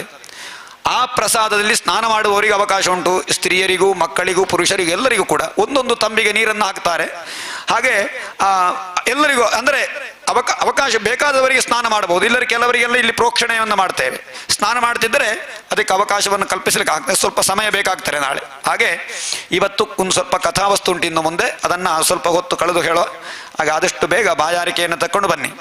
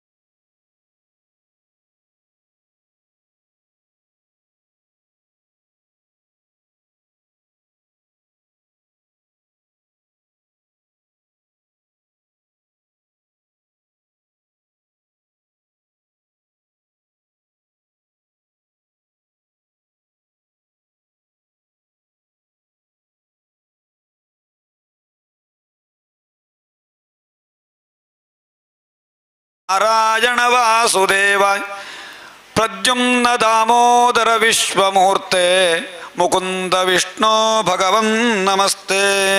ಹೇಳಿ ಶ್ರೀಕೃಷ್ಣ ಗೋವಿಂದ ಹರೇ ಮುರಾರೇ ಗೋವಿಂದ ಹರೇ ಮುರಾರೇ ಹೇ ನಾಥ ನಾರಾಯಣ ವಾಸುದೇವ ನಾರಾಯಣ ವಾಸುದೇವ ಪ್ರದ್ಯುಮ್ನ ದಾಮೋದರ ವಿಶ್ವಮೂರ್ತೆ ಪ್ರದ್ಯುಮ್ನ ದಾಮೋದರ ವಿಶ್ವಮೂರ್ತೆ ಮುಕುಂದ ವಿಷ್ಣು ಭಗವನ್ ನಮಸ್ತೆ ಭಗವನ್ ನಮಸ್ತೆ. ಸರ್ವತ್ರ ಗೋವಿಂದನಾಮ ಸಂಕೀರ್ತನಂ ಗೋವಿಂದ ಗೋವಿಂದ. ಶ್ರೀಕೃಷ್ಣನ ಸುಧರ್ಮ ಸಭೆಯನ್ನು ವಿವರಿಸಿಯಾಗಿದೆ. ಸುಧರ್ಮ ಸಭೆಯಲ್ಲಿ ಶ್ರೀಕೃಷ್ಣ ಕೂತುಕೊಂಡಿರುವಂತಹ ಸಂದರ್ಭದಲ್ಲಿ ಜರಾಸಂಧನಿಂದ ಬಂಧಿಸಲ್ಪಟ್ಟಂತಹ ರಾಜಕುಮಾರರಲ್ಲಿ ಕೆಲವರು ತಪ್ಪಿಸಿಕೊಂಡು ಬರ್ತಾರೆ. ಬಂದು ಕೃಷ್ಣನ ಹತ್ರ ಹೇಳ್ತಾರೆ, ಜರಾಸಂಧ ನಿಮ್ಮ ದ್ವಾರಕೆಗೆ ಬಂದು ಬಹಳಷ್ಟು ಯುದ್ಧ ಮಾಡಿದ್ದಾನೆ. ಅಂತಹ ಜರಾಸಂಧನನ್ನು ನೀವು ಬಿಟ್ಟಿದ್ದೀರಿ ಅಲ್ವಾ? ಹಿಂದೆ ಬೇಕಾದಷ್ಟು ಸೈನ್ಯಗಳನ್ನೆಲ್ಲ ಅವ ತೆಕ್ಕೊಂಡು ಬಂದಾಗ ಸೈನ್ಯವನ್ನು ಮಾತ್ರ ನಾಶ ಮಾಡಿದ್ದು, ಜರಾಸಂಧ ಅನ್ನ ಬಿಟ್ಟಿದ್ದ. ಅಂತಹ ಜರಾಸಂಧ ಈಗ ಏನು ಮಾಡಿದ್ದ? ಎಲ್ಲ ರಾಜಕುಮಾರರನ್ನ ಅಪಹರಿಸಿ ತಂದು ತಾನು ಒಂದು ಯಜ್ಞ ಮಾಡಬೇಕು ಅಂತ ಹೊರಟಿದ್ದಾನೆ. ಆ ಯಜ್ಞದಲ್ಲಿ ಎಲ್ಲ ರಾಜಕುಮಾರರ ತಲೆಯನ್ನ ಯಜ್ಞಕ್ಕೆ ಹೋಮಿಸಿದಾಗ ಅವನಲ್ಲಿ ಒಂದು ವಿಶೇಷವಾದಂತಹ ಶಕ್ತಿ ತುಂಬುತ್ತದೆ. ಆ ಶಕ್ತಿಯನ್ನು ತುಂಬಿದರೆ ಅವನ್ನ ಸೋಲಿಸಲಿಕ್ಕಾಗುವುದಿಲ್ಲ ಅಂತ ಹೇಳುವಂತಹ ವರವನಿಗೆ ಉಂಟು. ಹಾಗೆ ರಾಜಕುಮಾರರನ್ನೆಲ್ಲ ಕಾರಾಗೃಹದಲ್ಲಿ ಇಟ್ಟುಕೊಂಡಿದ್ದ. ಆ ರಾಜಕುಮಾರರೇ ಕೆಲವರು ತಪ್ಪಿಸಿ ಬಂದು ಕೃಷ್ಣನಲ್ಲಿ ಕೇಳಿಕೊಳ್ತಾರೆ, ಏನಾದರೂ ಮಾಡಿ ಆ ಜರಾಸಂಧನನ್ನು ಸಂಹಾರ ಮಾಡಿಸಬೇಕು ಅಂತ ಹೇಳಿ ಕೇಳಿಕೊಳ್ತಾರೆ. ಅದೇ ಸಮಯಕ್ಕೆ ನಾರದ ಮಹರ್ಷಿಗಳು ಬರ್ತಾರೆ. ನಾರದ ಮಹರ್ಷಿಗಳು ಯುಧಿಷ್ಠಿರನ ಅಭಿಪ್ರಾಯವನ್ನು ತಕ್ಕೊಂಡು ಬರ್ತಾರೆ. ಯುಧಿಷ್ಠಿರ ಹೇಳಿದ್ದಾನಂತೆ, ರಾಜಸೂಯಾಧ್ವರವನ್ನು ಮಾಡಬೇಕು ಅಂತ ಯುಧಿಷ್ಠಿರನಿಗೆ ಅಭಿಪ್ರಾಯ ಇದೆ. ಅದಕ್ಕೆ ಕೃಷ್ಣ ಅನುಮೋದನೆಯನ್ನು ಕೊಡಬೇಕು ಅಂತ ಕೃಷ್ಣನಲ್ಲಿ ಕೇಳಿಕೊಂಡಾಗ ಕೃಷ್ಣ ಅದಕ್ಕೆ ಒಪ್ಪಿಕೊಳ್ತಾನೆ. ಕೃಷ್ಣ ನಿನಗೆ ಎರಡೂ ಕಾರ್ಯ ಆಯಿತು, ರಾಜಸೂಯಾಧ್ವರವೂ ಆಗ್ತದೆ, ಅದರೊಂದಿಗೆ ಈ ಜರಾಸಂಧನನ್ನು ವಧಿಸಬೇಕು ಅಂತ ಹೇಳುವಂತಹ ಸಂಕಲ್ಪ ಕೃಷ್ಣನಿಗಿರ್ತದೆ. ಹಾಗೆ ಕೃಷ್ಣ ಇಂದ್ರಪ್ರಸ್ಥಕ್ಕೆ ಬರ್ತಾನೆ ಯುಧಿಷ್ಠಿರನನ್ನ ಭೇಟಿಯಾಗಲಿಕ್ಕೆ. ಯುಧಿಷ್ಠಿರ ಕೃಷ್ಣ ಬಂದಾಗ ಕೃಷ್ಣನನ್ನ ಉಪಚರಿಸಿ ಹೇಳ್ತಾನೆ, ನಾನು ರಾಜಸೂಯ ಅಧ್ವರವನ್ನು ಮಾಡಬೇಕು, ಅದಕ್ಕೆ ನಿನ್ನ ಸಂಪೂರ್ಣ ಸಹಕಾರ ಬೇಕು, ನಿನ್ನ ಅನುಗ್ರಹ ಬೇಕು ಅಂತ ಕೇಳಿಕೊಂಡಾಗ ಕೃಷ್ಣ ತಥಾಸ್ತು ಅಂತ ಹೇಳಿ ಒಪ್ಪಿಕೊಳ್ತಾನೆ. ಕೃಷ್ಣನ ಸಹಕಾರ ಇಲ್ಲದೆ ಪಾಂಡವರಿಂದ ಏನಾದರೂ ಆಗ್ತದ? ಪ್ರತಿಯೊಂದೂ ಕೂಡ ಕೃಷ್ಣನ ಅನುಗ್ರಹ ಅಲ್ವಾ? ಹಾಗೆ ಕೃಷ್ಣನ ಅನುಗ್ರಹ ಪ್ರಸಾದದಿಂದ ಈ ಯುಧಿಷ್ಠಿರ ತನ್ನ ಎಲ್ಲ ತಮ್ಮಂದಿರನ್ನ ದಿಗ್ವಿಜಯಕ್ಕಾಗಿ ಬೇರೆ ಬೇರೆ ಕಡೆಗೆ ಕಳುಹಿಸ್ತಾನೆ. ಸಹದೇವಂ ದಕ್ಷಿಣಸ್ಯಾಮ ಅದಿಶತ್ ಸಹಸ್ರಿಂಜಯೈಹಿ, ಸಹದೇವನನ್ನ ದಕ್ಷಿಣ ದಿಕ್ಕಿಗೆ ಕಳಿಸ್ತಾನೆ. ದಕ್ಷಿಣ ದಿಕ್ಕಿನಲ್ಲಿರುವಂತಹ ಎಲ್ಲ ರಾಜರನ್ನು ನೀನು ಸೋಲಿಸವರಿಂದ ಕಪ್ಪ ಕಾಣಿಕೆಯನ್ನೆಲ್ಲ ತರಬೇಕು ಅಂತ ಕೇಳಿಕೊಳ್ತಾನೆ. ಆಮೇಲೆ ಮತ್ಸ್ಯ ದೇಶಕ್ಕೆ ನಕುಲನನ್ನ ಕಳಿಸುತ್ತಾನೆ, ಮತ್ತೊಂದು ದಿಕ್ಕಿಗೆ ನಕುಲನನ್ನ ಕಳಿಸುತ್ತಾನೆ. ಪ್ರತೀಚ್ಛಾಂ ನಕುಲಂ ಉದೀಚ್ಛಾಂ ಸವ್ಯಸಾಚಿದಂ, ಉತ್ತರ ದಿಕ್ಕಿಗೆ ಅರ್ಜುನನನ್ನ, ಹಾಗೆ ಪ್ರಾಚ್ಯಾಂ ವೃಕೋದರಂ ಮೂಡ ದಿಕ್ಕಿಗೆ ಭೀಮನನ್ನ ಕಳಿಸುತ್ತಾನೆ. ಹಾಗೆ ಎಲ್ಲ ದಿಕ್ಕುಗಳಲ್ಲಿಯೂ ಕೂಡ ಪ್ರಧಾನವಾಗಿ ತನ್ನ ತಮ್ಮಂದಿರನ್ನ ಕಳುಹಿಸಿ ಎಲ್ಲ ರಾಜ್ಯದ ರಾಜರನ್ನೆಲ್ಲ ಸೋಲಿಸಿ ಅವರ ಕಪ್ಪ ಕಾಣಿಕೆಗಳನ್ನೆಲ್ಲ ಸ್ವೀಕರಿಸಿ ಇನ್ನೊಬ್ಬರು ರಾಜರು ಅಸೂಯೆ ಪಡುವಷ್ಟು ಅವರಲ್ಲಿ ಸಂಪತ್ತು ಪ್ರಾಪ್ತಿಯಾಗುತ್ತದೆ. ಅಂತಹ ಇಷ್ಟರವರೆಗೆ ಆಗದ ಅತ್ಯದ್ಭುತವಾದಂತಹ ಯಜ್ಞವನ್ನು ಮಾಡುವಂತಹ ಯಜ್ಞ ರಾಜಸೂಯ ಯಜ್ಞ ಅಂತ ಹೇಳುವಂತಹ ವಿಚಾರ. ಹಾಗೆ ಆ ಹಣವನ್ನು ಮಾಡಲಿಕ್ಕೆ ಅಂತ ಹೇಳಿ ಎಲ್ಲ ಕಡೆಯಿಂದ ಕಪ್ಪ ಕಾಣಿಕೆಯನ್ನೆಲ್ಲ ತಂದು ಬಹಳ ಸಂಪತ್ತು ರೂಢಿಯಾಗುತ್ತದೆ. ಆ ಸಂದರ್ಭದಲ್ಲಿ ಇನ್ನೊಬ್ಬ ಶತ್ರು ಯಾರು ಅಂತ ಹೇಳಿದ್ರೆ ಜರಾಸಂಧ, ಅವನನ್ನ ವಧಿಸಬೇಕು. ಅದಕ್ಕೋಸ್ಕರ ಕೃಷ್ಣ ಅರ್ಜುನ ಮತ್ತು ಭೀಮನನ್ನ ಕರಕೊಂಡು ತಾನೂ ಸೇರಿಕೊಂಡು ಬ್ರಾಹ್ಮಣರ ರೂಪದಲ್ಲಿ ಈ ಜರಾಸಂಧನನ ಅರಮನೆಗೆ ಯಜ್ಞ ಭೂಮಿಗೆ ಬರ್ತಾನೆ. ಅಲ್ಲಿ ಯಜ್ಞಾನುಷ್ಠಾನ ಆಗ್ತಾ ಇರ್ತಾರೆ, ಮಂತ್ರಘೋಷಗಳೆಲ್ಲ ಕೇಳ್ತಾರೆ. ಆ ಸಂದರ್ಭದಲ್ಲಿ ಬ್ರಾಹ್ಮಣ ವೇಷದಿಂದ 3 ಜನರು ಅಲ್ಲಿ ಪ್ರವೇಶ ಮಾಡ್ತಾರೆ. ಪ್ರವೇಶವನ್ನು ಮಾಡಿದಾಗ ಜರಾಸಂಧವರ ಅವರಿಗೇನು ಬೇಕಾದಂತಹ ಉಪಚಾರಗಳನ್ನೆಲ್ಲ ಮಾಡಿ ಇದು ನಿಜವಾಗಿ ಬ್ರಾಹ್ಮಣರಲ್ಲ ಅಂತ ಹೇಳಿ ಜರಾಸಂಧನಿಗೆ ಆಗ್ತಾರೆ. ಜರಾಸಂಧ ಕೇಳ್ತಾನೆ, ನಿಮಗೆ ಏನು ಬೇಕು ಅಂತ ಕೇಳಿದಾಗ ಹೇಳ್ತಾರೆ ಈ ಮೂವರು. ಶ್ರೀಕೃಷ್ಣ ಹೇಳ್ತಾನೆ, ಅವರೆಲ್ಲ ಮುಖ್ಯಸ್ಥನಾಗಿ ಕೃಷ್ಣ, ಅರ್ಜುನ ಮತ್ತು ಭೀಮ, 3 ಜನ ಬ್ರಾಹ್ಮಣರ ರೂಪದಲ್ಲಿ ಹೋದ್ದು. ಕೃಷ್ಣನೇ ಮುಖ್ಯಸ್ಥ ಅದರಲ್ಲಿ. ಕೃಷ್ಣ ಹೇಳ್ತಾನೆ, ಯುದ್ಧನ್ನೋ ದೇಹಿ ರಾಜೇಂದ್ರ ದ್ವಂದ್ವಶೋ ಯದಿ ಮನ್ಯಸೆ, ನನಗೆ ಬೇಕಾದ್ದು ನಿನ್ನೊಂದಿಗೆ ದ್ವಂದ್ವ ಯುದ್ಧವನ್ನು ಬಯಸ್ತೇನೆ ಅಂತ ಹೇಳ್ತಾನೆ. ಆಗ ಇದು ಬೇರೆ ಯಾರೂ ಅಲ್ಲ, ಅಸೌ ವೃಕೋದರ ಪಾರ್ಥ, ಇನ್ನೊಬ್ಬ ಪಾರ್ಥ, ಇವ ಭೀಮ, ಇವ ಪಾರ್ಥ. ಹಾಗೆ ನಾನು ಕೃಷ್ಣ ಮಾಂ ಅನಜೋರ್ಮಾತುಲೇದಂಬಾಂ ಕೃಷ್ಣಂ ಜಾನೀಹಿತೇ ರಿಪುಂ ಅಂತ ಹೇಳ್ತಾನೆ. ನಾನು ಕೃಷ್ಣನಿದ್ದೇನೆ. ಹಾಗೆ ನಾವು 3 ಜನರು ಕೂಡ ನಿನ್ನೊಂದಿಗೆ ಯುದ್ಧಕ್ಕಾಗಿ ಬಂದಿದ್ದೇವೆ ಅಂತ ಹೇಳ್ತಾನೆ. ಆಗ ಜರಾಸಂಧ ಗಹಗಹಿಸಿ ನಗುತ್ತಾನೆ. ನಿಮಗೆ ಯುದ್ಧ ಇಚ್ಛೆ ಉಂಟು ಅಂತಾದ್ರೆ ನಿಮ್ಮ ಪ್ರಾರ್ಥನೆಯನ್ನು ಸ್ವೀಕರಿಸ್ತೇನೆ ಅಂತ ಹೇಳ್ತಾನೆ. ಆಗ ಯಾರನ್ನಾರು ಒಬ್ಬನನ್ನು ನೀನು ಸೋಲಿಸಿದರೆ ನಾವು ಸೋತ ಹಾಗೆ ಅಂತ ಇವರು ಒಪ್ಪಿಕೊಳ್ತಾರೆ. ಹಾಗೆ ಆಯ್ತಾಗಾದ್ರೆ ಯಾರೊಂದಿಗೆ ಯುದ್ಧ ಮಾಡಬೇಕು? ಅರ್ಜುನಲ್ಲಿಯೋ, ಕೃಷ್ಣನಲ್ಲಿಯೋ, ಭೀಮನಲ್ಲಿಯೋ? ಯಾರನ್ನಾರು ಒಬ್ಬನರಲ್ಲಿ ಯುದ್ಧ ಮಾಡಬೇಕು. ಹಾಗೆ ನೀನು ಯಾರನ್ನಾದರೂ ಆರಿಸು ಅಂತ ಕೃಷ್ಣ ಹೇಳಿದಾಗ ಜರಾಸಂಧ ಹೇಳ್ತಾನೆ, ಹೇ ಕೃಷ್ಣ, ನಿನ್ನಲ್ಲಿ ನಾನು ಯುದ್ಧ ಮಾಡುದ? ನೀನಾಗಲಿಕ್ಕಿಲ್ಲ. ಯಾಕೆ? ನತ್ವಯಾ ಭೀರುಣ ಯೋತ್ಸೇ ಯುಧಿ ವಿಕ್ಲವಚೇತಸ ಮಥುರಾಂ ಸ್ವಪುರೀನ್ ತ್ಯಕ್ತ್ವಾ ಸಮುದ್ರಂ ಶರಣಂಗತಃ. ನಾನು ಅವತ್ತು ಯುದ್ಧ ಮಾಡುವಾಗ ನೀನು ಓಡಿದ್ಯಲ್ವ? ನಾನು ಅಷ್ಟು ಸಲ ಯುದ್ಧಕ್ಕೆ ಬಂದಾಗಲೂ ಕೂಡ ನೀನು ನನ್ನನ್ನು ನಿನಗೆ ಕೊಲ್ಲಿಕ್ಕಾಗಲಿಲ್ಲ, ನೀನು ಓಡಿ ಹೋದವ ಅಂತ ಹೇಳಿ ನಿನ್ನ ಸಮುದ್ರ ಮಧ್ಯದಲ್ಲಿ ನೀನು ಇರ್ದಿಯಲ್ಲ, ನನಗೆ ಹೆದರಿಕೆಯಾಗಿ. ಜರಾಸಂಧ ರಾಕ್ಷಸರಿಗೆ ಹೆದರಿಕೆಯಾಗಿ ನೀನಿದ್ದದ್ದು ಎಲ್ಲಿ? ದ್ವಾರಕೆಯನ್ನು ನಿರ್ಮಾಣ ಮಾಡಿದ್ದ. ಆದ ಕಾರಣ ನೀನಾಗ್ಲಿಕ್ಕಿಲ್ಲ. ಇನ್ನು ಅರ್ಜುನ ಆಗಬಹುದೇ? ಅರ್ಜುನ ಅವ ನಮಗೆ ಸಮಾನವಾದ ವಯಸ್ಸಲ್ಲ, ಬಹಳ ಸಣ್ಣವ. ಅಜಂತು ವಯಸ ತುಲ್ಯೋ ನಾತಿ ಸತ್ತೋ ನಮೇ ಸಮಃ ಅರ್ಜುನೋ ನಭವೇದ್ಯೋದ್ಧ. ಅರ್ಜುನ ಸಮಾನ ಅಲ್ಲ, ಅವನಿಗೆ ಬಲವೂ ಇಲ್ಲ, ಅವನನ್ನೊಂದಿಗೆ ಯುದ್ಧ ಮಾಡಲಿಕ್ಕೆ ಯೋಗ್ಯನಲ್ಲ. ಆದರೆ ಭೀಮಸ್ತುಲ್ಯ ಬಲೋ ಮಮ, ಭೀಮ ಆದರೆ ಆದೀತು, ಭೀಮ ಗಾತ್ರ. ಜರಾಸಂಧನು ಹಾಗೆ ಬಹಳ ಬಲಿಷ್ಠನಾಗಿದ್ದ. ಭೀಮನೊಂದಿಗೆ ದ್ವಂದ್ವ ಯುದ್ಧ ಮಾಡ್ತೇನೆ ಇತ್ಯುಕ್ತ ಭೀಮಸೇನಾಯ ಪ್ರಾದಾಯ ಮಹತೀಂಗದಾಂ. ತಾನೇ ತನ್ನಲ್ಲಿರುವಂತಹ ಒಂದು ಗದೆಯನ್ನು ಭೀಮನಿಗೆ ಕೊಡ್ತಾನೆ, ನೀನೊಂದು ತಕ್ಕೋ, ನಾನೊಂದು ತಕ್ಕೊಳ್ತೇನೆ. ಹಾಗೆ ಭೀಮನಿಗೂ ಜರಾಸಂಧನಿಗೂ ಯುದ್ಧ ಆಗ್ತಾರೆ. ಮಂಡಲಾನಿ ವಿಚಿತ್ರಾಣಿ, ತಾನು ಸುತ್ತು ಬರ್ತಾರೆ ಯುದ್ಧ ಮಾಡ್ತಾ. ಗದೆಯನ್ನ ಬೀಸಿ ಬೀಸಿ ಬೀಸಿ ಎಷ್ಟು ದಿವಸ ಯುದ್ಧ ಮಾಡಿರೂ ಯುದ್ಧ ನಿಲ್ಲುವುದೇ ಇಲ್ಲ. ಒಮ್ಮೆ ಜರಾಸಂಧ ಸೋತಾಗ ಆಗುವುದು, ಇನ್ನೊಮ್ಮೆ ಭೀಮ ಸೋತಾಗ ಆಗುವುದು. ಇಬ್ರು ಕೂಡ ಬಲಶಾಲಿಗಳು. ಹಾಗೆ 27 ದಿವಸಗಳ ಕಾಲ ಯುದ್ಧ ಆಗ್ತಾರೆ. ಯುದ್ಧ ಆಗಿ ಈ ಜರಾಸಂಧನಿಗೆ ಎಷ್ಟು ಹೊಡೆತ ಕೊಟ್ಟರು ಕೂಡ ಅವನಿಗೆ ಏನಾಗುವುದಿಲ್ಲ. ಆಗ ಕೃಷ್ಣ ಹೇಳ್ತಾನೆ, ಒಂದು ಹುಲ್ಲು ಕಡ್ಡಿಯನ್ನ ತಂದು ಆ ಹುಲ್ಲು ಕಡ್ಡಿಯನ್ನ ಸೀಳಿ ಅದನ್ನ ತಿರುಗು ಮುರುಗಾಗಿ ಹೇಳ್ತಾನೆ ಕೃಷ್ಣ. ಆಗ ವೃಕೋದರನಾದಂತಹ ಭೀಮಸೇನಿಗೆ ಅರ್ಥ ಆಗ್ತಾರೆ, ಇವನನ್ನ ಸೀಳಬೇಕು. ಇವ ಹುಟ್ಟುವಾಗಲೇ ಸೀಳಿ ಹುಟ್ಟಿದವ ಜರಾಸಂಧ. ಜರ ಎನ್ನುವ ರಾಕ್ಷಸಿ ಸೀಳಿ ಹೋದಂತಹ ಈ ಶರೀರವನ್ನ ಸೇರಿಸಿದ ಕಾರಣ ಅವನಿಗೆ ಜರಾಸಂಧ ಅಂತ ಹೆಸರು ಬಂದದ್ದು. ಹಾಗೆ ವೃಕೋದರ ಈ ಭೀಮ ಜರಾಸಂಧನ ಒಂದು ಕಾಲಿಗೆ ತನ್ನ ಕಾಲನ್ನ ಹಿಡಿದು ಕೊಟ್ಟು ಇನ್ನೊಂದು ಕೈಯಿಂದ ಅವನ ಇನ್ನೊಂದು ಕಾಲನ್ನ ಹಿಡಿದು ಎಳೀತಾನೆ. ಒಂದು ಕಾಲು ಕೆಳಗಿರ್ತದೆ, ಮತ್ತೊಂದು ಕಾಲನ್ನು ಎತ್ತಿ ಸೀಳ್ತಾನೆ. ಸೀಳಿ ಏಕಂ ಪಾದಂ ಪದಾಕ್ರಮ್ಯ ದೌರ್ಭ್ಯಾಮನ್ಯಂ ಪ್ರಗೃಹ್ಯ ಸಹ, ಇನ್ನೊಂದು ಕೈಯಿಂದ ಇನ್ನೊಂದು ಕಾಲನ್ನು ಹಿಡಿದು ಗುದಭಾಗದಿಂದ ಪಾಟಯಾಮಾಸ ಸೀಳಿ ಶಾಖಾಮಿವ ಮಹಾಗಜಃ, ಯಾವ ರೀತಿ ಒಂದು ವೃಕ್ಷವನ್ನ ಆನೆ ಸೀಳ್ತದ ಆ ರೀತಿಯಲ್ಲಿ ಸೀಳ್ತಾನೆ. ಸೀಳಿ ಹೋದಾಗ ಅದನ್ನ ತಿರುಗು ಮುರುಗಾಗಿ ಬಿಸಾಡ್ತಾನೆ. ಒಟ್ಟಿಗೆ ತಲೆಯನ್ನ ಸ್ಪರ್ಶ ಆಗುವ ಹಾಗೆ ಬಿಸಾಡಿದರೆ ಅದು ಪುನಃ ಜೋಡ್ತದೆ.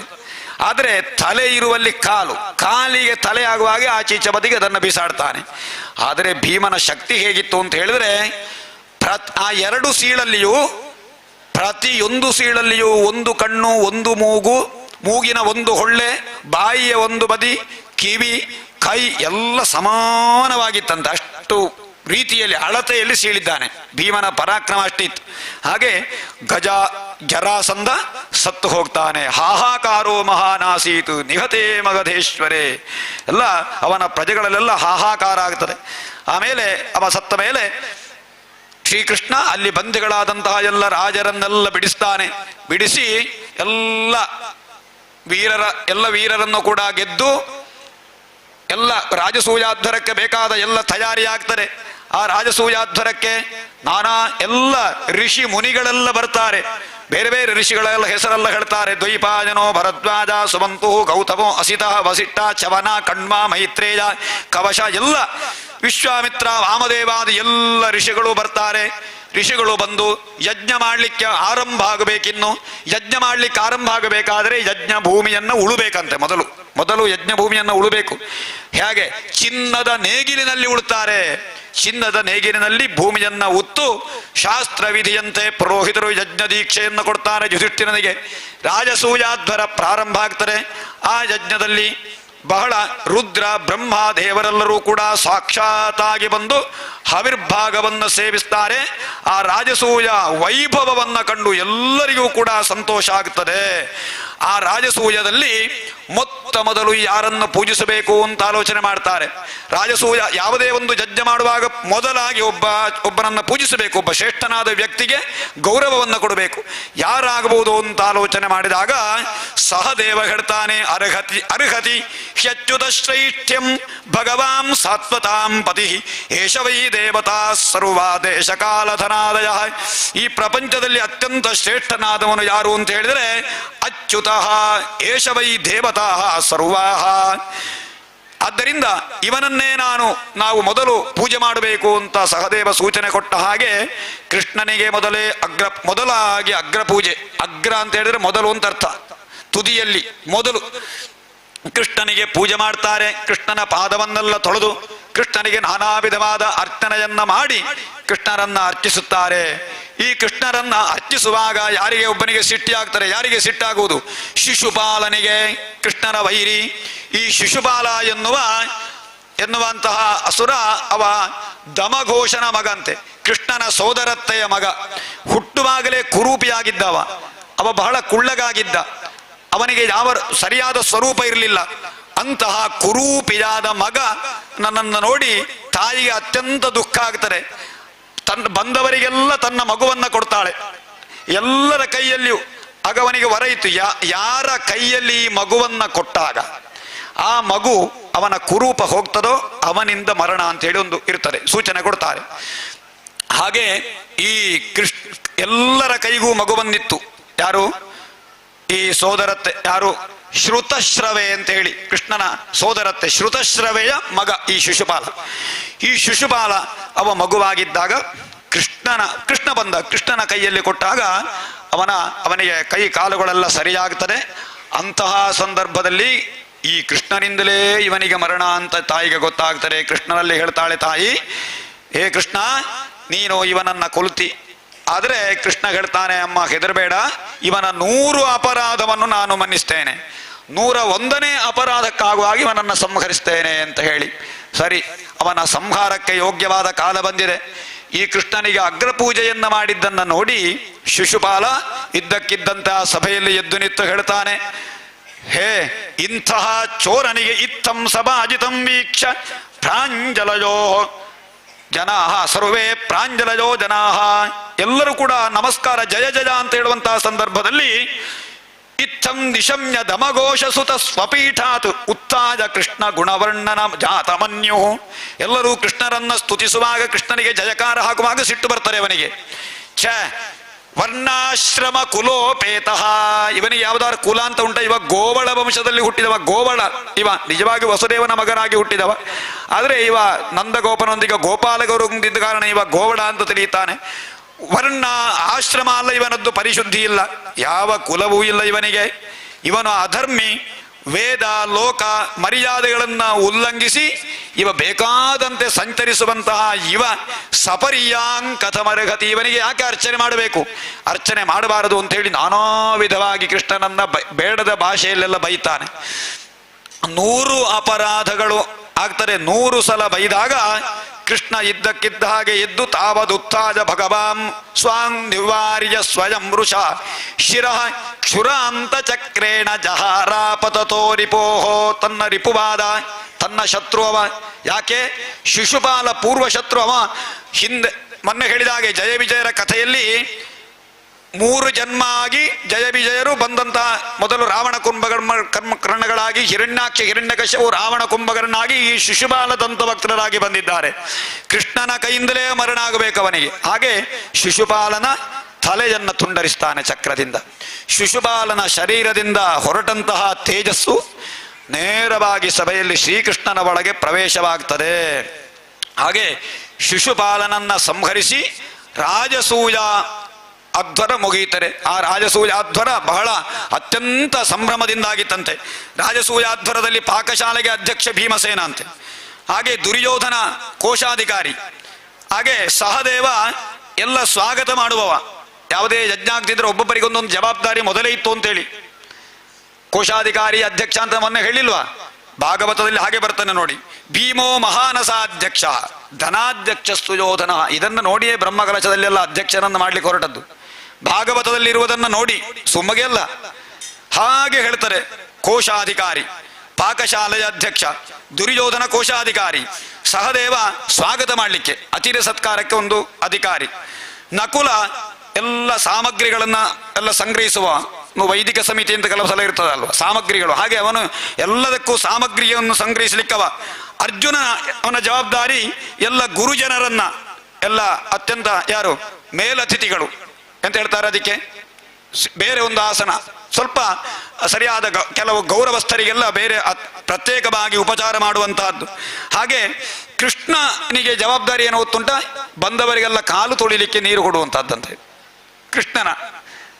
ಕೃಷ್ಣ ನೀರು, ಕೃಷ್ಣನು ಅತಿಥಿಗಳ ಕಾಲು ತೊಳೆಯುವಂತಹ ಕೆಲಸ ಮಾಡ್ತಾ ಇದ್ದ ಅಂತ ಹೇಳಿ ನೋಡಿ. ಆ ಕೃಷ್ಣನ ಒಂದು ಲೀಲಾ ನಾಟಕ.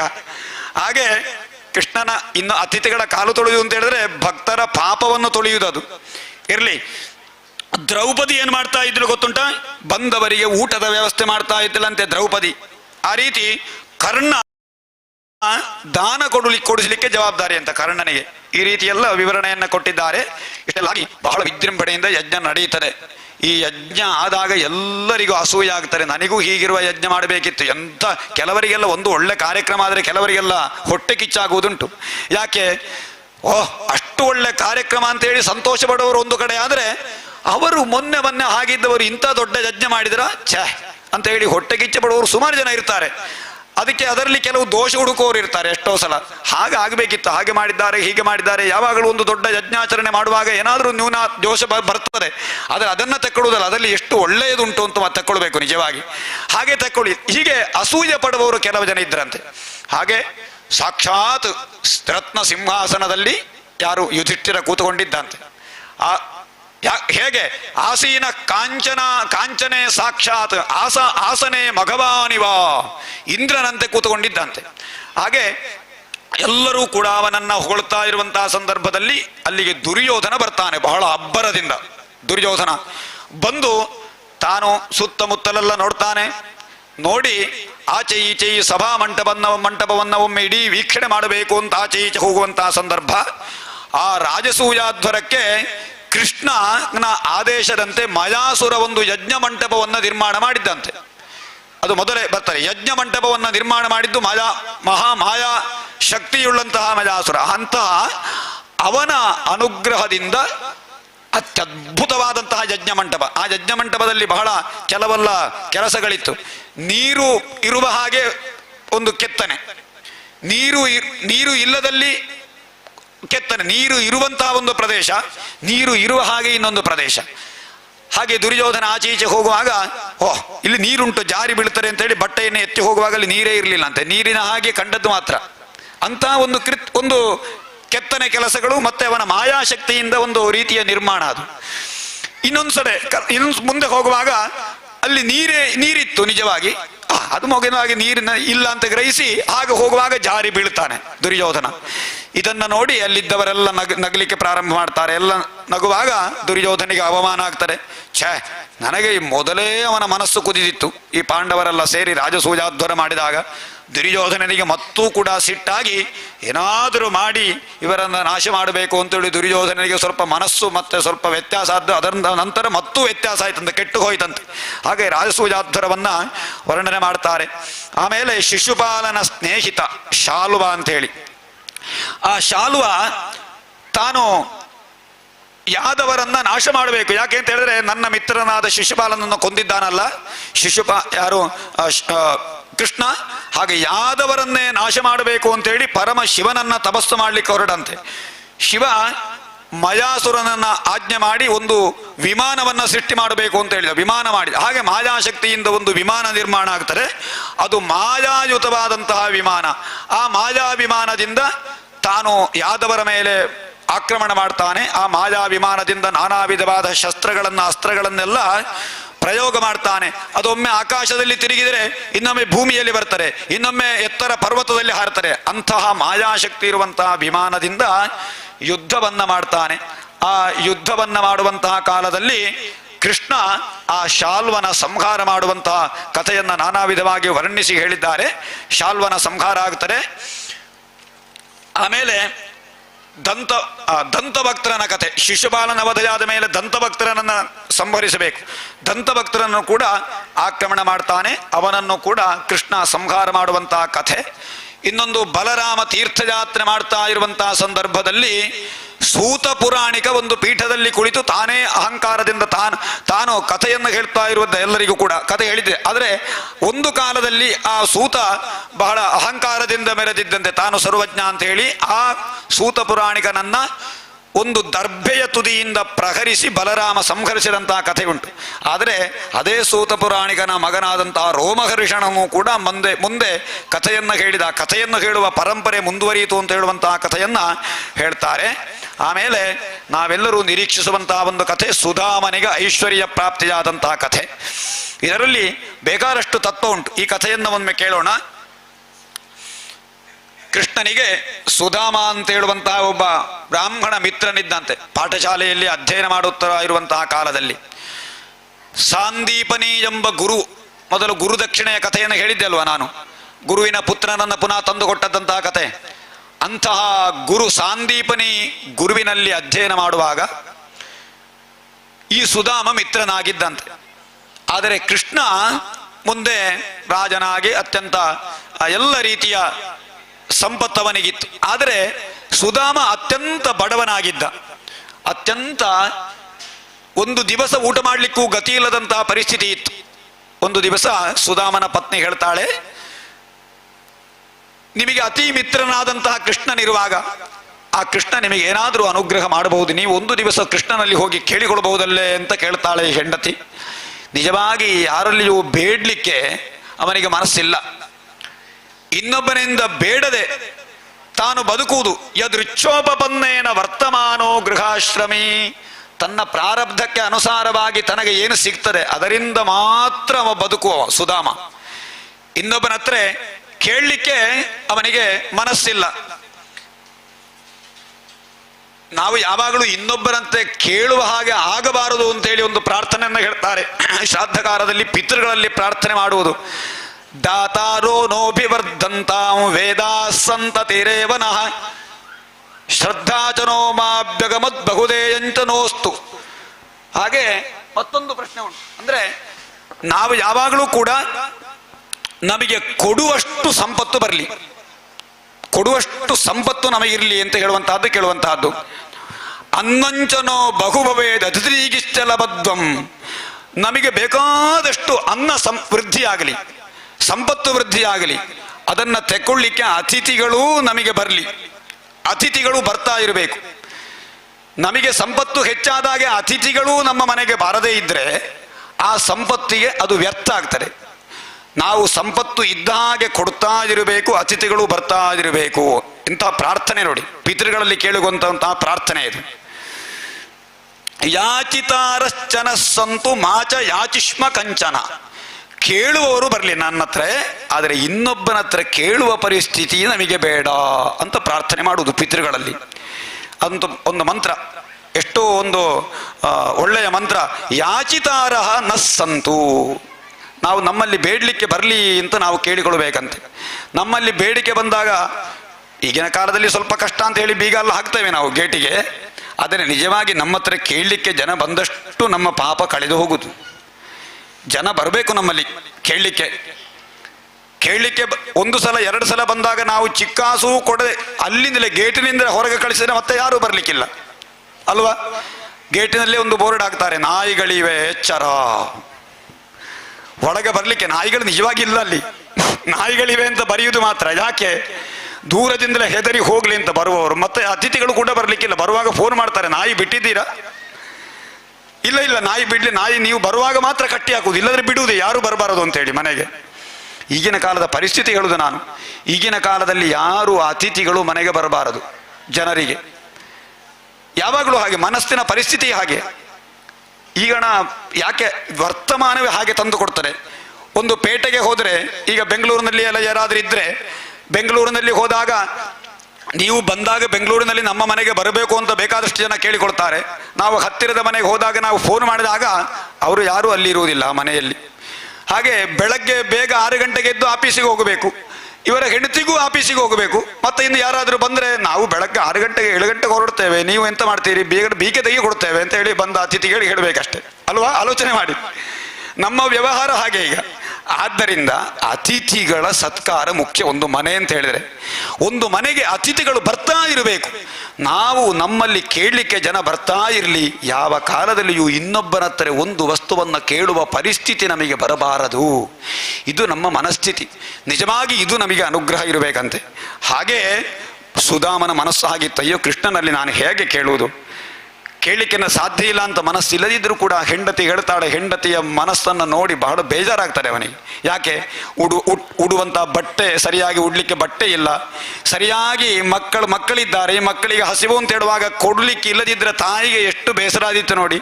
ತಾನು ಹಸಿವಿನಿಂದಿದ್ದರೂ ಮಕ್ಕಳು ಹಸಿದನ್ನು ನೋಡುವಾಗ ತಡಿಲಿಕ್ಕೆ ಆಗ್ತಾರ ತಾಯಿಗೆ? ಹಾಗೆ ಹೇಳ್ತಾಳೆ, ಮಕ್ಕಳಿಗಾದರೂ ಒಂದಿಷ್ಟೇನಾದರೂ ನೀವು ತಂದರೆ ಒಳ್ಳೆದಿತ್ತು ಅಂತ ಕೇಳ್ತಾಳೆ. ಹಾಗೆ ಕೇಳಿದಾಗ ಆಯಿತು, ತನ್ನ ಹೆಂಡತಿಯ ಮಾತಿಗೆ ಒಪ್ಪಿ, ಏಸಏವಂ ಭಾರ್ಯಯ ವಿಪ್ರೋ ಬಹುಶಃ ಪ್ರಾರ್ಥಿತೋ ಮೃದು. ಅತ್ಯಂತ ಎಷ್ಟು ಒಂದು 15-20 ಸಲ ಹೇಳಿದಲಂತೆ, ಹೋಗಿ ಕೃಷ್ಣನಲ್ಲಿಗೆ ಹೋಗಿ ಹೋಗಿ ಹೋಗಿ ಹೋಗಿ ಅಂತ ಹೇಳಿ ಅಷ್ಟು ಸಲ ಹೇಳಿದಾಗ ಸರಿ ಆಯ್ತು, ಇನ್ನು ಹೆಂಡತಿ ಬಿಡುವುದಿಲ್ಲ ಅಂತ ಹೇಳಿ ಹೊರಟ ಅಂತೆ. ಹೊರಡುವಾಗ ಹೆಂಡತಿ ಹೇಳ್ತಾಳೆ, ಹಾಗೆ ಹೋಗಬೇಡಿ, ಏನಾದರೂ ಬೇಕಾದ್ರೂ ತಕೊಂಡು ಹೋಗ್ಬೇಕಲ್ವಾ?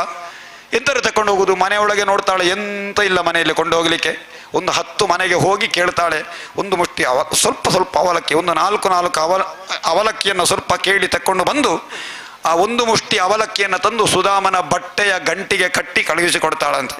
ಹಾಗೆ ಸುಧಾಮ ಕೃಷ್ಣನ ಅರಮನೆಗೆ ಪ್ರವೇಶ ಮಾಡ್ತಾನೆ. ಪ್ರವೇಶದಾಗ ದೂರದಿಂದ ಸುಧಾಮನನ್ನ ಕಂಡು ಕೃಷ್ಣ ಓಡೋಡಿ ಬರ್ತಾನೆ. ಬಂದು ತಂ ವಿಲೋಕ್ಯಾಚ್ಯುತೋ ದೂರಾತ್ ಪ್ರಿಯಾ ಪರಿಜಂಕಮಾಸ್ಥಿತ. ತನ್ನ ಪತ್ನಿಯಾದ ರುಕ್ಮಿಣೀ ದೇವಿಯೊಂದಿಗೆ ಸಿಂಹಾಸನದಲ್ಲಿ ಕುಳಿತುಕೊಂಡ ಕೃಷ್ಣ ಆ ಸಿಂಹಾಸನದಿಂದ ಇಳಿದು ಸಹಸೋತ್ಥಾಯ ಎದ್ದು ಓಡೋಡಿ ಬಂದು ವಿಪ್ರೋತ್ತಮನನ್ನ ಕಂಡು ಅವನನ್ನ ಆಲಿಂಗಿಸ್ತಾನಂತೆ. ಅಷ್ಟು ಮಾತ್ರ ಅಲ್ಲ, ಅವನ ಪಾದವನ್ನ ತಾನೇ ತೊಳೆಯುತ್ತಾನೆ. ರುಕ್ಮಿಣೀ ದೇವಿ ಪಾದಕ್ಕೆ ನೀರು ಹಾಕ್ತಾ ಇದ್ದಾಳೆ. ಅಥೋಪವೇಶ್ಯ ಪರಿಜಂಕೆ ಸ್ವಯಂ ಸಕ್ಷು ಸಮರ್ಹಣಂ ಉಪಕೃತ್ಯ ವನಿಜ್ಯಾಸ್ಯ ಪಾದೋ ಪಾದೇ ಪಾದಾವನೇ ಜನೀಹಿ. ಅವನ ಪಾದವನ್ನ ಪೂಜಿಸಿ ತನ್ನ ಕೈಯಿಂದ ಬ್ರಾಹ್ಮಣೋತ್ತಮನ ಪಾದವನ್ನು ತೊಳೆದು ಅವನ ಶರೀರಕ್ಕೆ ಗಂಧ ಚಂದನ ಇತ್ಯಾದಿ ಪರಿಮಳ ವಸ್ತುವನ್ನೆಲ್ಲ ಲೇಪಿಸಿ ಅವನಿಗೆ ಆರತಿಯನ್ನ ಮಾಡಿ ಅವನನ್ನ ಪೂಜಿಸಿ ಸ್ವಾಗತಿಸ್ತಾನಂತೆ.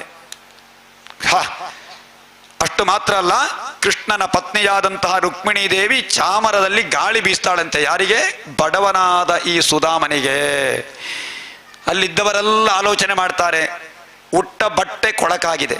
ಅಷ್ಟು ಮಾತ್ರ ಅಲ್ಲ, ಆ ಬಟ್ಟೆಯಲ್ಲಿ ತೂತುಗಳು ಉಂಟು. ಅಂತಹ ದರಿದ್ರನಾದ ಒಬ್ಬ ಬ್ರಾಹ್ಮಣ ಅಂಥವನನ್ನ ಕುಚೈಲಂ ಮಲಿನಂ ಕ್ಷಾಮಂ ದ್ವಿಜಂ ಧಮನಿ ಸಂತತಂ. ಅವನ ಶರೀರದಲ್ಲಿ ಎಲ್ಲ ಅಸ್ಥಿಗಳು ಕಾಣ್ತಾ ಇದೆ, ಎಲುಬು. ಯಾಕೆ? ಅವ ಸರಿಯಾಗಿ ಊಟವೇ ಮಾಡಲಿಲ್ಲ. ಊಟ ಮಾಡ್ಲಿಕ್ಕಿದ್ರಲ್ವಾ? ಶರೀರ ಬಡಕಲಾಗಿದೆ, ಅವನ ಬಟ್ಟೆ ಕೊಳಕಾಗಿದೆ. ಅಂತಹ ಕುಚೈಲ, ಅವನ ಬಟ್ಟೆಯೇ ಬಹಳ ಕೊಳಕಾಗಿದ್ದ ಕಾರಣ ಅವನಿಗೆ ಕುಚೇಲ ಅಂತ ಹೆಸರು.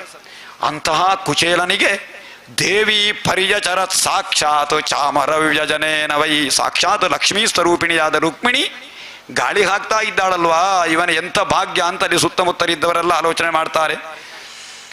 ಕಿಮನೇನ ಕೃತಂ ಪುಣ್ಯಂ ಅವಧೂತೇನ ಭಿಕ್ಷುಣ. ಈ ಅವಧೂತನಾದಂತಹ ಈ ಭಿಕ್ಷಕ ಇವ ಏನು ಪುಣ್ಯ ಮಾಡಿದ್ದಾನೋ. ಶ್ರಿಯಾಹೀನೇನ ಲೋಕೇಸ್ಮಿನ್ ಗರ್ಹಿತೇನಾಧಮೇನ ಚ. ನೋಡು, ಅಲ್ಲಿದ್ದ ಹತ್ತಿರ ಇರುವತ್ತರೆಲ್ಲ ಹೇಳ್ತಾರೆ, ಇಂತಹ ಈ ಬಡವನಾದ ಈ ದರಿದ್ರನಾದಂತಹ ಈ ಬ್ರಾಹ್ಮಣನನ್ನ ಸಾಕ್ಷಾತ್ ಲಕ್ಷ್ಮೀ ಸ್ವರೂಪಿಣಿಯಾದಂತಹ ರುಕ್ಮಿಣೀ ದೇವಿ ತನ್ನ ಅತ್ಯಂತ ಪ್ರಿಯ ಸಖನೋ ಎನ್ನುವಂತೆ ಬೇಕಾದ ಉಪಚಾರವನ್ನು ಮಾಡುತ್ತಾ ಇದ್ದಾಳಲ್ವಾ ಅಂತ ಹೇಳಿ ಬಹಳಷ್ಟು ಜನ ಆಶ್ಚರ್ಯ ಪಡ್ತಾ ಇರ್ತಾರೆ. ಹಾಗೆ ಈ ಸುಧಾಮನಲ್ಲಿ ಬಹಳ ಪ್ರೀತಿಯಿಂದ ಮಾತಾಡ್ತಾನೆ ಕೃಷ್ಣ. ಇರ್ಲಿ, ನಾವು ಮಾತಾಡೋಣ. ನಾವು ಹಿಂದೆ ಮಿತ್ರರಾಗಿದ್ದಾಗ ಹಿಂದೊಮ್ಮೆ ನಾವೆಲ್ಲ ಒಂದು ಕಾಲದಲ್ಲಿ ಕಾಡಿಗೆ ಹೋಗಿದ್ದೆವು.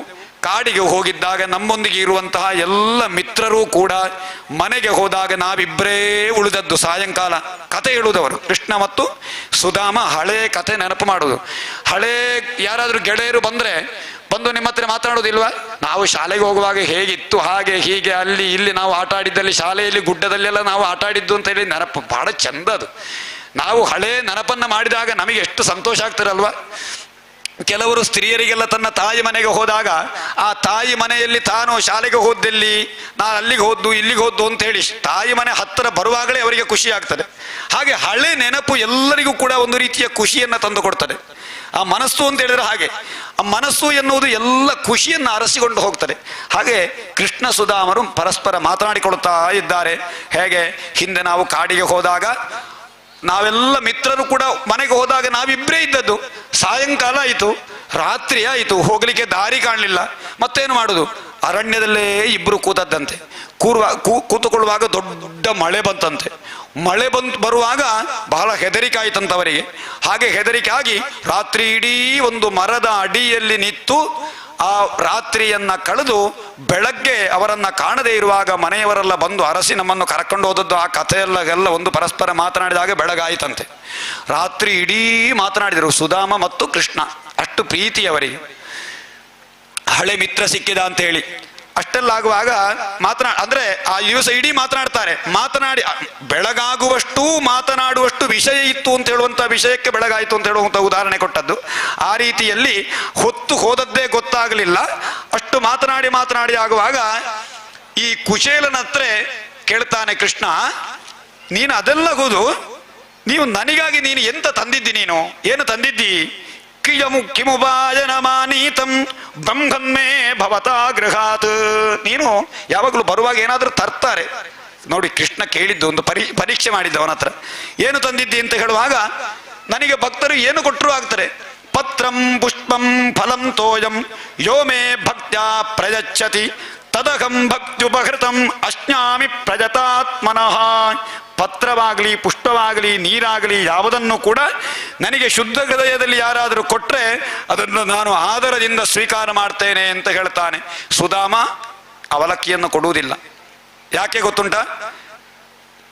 ಇಂತಹ ಒಂದು ವೈಭವದಲ್ಲಿರುವಂತಹ ಕೃಷ್ಣ ನಿತ್ಯ ಹಾಲನ್ನವನ್ನು ಊಟ ಮಾಡುವವ. ಇಂತಹ ಕೃಷ್ಣನಿಗೆ ನಾನು ಈ ಅವಲಕ್ಕಿಯನ್ನು ಕೊಡಬೇಕಾ ಅಂತ ಹೇಳಿ ತಲೆ ತಗ್ಗಿಸಿ ಏನು ತರಲಿಲ್ಲ ಅಂತ ಹೇಳಿ ತಲೆ ತಗ್ಗಿಸಿ ನಾಚಿಕೆಯಿಂದಿರುವಂತಹ ಸಂದರ್ಭದಲ್ಲಿ ಕೃಷ್ಣ ಏನೋ ನಿನ್ನ ಬಟ್ಟೆಯ ತುದಿಯಲ್ಲಿ ಏನೋ ಗಂಟು ಕಾಣ್ತಾರೆ ಅಂತ ಹೇಳಿ ಅದನ್ನ ಎಳೆದು ಆ ಕಟ್ಟವನ್ನ ಬಿಚ್ಚಿ ಆ ಅವಲಕ್ಕಿಯನ್ನ ತಾನು ತಿಂತಾನಂತ. ಇತ್ತಂ ವಿಚಿಂಚ ವಸನಾತ್ ಚೀರಬದ್ಧಾನ್ ದ್ವಿಜನ್ಮನಃ. ಚೀರಬದ್ಧಾನ್ ಅವನ ಏನೋ ಶಾಲು, ಆ ಶಾಲಿನ ತುದಿಯಲ್ಲಿ ಗಂಟಿನಲ್ಲಿ ಕಟ್ಟಿದ ಅವಲಕ್ಕಿಯ ಗಂಟನ್ನ ಬಿಚ್ಚಿ ಸ್ವಯಂಜಹಾರ ಕಿಮಿದಮಿತಿ ಪೃಥುಕ ತಂಡುಲಾನ್. ಆ ಅವಲಕ್ಕಿಯನ್ನ ತಾನು ತಿಂತಾನೆ. ತಿಂದು ಇತಿ ಮುಷ್ಟಿಂ ಸಗೃಜಗ್ಧ್ವಾ, ಇದು ನನಗೆ ಬಹಳ ಬಹಳ ಪ್ರೀತಿಯ ಅವಲಕ್ಕಿ ಅಂತ ಹೇಳಿ, ತರ್ಪಯಂಚಂಗಮಾಂ ವಿಶ್ವಮೇತೆ ಪೃಥುಕ ತಂಡುಲ, ಇದು ಪ್ರಪಂಚವನ್ನೇ ತೃಪ್ತಿಪಡಿಸಲಿಕ್ಕೆ ಸಾಕು ಈ ಅವಲಕ್ಕಿ, ಇಷ್ಟು ಉಂಟು ಇದರಲ್ಲಿ ಅವಲಕ್ಕಿ ಅಂತ ಹೇಳಿ ಅದನ್ನು ತೆಕ್ಕೊಂಡು ಮುಷ್ಟಿಂ ಸಕೃಜಗ್ಧ್ವಾ, ಒಂದು ಮುಷ್ಟಿ ತಿಂತಾನೆ. ತಿಂದು ಬಹಳ ಖುಷಿ ಆಗ್ತಾರೆ ಅವನಿಗೆ, ಅವಲಕ್ಕಿ ಎಷ್ಟು ರುಚಿ ಉಂಟು ಅಂತ ಹೇಳಿ ಇನ್ನೊಂದು ಮುಷ್ಟಿ ತಿನ್ಲಿಕ್ಕೆ ಹೊರಟಾಗ ರುಕ್ಮಿಣಿ ಬಂದು ತಡೀತಾಳೆ ಅಂತ.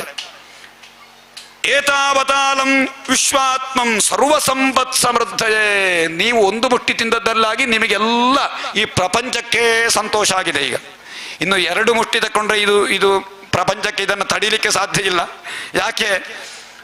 ಎಲ್ಲ ಸಂಪತ್ತು ಕೂಡ ಇವನಿಗೆ ಪ್ರಾಪ್ತಿಯಾಯಿತು ಒಂದು ಮುಷ್ಟಿ ತಿಂದದ್ದರಿಂದ, ಇನ್ನು ಪುನಃ ಇನ್ನೊಂದು ಮುಷ್ಟಿ ಬೇಡ ಇವನಿಗೆ ಅಂತ ಹೇಳಿ ರುಕ್ಮಿಣಿ ಹೇಳ್ತಾರೆ, ಅಸ್ಮಿನ್ ಲೋಕೇಥವಾ ಮುಷ್ಮಿನ್ ಪುಂಸತ್ವತ್ತೋಷ ಕಾರಣಂ, ಇಡೀ ಪ್ರಪಂಚದಲ್ಲಿರುವಂತಹ ಎಲ್ಲರೂ ಸಂತೃಪ್ತಿ ಪಡಲಿಕ್ಕೆ ಇದೊಂದು ಸಾಕು ಅಂತ ಹೇಳ್ತಾಳೆ.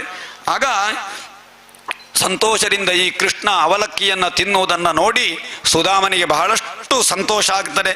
ಹೇಳ್ತಾನೆ ಸುಧಾಮ ಮನಸ್ಸಿನಲ್ಲಿ ಗ್ರಹಿಸ್ತಾನೆ, ಈ ಕೃಷ್ಣ ನನ್ನನ್ನು ಇಷ್ಟು ಚಂದಕ್ಕೆ ಸತ್ಕಾರ ಮಾಡಿದ್ದಾನಲ್ವಾ, ನಾನು ಧನ್ಯ, ಅತ್ಯಂತ ಬಡವ ನಾನು, ನನಗೇನಿಲ್ಲ, ಇಂತಹ ಏನೂ ಇಲ್ಲದಂತಹ ನನಗೆ ಎಂತಹ ಉಪಚಾರ ಮಾಡಿದ್ದಾನೆವ. ಅಹೋ ಬ್ರಹ್ಮಣ್ಯ ದೇವಸ್ಯ ದೃಷ್ಟ ಬ್ರಹ್ಮಣ್ಯತಾಮಯ ಯದ್ದರಿದ್ರತಮೋ ಲಕ್ಷ್ಮೀ ಮಾಶ್ಚಿಷ್ಟೋ ಬಿಭ್ರತೋರಸಿ, ಸಾಕ್ಷಾತ್ ಲಕ್ಷ್ಮೀ ದೇವಿಯನ್ನೇ ಧರಿಸಿಕೊಂಡಂತಹ ಕೃಷ್ಣ ಇವತ್ತು ಈ ಮಲಿನವಾದ ಕೃಶವಾದ ಈ ಬಡ ಶರೀರವನ್ನು ತನ್ನ ಕೈಯಿಂದ ಆಲಿಂಗಿಸಿಕೊಂಡಲ್ವ.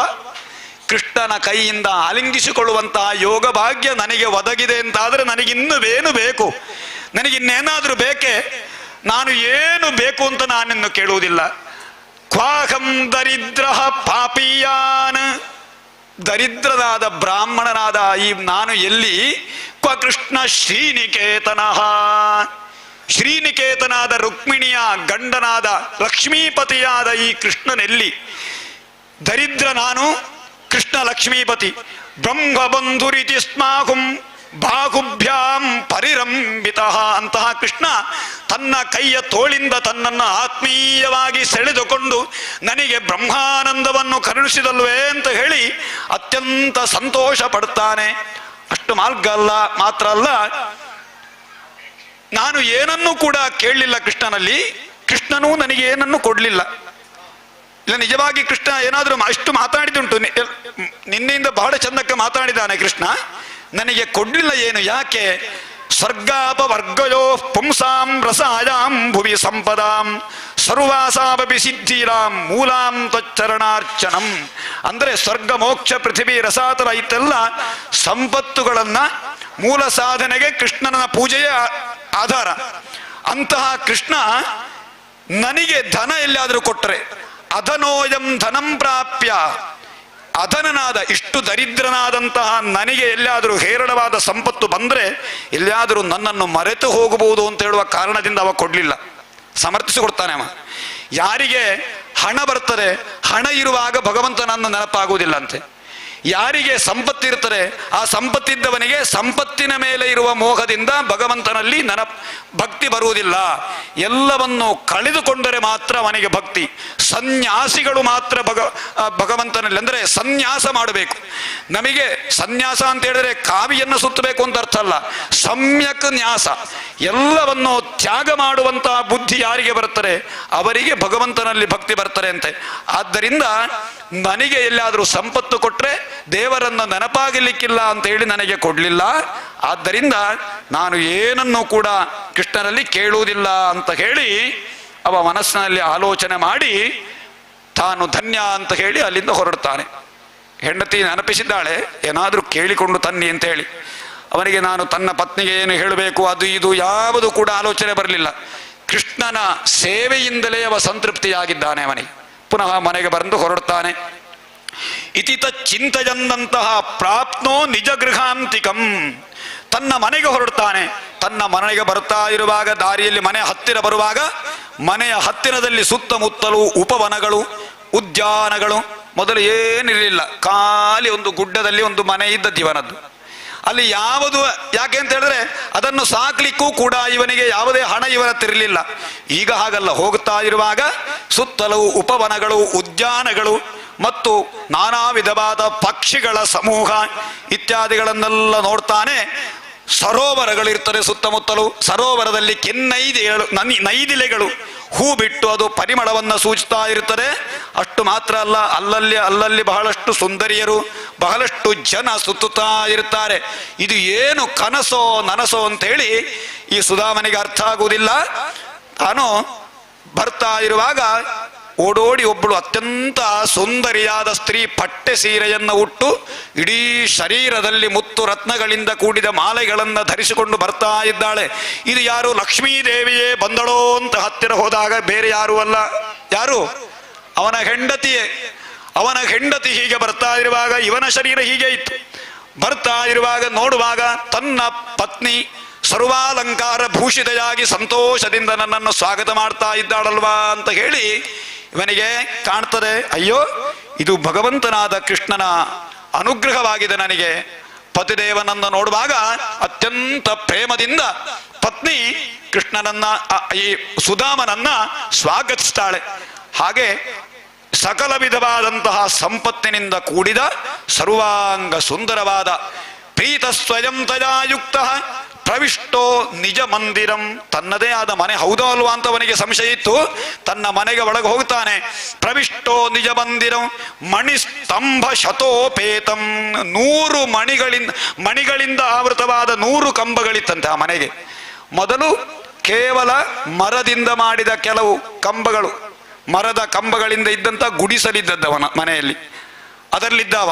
ಈಗ ಹಾಗಲ್ಲ, ಮುತ್ತು ರತ್ನಗಳಿಂದ ಶೋಭಿತವಾದ ಶತ ಸ್ತಂಭಗಳಿತ್ತಂತೆ ಆ ಮನೆಗೆ.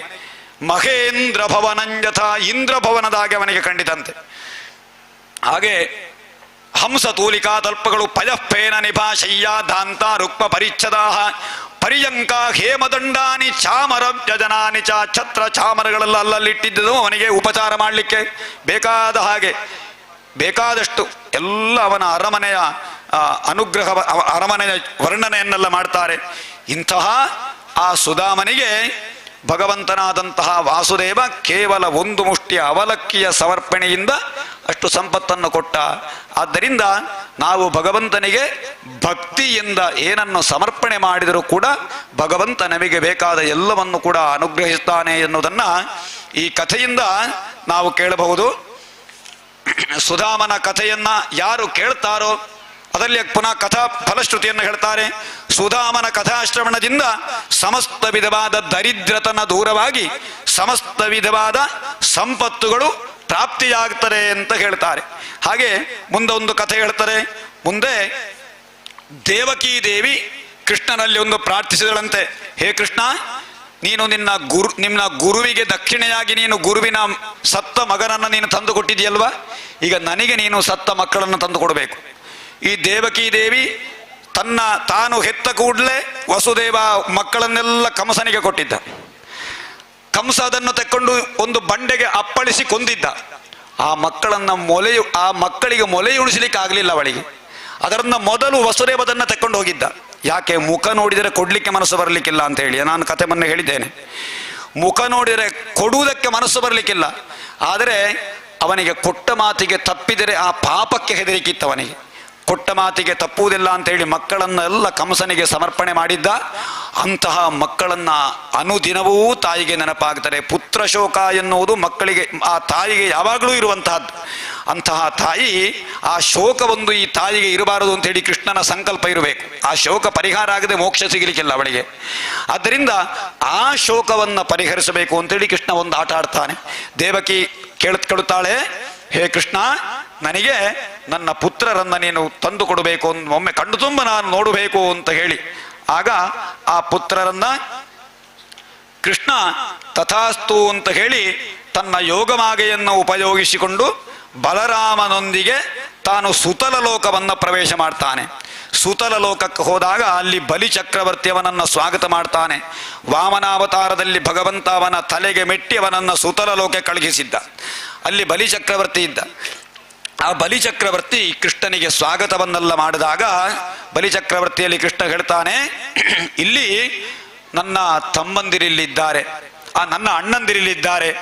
ಹೇ ರಾಜ, ಸ್ವಾಯಂಭುವ ಈ ಮಕ್ಕಳು ಯಾರು ಅಂತ ಹೇಳಿದ್ರೆ, ಸ್ವಾಯಂಭುವ ಮಂತರದಲ್ಲಿ ಪ್ರಜಾಪತಿಯಾಗಿದ್ದ ಮರೀಚಿಯ ಪತ್ನಿ ಊರ್ಣ ಎನ್ನುವಳ ಗರ್ಭದಿಂದ 6 ಜನ ಮಕ್ಕಳು ಹುಟ್ಟಿದ್ರಂತೆ. ಮರೀಚಿ ಮತ್ತು ಊರ್ಣ ಎಂಬುವ ದಂಪತಿಗಳಿಗೆ 6 ಜನ ಮಕ್ಕಳು ಹುಟ್ಟಿದ್ದರು. 6 ಜನ ಮಕ್ಕಳು ಕೂಡ ದೇವತೆಗಳೇ ಆಗಿದ್ದರಂತೆ, ದೇವತೆಗಳು. ಒಂದು ದಿವಸ ಬ್ರಹ್ಮ ತನ್ನ ಪತ್ನಿಯೊಂದಿಗೆ ವಿರಾಜಮಾನನಾಗಿದ್ದಾಗ, ಬ್ರಹ್ಮನ ಪತ್ನಿ ಯಾರು? ವಾಣಿ. ಆ ವಾಣಿ ಯಾರು? ನಿಜವಾಗಿ ಬ್ರಹ್ಮ ಸೃಷ್ಟಿಸಿದಂತಹ ಸ್ವರೂಪ. ಆದ ಕಾರಣ ಅವಳು ಮಗಳಾಗ್ತಾಳೆ. ಆದ್ದರಿಂದ ಈ ಬ್ರಹ್ಮ ತನ್ನ ಮಗಳನ್ನೇ ವಿವಾಹವಾಗಿದ್ದಾನೆ, ಮಗಳೊಂದಿಗೆ ಇದ್ದಾನೆ ಅಂತ ಹೇಳುವಂತಹ ರೀತಿಯಲ್ಲಿ ಈ ಪರಿಹಾಸ್ಯ ಮಾಡಿದರಂತೆ. ಯಾರು? ಈ 6 ಜನ ಮಕ್ಕಳು. ಆ 6 ಜನ ಮಕ್ಕಳಿಗೆ ಬ್ರಹ್ಮ ಶಾಪ ಕೊಡ್ತಾನೆ, ನೀನು ಅಸುರ ಯೋನಿಯಲ್ಲಿ ಹುಟ್ಟು ಅಂತೇಳಿ. ಹಾಗೆ ಹಿರಣ್ಯಕಶ್ಯಪುವಿಗೆ ಪುತ್ರನಾಗಿ, ಪ್ರಹ್ಲಾದನಲ್ಲದೆ 6 ಪುತ್ರನಾಗಿ ಮೊದಲು ಹುಟ್ಟುವಂತಹ ಸಂದರ್ಭದಲ್ಲಿ ಆ ಪುತ್ರರನ್ನ ಯೋಗಮಾಯೆ ಅಲ್ಲಿಂದ ತಂದು ದೇವಕಿಯ ಗರ್ಭದಲ್ಲಿ ಇರಿಸಿದ್ದಳಂತೆ ಮೋಕ್ಷಕ್ಕಾಗಿ. ಅದಕ್ಕೋಸ್ಕರವಾಗಿ ಅವರು ಕೂಡಲೇ ಸಾಯಬೇಕು ಅಂತ ಹೇಳುವಂತಹ ನಿರ್ಣಯ ಇತ್ತು. ಆ ಕೊಂದು ಹಾಕಿದಂತಹ ಕಂಸ ಕೊಂದು ಆ ದೇವಕಿಯ ಗರ್ಭದಲ್ಲಿರುವಂತಹ 6 ಜನ ಮಕ್ಕಳು ಹುಟ್ಟಿದ ತಕ್ಷಣ ಕಂಸನಿಂದ ಸತ್ತು ಹೋದರು. ಅವರ ಹೆಸರು ಸ್ಮರ, ಉದ್ಗೀತ, ಪರಿಶ್ವಂಗ, ಪತಂಗ, ಕ್ಷುದ್ರಭೃತ್, ಘೃಣಿ ಎಂದು 6 ಹೆಸರಿನ ಮಕ್ಕಳವರು. ಆ 6 ಜನ ಮಕ್ಕಳನ್ನ ಬಲಿಚಕ್ರವರ್ತಿಯಿಂದ ಅವರು ಸುತಳ ಲೋಕಕ್ಕೆ ಹೋಗಿದ್ರು ಸತ್ತ ತಕ್ಷಣ. ಹಾಗೆ ಸುತಳ ಲೋಕದಿಂದ ಆ ಮಕ್ಕಳನ್ನ ತಂದು ದೇವಕಿಯ ಕೈಗೆ ಕೊಡ್ತಾನೆ ಕೃಷ್ಣ. ದೇವಕಿಗೆ ಆ ಮಕ್ಕಳನ್ನ ಕಂಡು ತನ್ನಿಂದ ತಾನೇ ವಾತ್ಸಲ್ಯದಿಂದ ತನ್ನ ಸ್ತನದಿಂದ ಹಾಲು ಸುರಿಸಲಿಕ್ಕೆ ಪ್ರಾರಂಭ ಆಗ್ತದೆ. ತನ್ನ ಬಯಕೆಯಂತೆ ಆ 6 ಜನ ಮಕ್ಕಳನ್ನು ತನ್ನ ತೊಡೆಯ ಮೇಲೆ ಕುಳ್ಳಿರಿಸಿ ಹಾಲನ್ನು ಉಣಿಸ್ತಾಳೆ. ಕಣ್ಣು ತುಂಬ ನೋಡ್ತಾಳೆ, ಕಣ್ಣು ತುಂಬ ಬಾಯಿ ತುಂಬ ಮುತ್ತನ್ನ ಕೊಡ್ತಾಳೆ, ಆಲಿಂಗಿಸ್ತಾಳೆ. ಅಯ್ಯೋ, ನೀವು ಸತ್ತು ಹೋದಂತಹ ಬಾಲಕರು ಮಕ್ಕಳು ನನಗೆ ಸಿಕ್ಕಿದರು ಅಂತೇಳಿ ಆ ತಾಯಿ ಸಂತೋಷ ಪಡುವುದನ್ನು ನೋಡಿ ಕೃಷ್ಣನಿಗೆ ಸಂತೋಷ ಆಗ್ತಾರೆ. ಅಮ್ಮ, ನಿಮಗೆ ಸಂತೋಷ ಆಯ್ತಲ್ವೇ ಅಂತ ಹೇಳಿ ಕೃಷ್ಣನಿಗೆ ಬಹಳಷ್ಟು ಸಂತೋಷ ಆಗ್ತದೆ. ಹಾಗೆ ಆ ದೇವಕಿಗೆ ನಿಜವಾಗಿ ಒಂದು ಮಾಯೆಯಿಂದ ಈ ಒಂದು ವ್ಯಾಮೋಹ ಆವರಿಸಿತ್ತು. ಈ ಮಾಯೆ, ಈ ವ್ಯಾಮೋಹ ಅವಳನ್ನು ಬಿಟ್ಟು ಹೋಗಬೇಕು ಅಂತೇಳಿ ಕೃಷ್ಣ ಮಾಡಿದಂತಹ ಒಂದು ಕೃಷ್ಣನ ಒಂದು ಮಾಯೆ ಇದು. ಅವನು ಈ ಒಂದು ಪ್ರಕರಣವನ್ನು ತಂದಿಟ್ಟ ಅಂತೆ. ಹಾಗೆ ದೇವಕಿ ತನ್ನ ಸತ್ತು ಹೋದ ಮಕ್ಕಳನ್ನು ಪುನಃ ಭರಿಸಿ ಅವರಿಗೆ ಪುನಃ ಆ ಬಾಲಕರು ಕೃಷ್ಣನಿಗೆ ವಸುದೇವವತ್ತು ದೇವರಿಕೆಯರಿಗೆ ಪ್ರದಕ್ಷಿಣೆ ಬಂದು ಅವರಿಗೆ ಹೋಗಲಿಕ್ಕೆ ಒಂದು ವಿಮಾನ ಬರ್ತಾರೆ. ಆ ವಿಮಾನವನ್ನೇರಿ ದೇವಲೋಕಕ್ಕೆ ಹೊರಟು ಹೋಗ್ತಾರೆ ಆ ಮಕ್ಕಳು. ಅಷ್ಟೇ, ಒಮ್ಮೆ ಅವಳಿಗೆ ಬೇಕಾದ್ದು ದೇವಕಿಗೆ ಅಷ್ಟೇ. ಮತ್ತೆ ಮುಂದೆ ಒಂದು ವೃಕಾಸುರನ ಕಥೆಯನ್ನು ಹೇಳ್ತಾರೆ. ವೃಕಾಸುರ ಎನ್ನುವವ ಅವ ಬಹಳ ಪರಾಕ್ರಮಿ. ಕೇಳಿದನಂತೆ, ನನಗೊಂದು ವರ ಬೇಕು. ನಾರದ ಮಹರ್ಷಿಗಳಿಗೆ ಕೇಳ್ತಾನೆ, ಬ್ರಹ್ಮನತ್ತರ ವರ ಕೇಳಬೇಕೋ, ಶಿವ ದೊಡ್ಡವನೋ ವಿಷ್ಣು ದೊಡ್ಡವನೋ ಅಂತ ಕೇಳಿದಾಗ, ಅತ್ಯಂತ ಬೇಗ ವರ ಕೊಡುವವನು ಯಾರು ಅಂತ ಕೇಳಿದಾಗ ಶಿವ ಅಂತ ಹೇಳ್ತಾರೆ ನಾರದರು. ಸರಿ, ಶಿವನನ್ನ ತಪಸ್ಸು ಮಾಡ್ತಾನೆ ವೃಕಾಸುರ. ಕೇದಾರ ಅಂದರೆ ಪರಶಿವನ ಕ್ಷೇತ್ರ, ಅದು ಕೇದಾರ ಅಲ್ವಾ? ಕೇದಾರದಲ್ಲಿ ಹೋಗಿ ಅಲ್ಲಿ ಒಂದು ಯಜ್ಞ ಮಾಡ್ತಾನೆ. ಯಾರು? ವೃಕಾಸುರ. ಯಜ್ಞ ಮಾಡುವಾಗ ಅವನ ಯಜ್ಞದಲ್ಲಿ ಹವಿಸ್ಸು ಯಾವುದು ಅಂತ ಹೇಳಿದ್ರೆ ಅವನ ಅಂಗಗಳೇ, ಅವನ ಕೈ ಕಾಲುಗಳು, ಅವನ ಶರೀರದಲ್ಲಿರುವ ಎಲ್ಲ ಅಂಗಗಳನ್ನು ತುಂಡು ತುಂಡು ತುಂಡು ತುಂಡು ಮಾಡಿ ಯಜ್ಞಕ್ಕೆ ಹೋಮಿಸ್ತಾನೆ, ಶಿವ ಪ್ರತ್ಯಕ್ಷ ಆಗಬೇಕು ಅಂತ ಹೇಳಿ. ಕೊನೆಗೆ ಎಲ್ಲ ಸಮರ್ಪಣೆ ಮಾಡಿ ಆಮೇಲೆ 6 ದಿನ ಕಳೆದು 7ನೇ ದಿವಸ ಕೇದಾರ ತೀರ್ಥದಲ್ಲಿ ಸ್ನಾನ ಮಾಡಿ ತನ್ನ ತಲೆಯನ್ನೇ ಶಿವನಿಗೆ ಸಮರ್ಪಣೆ ಮಾಡ್ತೇನೆ ಅಂತ ಹೊರಡುವಾಗ ಶಿವ ಪ್ರತ್ಯಕ್ಷರಾಗಿ, ಸಾಯ್ಬೇಡ ಮಾರಾಯ, ಏನು ಬೇಕು ಅಂತ ಕೇಳ್ಕೊಳ್ತಾನೆ. ಆಗ ವೃಕಾಸುರ ಅಹಂಕಾರಿ ಅವ ಹೇಳ್ಕೊಳ್ತಾನೆ, ನಾನು ಯಾರ ತಲೆಗೆ ಕೈ ಇರಿಸ್ತೇನೋ ಅವರು ಸಾಯಬೇಕು ಅಂತೇಳಿ ವರ ಕೇಳ್ತಾನೆ.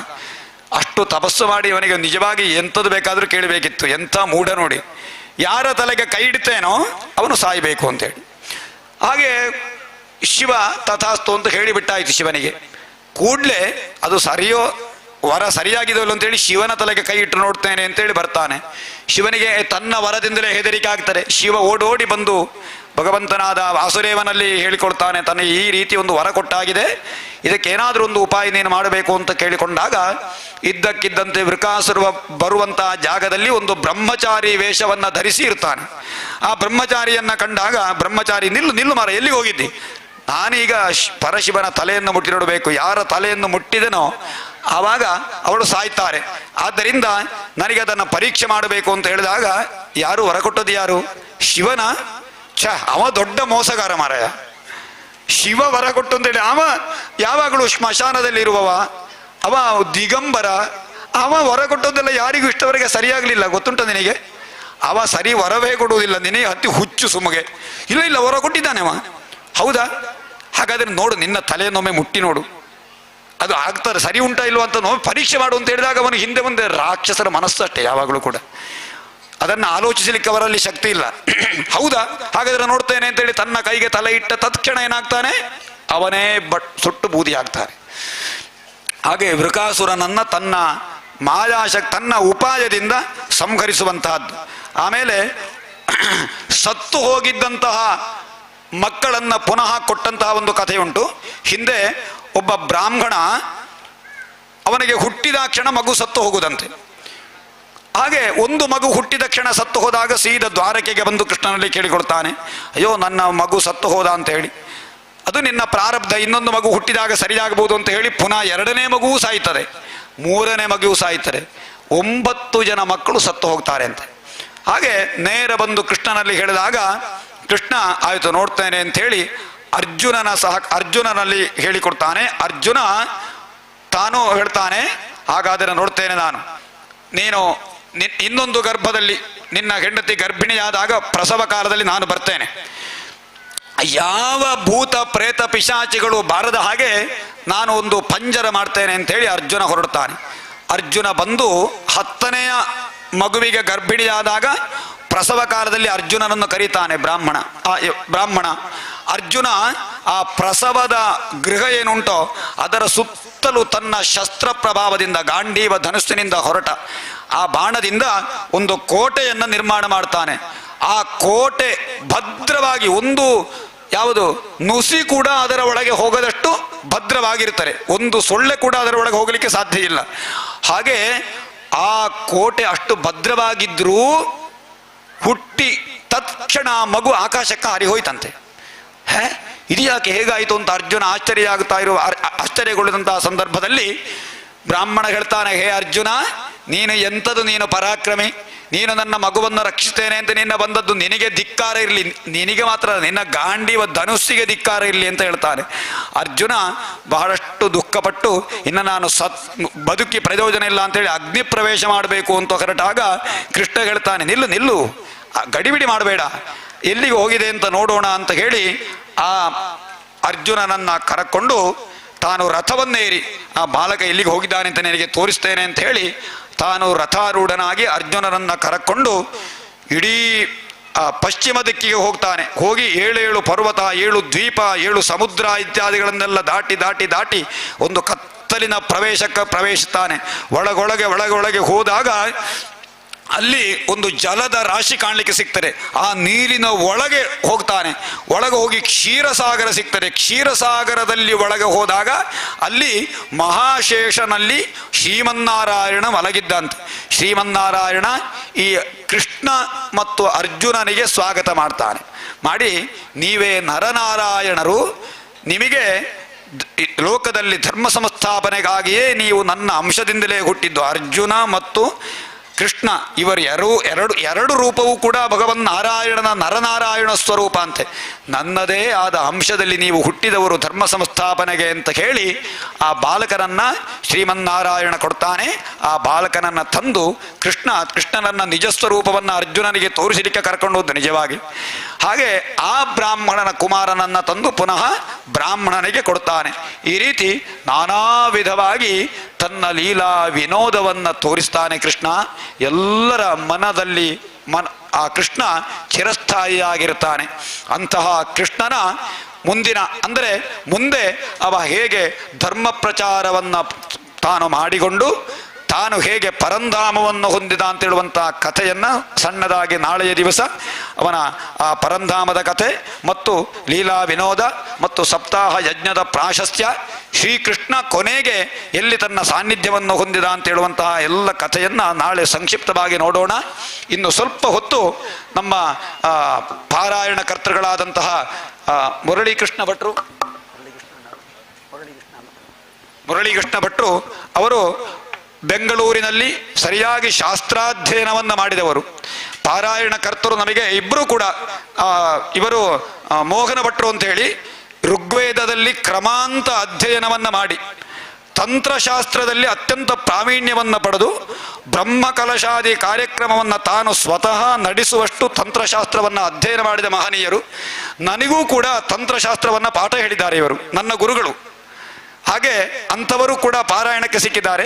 ಮುರಳೀಕೃಷ್ಣ ಭಟ್ರು ಸ್ವತಃ ತಾನು ಬಹಳಷ್ಟು ಕಡೆ ಪ್ರವಚನವನ್ನು ಮಾಡಿದ್ದಾರೆ, ಎಷ್ಟೋ ಕಡೆ ಪಾಠವನ್ನು ಕೂಡ ಮಕ್ಕಳಿಗೆ ಮಾಡಿದ್ದಾರೆ. ಸಂಸ್ಕೃತ ಪಾಠವನ್ನು ಮಾಡಿ ವೇದ ಅಧ್ಯಯನವನ್ನು ತಾನು ಸ್ವತಃ ಮಾಡಿ ತಾನು ಪ್ರಯೋಗಾಧ್ಯಯನವನ್ನು ಮಾಡಿದಂತಹ ಇಬ್ಬರು ಪಾರಾಯಣಕರ್ತರು ಕೂಡ ನಮಗೆ ಸಿಕ್ಕಿದ್ದಾರೆ. ಅದು ನಮ್ಮ ಯೋಗ ಸುಯೋಗ. ಹಾಗೆ ಅವರ ಆಶೀರ್ವಾದವೂ ಕೂಡ ಬೇಕು. ಹಾಗೆ ಈ ಒಂದು ಎಲ್ಲದಕ್ಕೂ ಕೂಡ ಶೋಭೆ ಅಂತ ಹೇಳಿದ್ರೆ ಕಾರಂತರು ಅವರು ಕೂಡ ಈ ಒಂದು ಕಾರ್ಯ ಆಗಬೇಕಾದ್ರೆ ಹೇಗೆ ಮಾಡಿದರೆ ಈ ಕಾರ್ಯಕ್ರಮ ಎಲ್ಲರಿಗೂ ಎಲ್ಲರ ಮನಸ್ಸು ಮುಟ್ಟಿತು ಅಂತ ಹೇಳುವಂತಹ ಕಲ್ಪನೆ ಅವರದ್ದು. ಅದು ಭಗವಂತನ ಪ್ರಚೋದನೆ, ಕಲ್ಪನೆ.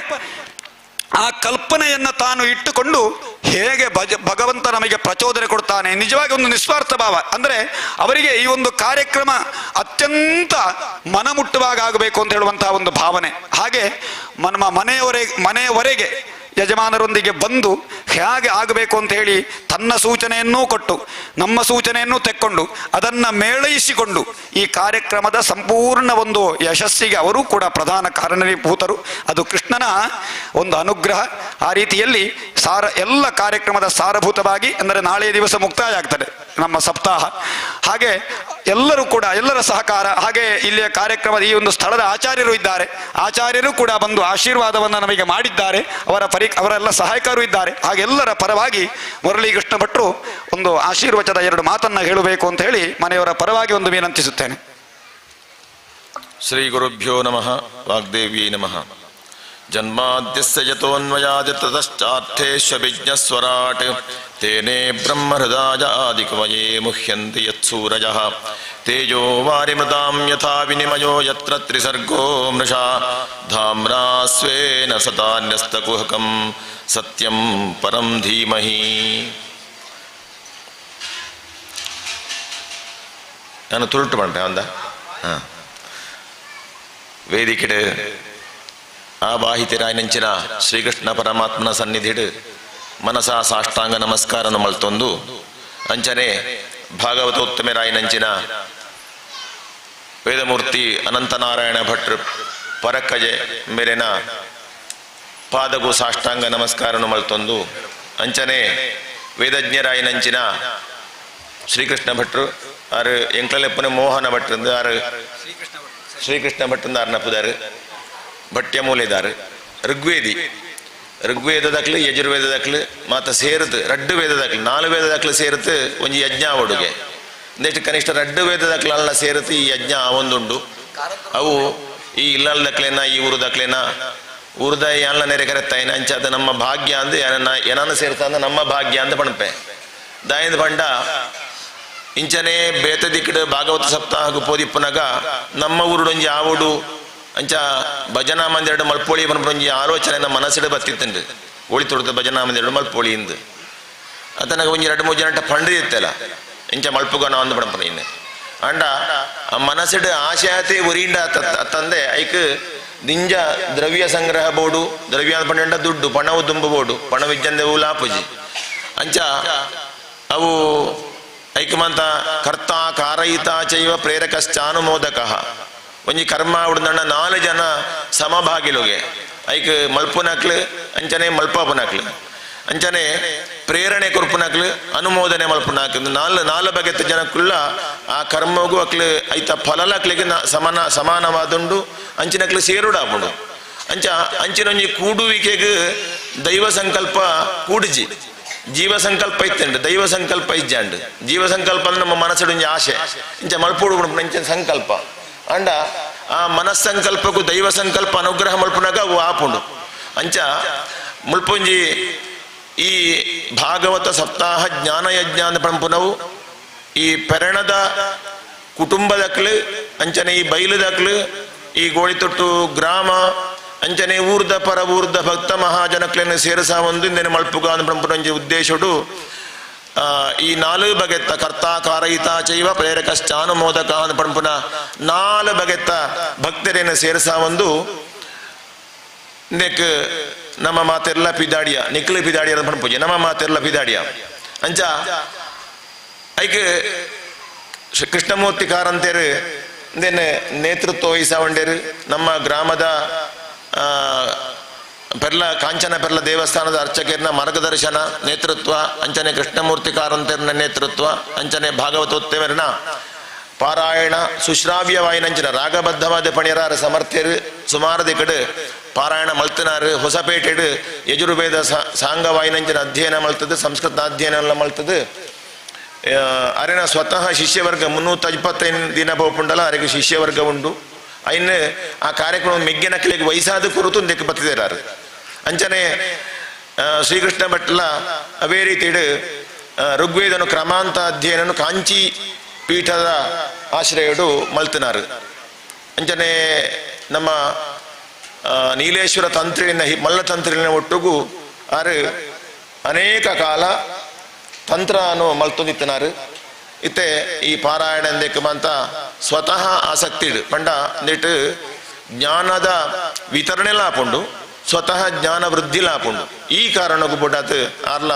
ಎಂದೇಕ್ ಮನಪೂರ್ವಕವಾದ ಬತ್ತದು ನಿಕ್ಲೆನ ಸ್ವಾಗತ ಆದರ ಆತಿಥ್ಯ ಉಪಚಾರಣೆನು ಶಕ್ತಿ ಮೀರದು ಮಲ್ತದಾರು ಇಲ್ಲಲ್ದಕ್ಲು ಊರದಕ್ಲು ಅಂದಕ್ಕೆ ಸೇರ್ನಂಚಿನ ಕಾರ್ಯಕರ್ತರು ಬಂತ ಐನ ಸ್ವೀಕಾರ ಮಲ್ತದಾಕ್ಲು ಬತ್ತದೇರು ಇಂದಿನ ಮಾತ ಎಲ್ಲೇ ಪಣೋಡ ಐನ ಎಲ್ಲದ ಸಮಯ ಯಾರಂದ ಪಣ ಕಾರಣಕ್ಕೂ ಬಿಡಾತ್ ಇಡೀ ಒಂಜಿ ಸಾರಾಂಶ ರೂಪವಾತ್ ಈ ಕಾರ್ಯಕ್ರಮದ ಆಯೋಜಕರನ್ನ ಪರಮಾತ್ ಅಕ್ಲೆಗ್ ನಮ್ಮ ಊರಿಗೂ ಬತ್ತಿನ ಆ ವೇದಜ್ಞರಿಗೆ ನಮ್ಮ ಒಂಜಿ ಹೃತ್ಪೂರ್ವಕವಾಯಿನಂಚಿನ ಧನ್ಯವಾದನು ಮನಸ ಮುಳ್ಪಡ್ದೆ ವಚಸ ಮನಸ ಅಂಚನೆ ತ್ರಿಕರಣ ಪೂರ್ವಕವಾದ ಪಣದು ಕೈ ಮುಗಿದು ಕಾರಿಗೆ ಬೂರುತು ಇಂದೇನು ಮಂತ ಬುಕ್ಕ ಕಾಲ ಕಾಲಗೂ ಬೋಡ ಇಲಾಖೆ ಮಲ್ಪೆರ ಉಂಡು ಅಂಚ ಅಕ್ಲೆಗ ಒಂಜಿ ಧನ್ಯವಾದನು ಹೃತ್ಪೂರ್ವಕವಾದ ಪ್ರಥಮವಾದ ಸಮರ್ಪಣೆ ಮಲ್ತೊಂದು ಈ ಜ್ಞಾನ ಯಜ್ಞ ಪಣಪುಂಚಿನ ಪುದರ್ ಇಂದೇನು ಗೊನೆ ಮುಹೂರ್ತದ ಅಪ್ಪಗ ಕೆಲವೇ ಜನ ಇತ್ತೇರು ಅಪ್ಪಗ ಒಂಜಿ ಪಣೋಡು ಪಂಡೇರು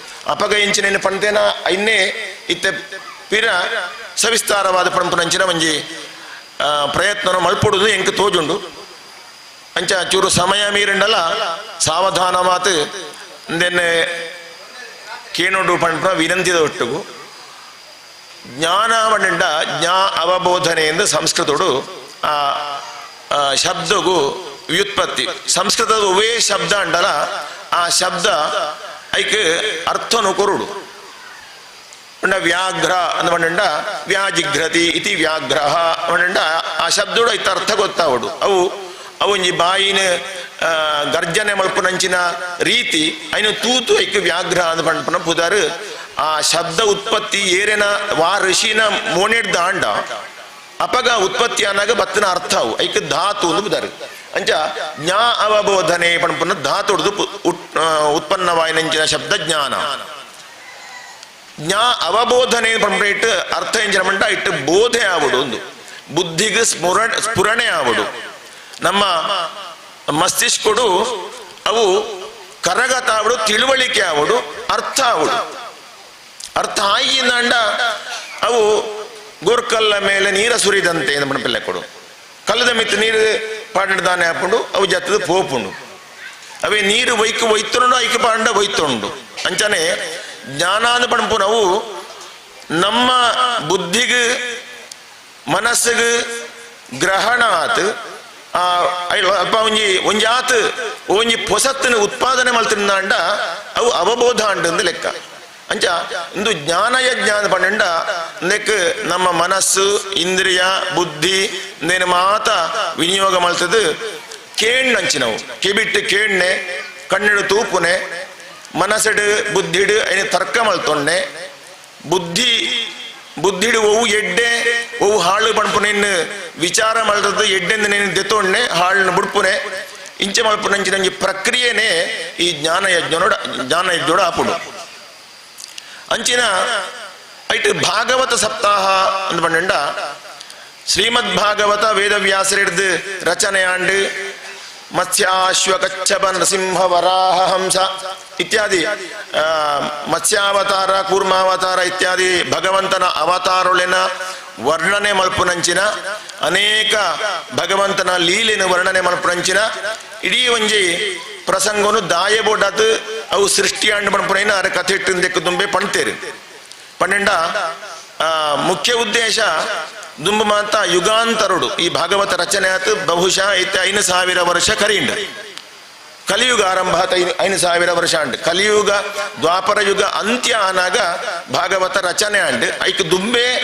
ಚತುಶ್ಲೋಕಿ ಭಾಗವತ ಅನ್ನ ಪಂಡತ್ ಬ್ರಹ್ಮನ ಮುಕ್ಕೊಡ್ದು ಬತ್ತಂಡು ಐನ ನಾರದಿರು ವೇದವ್ಯಾಸರಿಗೆ ಪಂಡೆರು ಇಂದೆನ್ನೆ ಆಧಾರುಡು ವಿಸ್ತಾರವಾತಿ ಈ ಭಾಗವತ ರಚನೆ ಮಲ್ತಂಡ ಅಂಡ ಒಂದು ನಿನ್ನ ಒಂಜಿ ಮನಸ್ಸದ ಬೇಗುದಿ ವೇದವ್ಯಾಸರಿಗೆ ಆತನೇಟ ಇತ್ತು ನಂಚಿನ ಮನಸ್ಸಲ್ಲಿ ಒಂಜಿ ಯಾನ ಈತ ಮಾತ ಬರೆಯೇ ಅರ್ ವೇದನು 4 ವಿಭಾಗ ಮಲ್ತೇರು ಐನು ಒರಿಪಾವುಡು 4 ಜನ ಶಿಷ್ಯರಿಗೆ ಬೇತೆ ಮಲ್ತದು ಕೊರಿಯರು ದಾಯನ್ ಪಂಡ ನನತ ಕಾಲುಡು ಕಲಿಯುಗೊಟ್ಟು ಜನಕ್ಕಳಿಗೆ ಬುದ್ಧಿಶಕ್ತಿ ಜ್ಞಾನಶಕ್ತಿ ಮಂತ ಕಮ್ಮಿ ಇಪ್ಪುಂಡು ದುಂಬು ಮಂತ ಕೇಂಡ ವರ ಕೇಂಡ ಬುಕ್ ಐನು ಧಾರಣೆ ಮಲ್ತು ಇತ್ತೇರು ಅಕ್ಲೆಗೆ ಬರವು ಬುಡ್ಚಂಡು ಲಿಪಿ ಪಂಪನ ಉತ್ಪನ್ನ ಆಯ್ನೇ ಬುಕ್ ವೇದವ್ಯಾಸರು ಏಪ ಮಹಾಭಾರತನು ಬರೆಯರ ಅತಂಡ ರುಕ್ಮಿಣಿ ಏಪ ಕೃಷ್ಣಗ ಪತ್ರ ಬರೆಯರ ಅಪಗ ಲಿಪಿ ಉತ್ಪನ್ನ ಆಯ್ನೆ ರಾಮಾಯಣ ಕಾಲುಡು ಲಿಪಿ ಇಜ್ಜಾಂಡ್ ಕೇವಲ ಮುದ್ರೆ ಇತ್ತು ನಾತೆ ಐಕ್ ನಂಗೆ ಸಾಕ್ಷಿ ಎಂಚಿನ ಒಂದು ಪಂಡ ಶ್ರೀರಾಮ ದೇವರು ಹನುಮಂತನ ಮುಖೇನ ಮಾತ್ರ ತನ್ನ ಮುದ್ರೆದ ಉಂಗುರನು ಕಡಪುಡ್ನೆವು ಸಾಕ್ಷಿ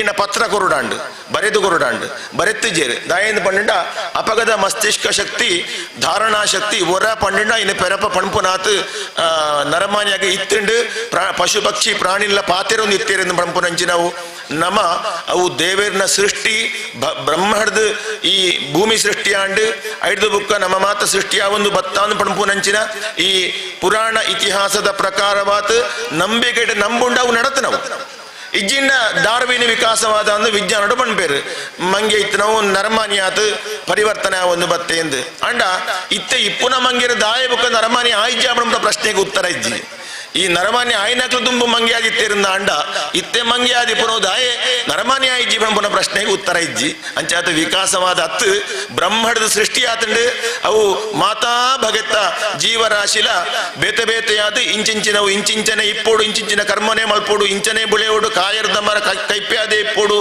ಕುಕ್ಕುದ ಮರತ್ತ ಪಟ್ಟದ ಚೀಪ್ಯಾದ ಇಪ್ಪೋಡು ಮಣ್ಪುನಂಚಿನ ನಿಯಮ ಅವು ದೇವರ ನಿಯಮ ಅವು ಇಂಚಿನ ಕಾಲುಡು ನರಮಾನ್ಯಾಗ ಪಶುಪಕ್ಷಿಗಳಿಗೆ ಪ್ರಾಣಿಗಳಿಗೆ ಉಪಯೋಗ ಆಪಿಲೇಕ ಆಬೋಡು ಅಂಚಾತ್ ಭಗವಂತೇಂದಿನ ಮಾತ್ರ ಸೃಷ್ಟಿ ಮಾಡ್ತದ ಅನ್ನಾಗ ಆ ಕೇರಿಗೆ ಸೃಷ್ಟಿ ಮಾಡ್ತಾನೆ ನರಮಾನ್ಯಾಗೆ ದಾಯಬಣ್ಣ ಈತ ಮಾತ್ರ ಸೃಷ್ಟಿ ಮಾಡ್ತೆ ದೇವು ವೈಕಲ್ಲ ಏನಾನು ಗೊತ್ತಾಪುಜಿ ವಾ ಪಶು ಪಕ್ಷಿಗಳ ಭಗವಂತ ಏನ್ ಮಾಡ್ಪುನ ವಿಷಯ ಗೊತ್ತಾಪುಜಿ ಅಣ್ಣ ಏನಾನು ತೂಪುನಂಚಿನ ಒಂಜಿ ಪ್ರಾಣಿ ಓಡತ್ತ ಅಂಚಾತ್ ಆಗ ಪಾತಿರೇರ ಶಕ್ತಿ ಕೊರುತು ತೆರಿಪುನಂಚಿನ ಶಕ್ತಿನ ಕೊರುತು ತೂಪುನಂಚಿನ ಶಕ್ತಿನೂ ಕೊರುತು ತಾನು ತೂಯಿನೇನು ತಿರಿಯುಣ್ಣೇನು ಬುಕ್ಕರೆಗೆ ಪಣಪುನಂಚಿನ ಶಕ್ತಿನೂ ಕೊರುತು ನರಮ್ಮನೆಯನ್ನು ಸೃಷ್ಟಿ ಮಾಡ್ತೆ ಅಂಚಾತ ಬ್ರಹ್ಮಾವಧಿಷಣಂ ಆ ಬ್ರಹ್ಮನ ತೂಪುನಂಚಿನ ಒಂಜಿ ಪ್ರಾಣಿ ವಿಶೇಷ ಬೋಡು ಪುನಃ ಕಾರಣವು ನರಮನೆ ಸೃಷ್ಟಿ ಮಾಡ್ತೇನೆ ಅಂಚಾತ್ ನರಮಾನಿ ಪಣಪುನವು ಏಕಕೋಶ ಜೀವಿಡ್ದು ಬಹುಕೋಶ ಜೀವಿಯಾತ್ ಮಂಗಡ್ದು ಮಾನವಯಾತ್ ಬತ್ತನ ಒತ್ತು ಆ ಒಂಜಿ ವಿಜ್ಞಾನಡು ಓದನವು ಸುಳ್ಳು ನಿನಿ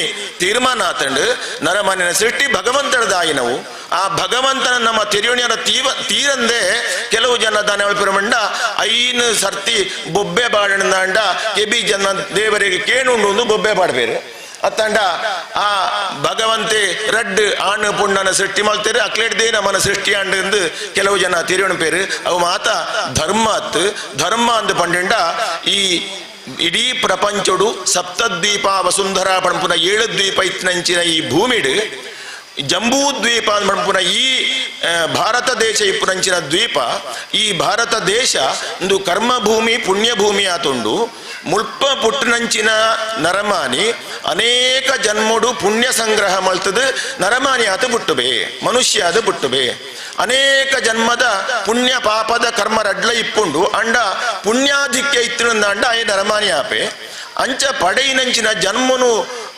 ಸರಿಯಾದ ವಿನಿಯೋಗ ಮಲ್ಪುಂಡ ಆ ಬ್ರಹ್ಮನ್ ಆ ದೇವರೇನು ಆ ವಾಸುದೇವನ್ ಪರಬ್ರಹ್ಮನ್ ತೂಪುನಂಚಿನ ಪ್ರಯತ್ನ ಮಲ್ಪೊಡು ಪಂಡದು ಇಡೀ ಭಾಗವತದ ಇಡೀ ವೇದದ ಇಡೀ ಮಹಾಭಾರತದ ರಾಮಾಯಣದ ಮಾತ ಸಾರಲ ಅಂದುವೆ ದಾಯನ್ ಪಂಡ ವೇದುಡು ಪಂಡೇನು ವೇದ ಬೋಧನಕ್ಲೆಗೆ ಅರ್ಥ ಮಲ್ತುನೇರ ಕಷ್ಟ ಉಂಡು ಭಗವಂತೆ ಮುಲ್ಪ ಪಣಪೇರು ಅವು ಗಹನವಾಯಿನವು ಐನ ಆತ ಸುಲಭವಾದ ವೇದಾಧ್ಯಯನ ಮಲ್ಪುನೆ ವೇದ ಅರ್ಥಾಧ್ಯಯನ ಮಲ್ಪುನೆ ಅಂಚನೆ ಅರ್ಥಾಧ್ಯಯನ ಮಲ್ತನ ಏರಣ್ಣ ಕೇಂಡ ಐಕ್ ಸಂಶಯನು ಪರಿಹಾರ ಮಲ್ಪುನಂಚಿನ ಸಾಮರ್ಥ್ಯ ಬೋಡು ಐಕ್ ದೀರ್ಘವಾಯಿನಂಚಿನ ಅಧ್ಯಯನ ಬೋಡು ಈ ಅಧ್ಯಯನನು ಮಲ್ಪದನಕ್ಲೆಗೆ ವಾಸಾದಿ ಎಂದು ಕೇಂಡ ಇತಿಹಾಸ ಪುರಾಣಾಭ್ಯಾಂ ವೇದಂ ಸಮುಪಬ್ರಹ್ಮಯೇತ್ ಇತಿಹಾಸ ಅಂಚನೆ ಪುರಾಣ ಇಂದೇನು ಓದುದು ವೇದಡು ಓವು ಪಂತಂಡು ಐನು ನಮ್ಮ ತೇರಿಯು ನೋಡೊಂದು ಅಂಚ ಸುಲಭವಾದ ಮಾತೆರೆಗಳ ಮಾತಾ ರೀತಿದ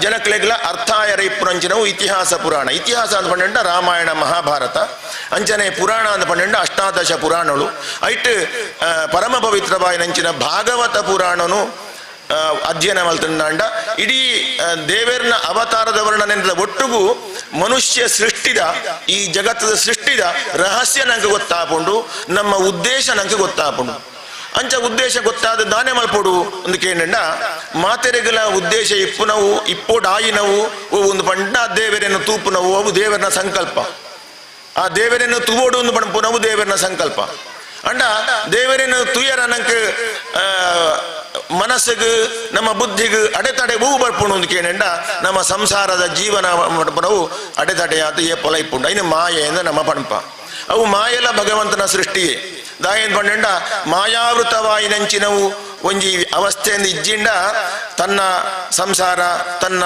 ಬುಡೆದಿ ತನ್ನ ಜೋಕ್ಲು ತನ್ನ ಆಸ್ತಿ ತನ್ನ ಐಶ್ವರ್ಯ ಅಂತಸ್ತು ನೀವು ಆ ಭಾವನೆ ಎಲ್ಲ ಬರಂದು ಈ ಭಾವನೆ ಪೂರ ಬರ್ಪುನವು ಮಾಯಾವರಣ ಅದಿಪ್ಪುನಾಗ ದಾಯ ಎಂದು ಪಂಡ ಒಂಜಿ ಗರ್ಭುಡಿಪ್ಪುನಂಚಿನ ಜೀವ ಅವು ಪಿಂಡಾಕೃತಿಯೇ ಎಡಿಪ್ಪುಂಡು ಅವು ಬುಕ್ಕ ಬುಳೆ ಒಂದು ಉರ್ಂಬ ಮಾಸುಡು ಆ ಗರ್ಭಾವಸ್ಥೆಡು ನಮ್ಮ ಮಾತಿರ್ಲ ಆ ಒಂಜಿ ಅವಸ್ಥೆಡು ಇತ್ತದ ಬುಕ್ಕ ಪಿದಾಯಿ ಬರ್ಪುನೆ ಆ ಸಮಯಡು ತನ್ನ ಪೂರ್ವಜನ್ಮದ ಕರ್ಮದ ಫಲವಾತ ತಾನು ಈ ಸ್ಥಿತಿಗೆ ಬತ್ತೆ ದೇವರೇ ಪೂರ್ವಜನ್ಮಡು ಯಾನ ನೀನ ನೆನಪು ಮಲ್ತೊಂದುಜ್ಜಿ ಎಂಕ್ ಇಂಚಿನ ಒಂಜಿ ಎಡ್ಡೆ ಜನ್ಮ ಕೊರಂಡಲ ಯಾನ ನೀನನ್ನು ಹೊರಲ ತುಯರ ಪ್ರಯತ್ನ ಮಲ್ತಜ್ಜಿ ನಿನ್ನ ನಾಮ ಸಂಕೀರ್ತನೆ ಮಲ್ತಜ್ಜಿ ಅತ್ತನ ನಿನ್ನ ಕುರಿತಾತ ತಪಸ್ಸು ಮಲ್ತಜ್ಜಿ ಇಂಚಿನ ಒಂಜಿ ವೇದನೆಡು ದಯಮಂಡ ಪೆರಪ ಅವೇ ಒಂಜಿ ರೀತಿದ ಜನ್ಮಗು ಯಾನ ಬತ್ತೊಂದುಳ್ಳೆ ದುಃಖೋಡು ಅವು ಇಪ್ಪುಂಡು ಆಂಡ ಏಪ ಗರ್ಭುಡ್ದು ಪಿದಾಯಿ ಬರ್ಪುಂಡ ಅಪಗ ಅವು ಪೂರ ಮರತು ಬೋಪುಂಡು ಅಂಚನೆ ಲಾಲನೆ ಪಾಲನೆ ಪೋಷಣೆ ಎಂದು ಮಾತಾತ್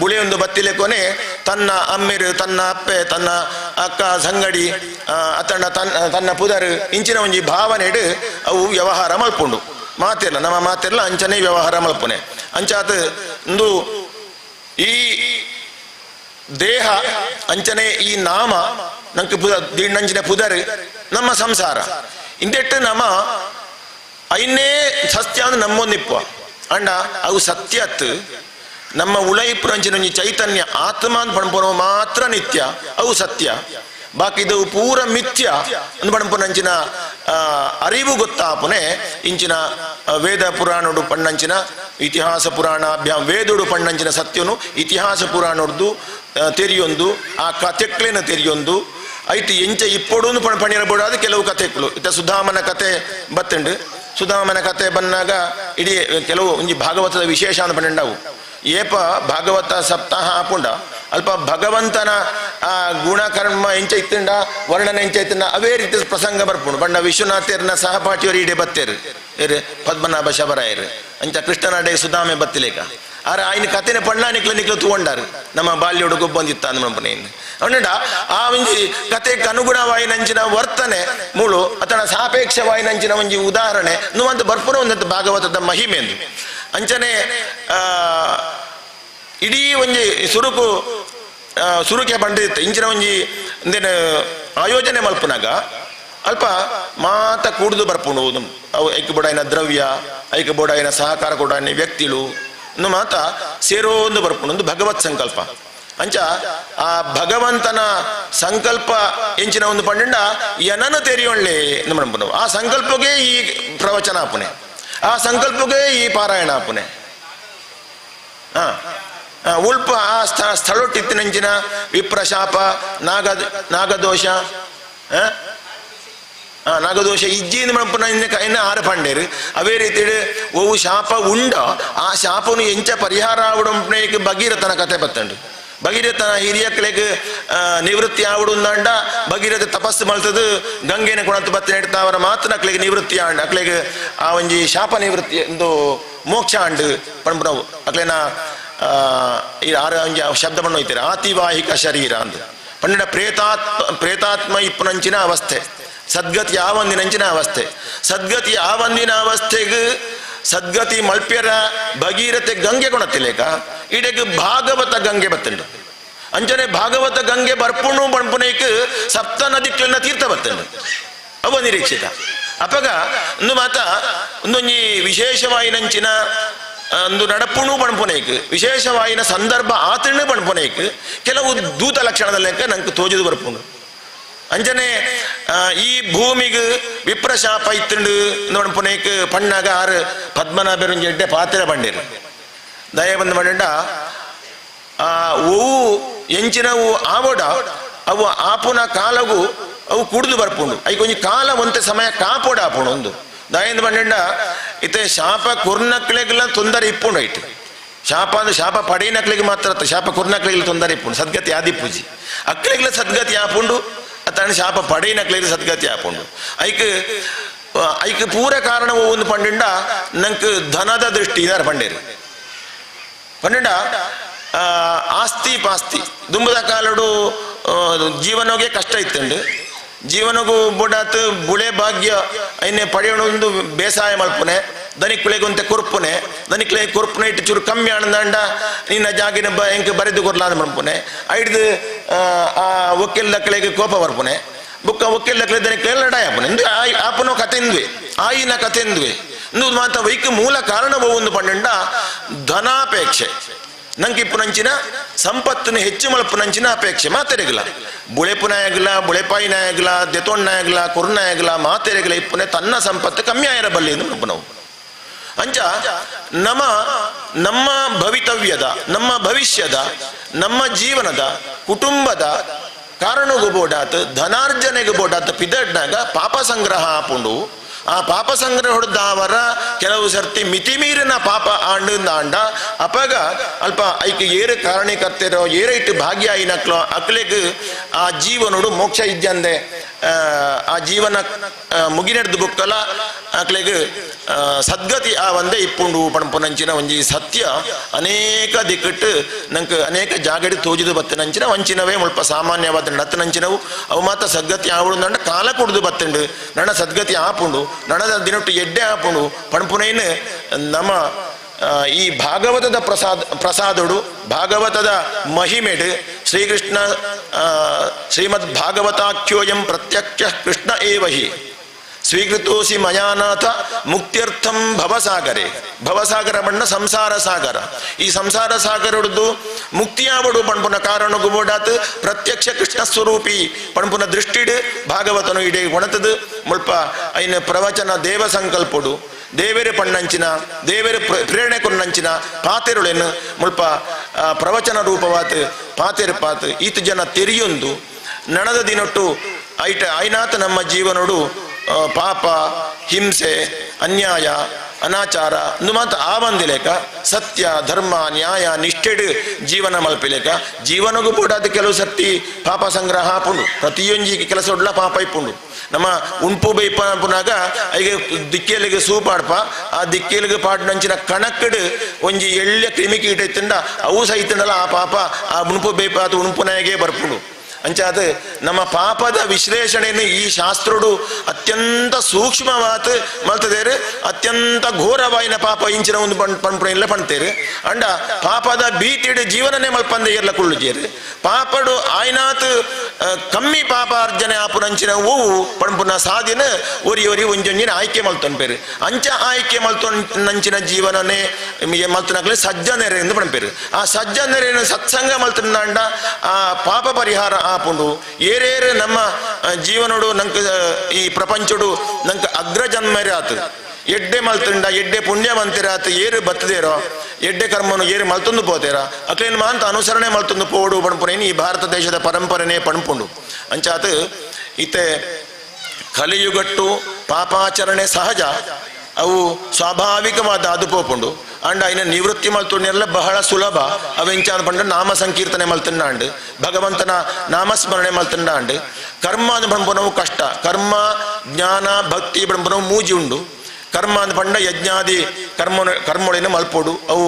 ವೇದೋಕ್ತವಾಯಿನಂಚಿನ ಕರ್ಮ ಕಷ್ಟ ಸಾಧ್ಯವಾಯಿನ ಮುಂದಾಂಡ ಅತನಗ ಭಕ್ತಿ ಮಾರ್ಗನು ಅನುಸರಣೆ ಮಲ್ಪೋಳಿ ಪಣಪೇರು ಪಂಡ ಜ್ಞಾನನು ಪಡೆಯುಡುಂದಾಂಡ ಜ್ಞಾನೋಡು ಪರಿಪೂರ್ಣವಾಯಿನಂಚಿನ ಪಡೆಯುವಿಕೆ ಬರಡುಂದಾಂಡ ಸಂಸಾರನು ಪೂರ್ತಿ ಬುಡುಟಾಪುಂಡು ಅಂಡ ಸಂಸಾರನು ಬುಡಿಯರ ಸಾಧ್ಯ ಇಜ್ಜಂದೆ ಸಂಸಾರನು ಅಭಿವೃದ್ಧಿ ಮಲ್ಪೊಡು ಮನ್ಪುನ ಮನಸ್ಸಿತ್ತೊಂದು ಇಹ ಜೀವನೋಡು ಎಡ್ಡೆ ಸಂಪತ್ತಿಡು ಬದುಕೊಡು ಮನ್ಪುನಂಚಿನ ಆಶೆ ಇತ್ತೊಂದು ಬದುಕೊಡುಂದಾಂಡ ಆತನಾಗ ಆಯ ಕರ್ಮನು ಮಲ್ಪೆರೆಲ್ಲ ಸಾಧ್ಯ ಇಜ್ಜಿ ಐಕ್ ಬಡತ್ ಭಕ್ತಿ ಮಾರ್ಗನು ಅನುಸರಣೆ ಮಲ್ಪೊಡು ದೇವರನ್ನ ಶ್ರವಣ ಸ್ಮರಣ ಕೀರ್ತನೆ ಅರ್ಚನ ವಂದನ ದಾಸ್ಯ ನಿರ್ಮಾತ ಮಲ್ತೊಂದು ಭಕ್ತಿ ಮಾರ್ಗೋಡು ಪೂರ್ಣಂದಾಂಡ ಅವು ಸುಲಭವಾಯಿನವು ಮಾತೆರೆಗಿಲ ಪಂಡಿತರೆಡ್ದು ಪಾಮರೆಗೆ ಮುಟ್ಟಲ ಬಹುಜ್ಞರ್ದು ಅಲ್ಪಜ್ಞಾಗ ಮುಟ್ಟಲ ಮಾತೆರೆಗಿಲ ಸುಲಭವಾಯಿನ ಸಾಧಿನ ಪಂಡ ಭಕ್ತಿ ಆ ಭಕ್ತಿನ ಈ ಭಾಗವತ ಗ್ರಂಥೋಡು ವಿವರಣೆ ಕೊಡ್ತೇರಿ ಐಕೆ ಬೇತೆ ಬೇತೆ ಉಪಕಥೆ ದೃಷ್ಟಾಂತದ ಮೂಲಕ ಮಾತು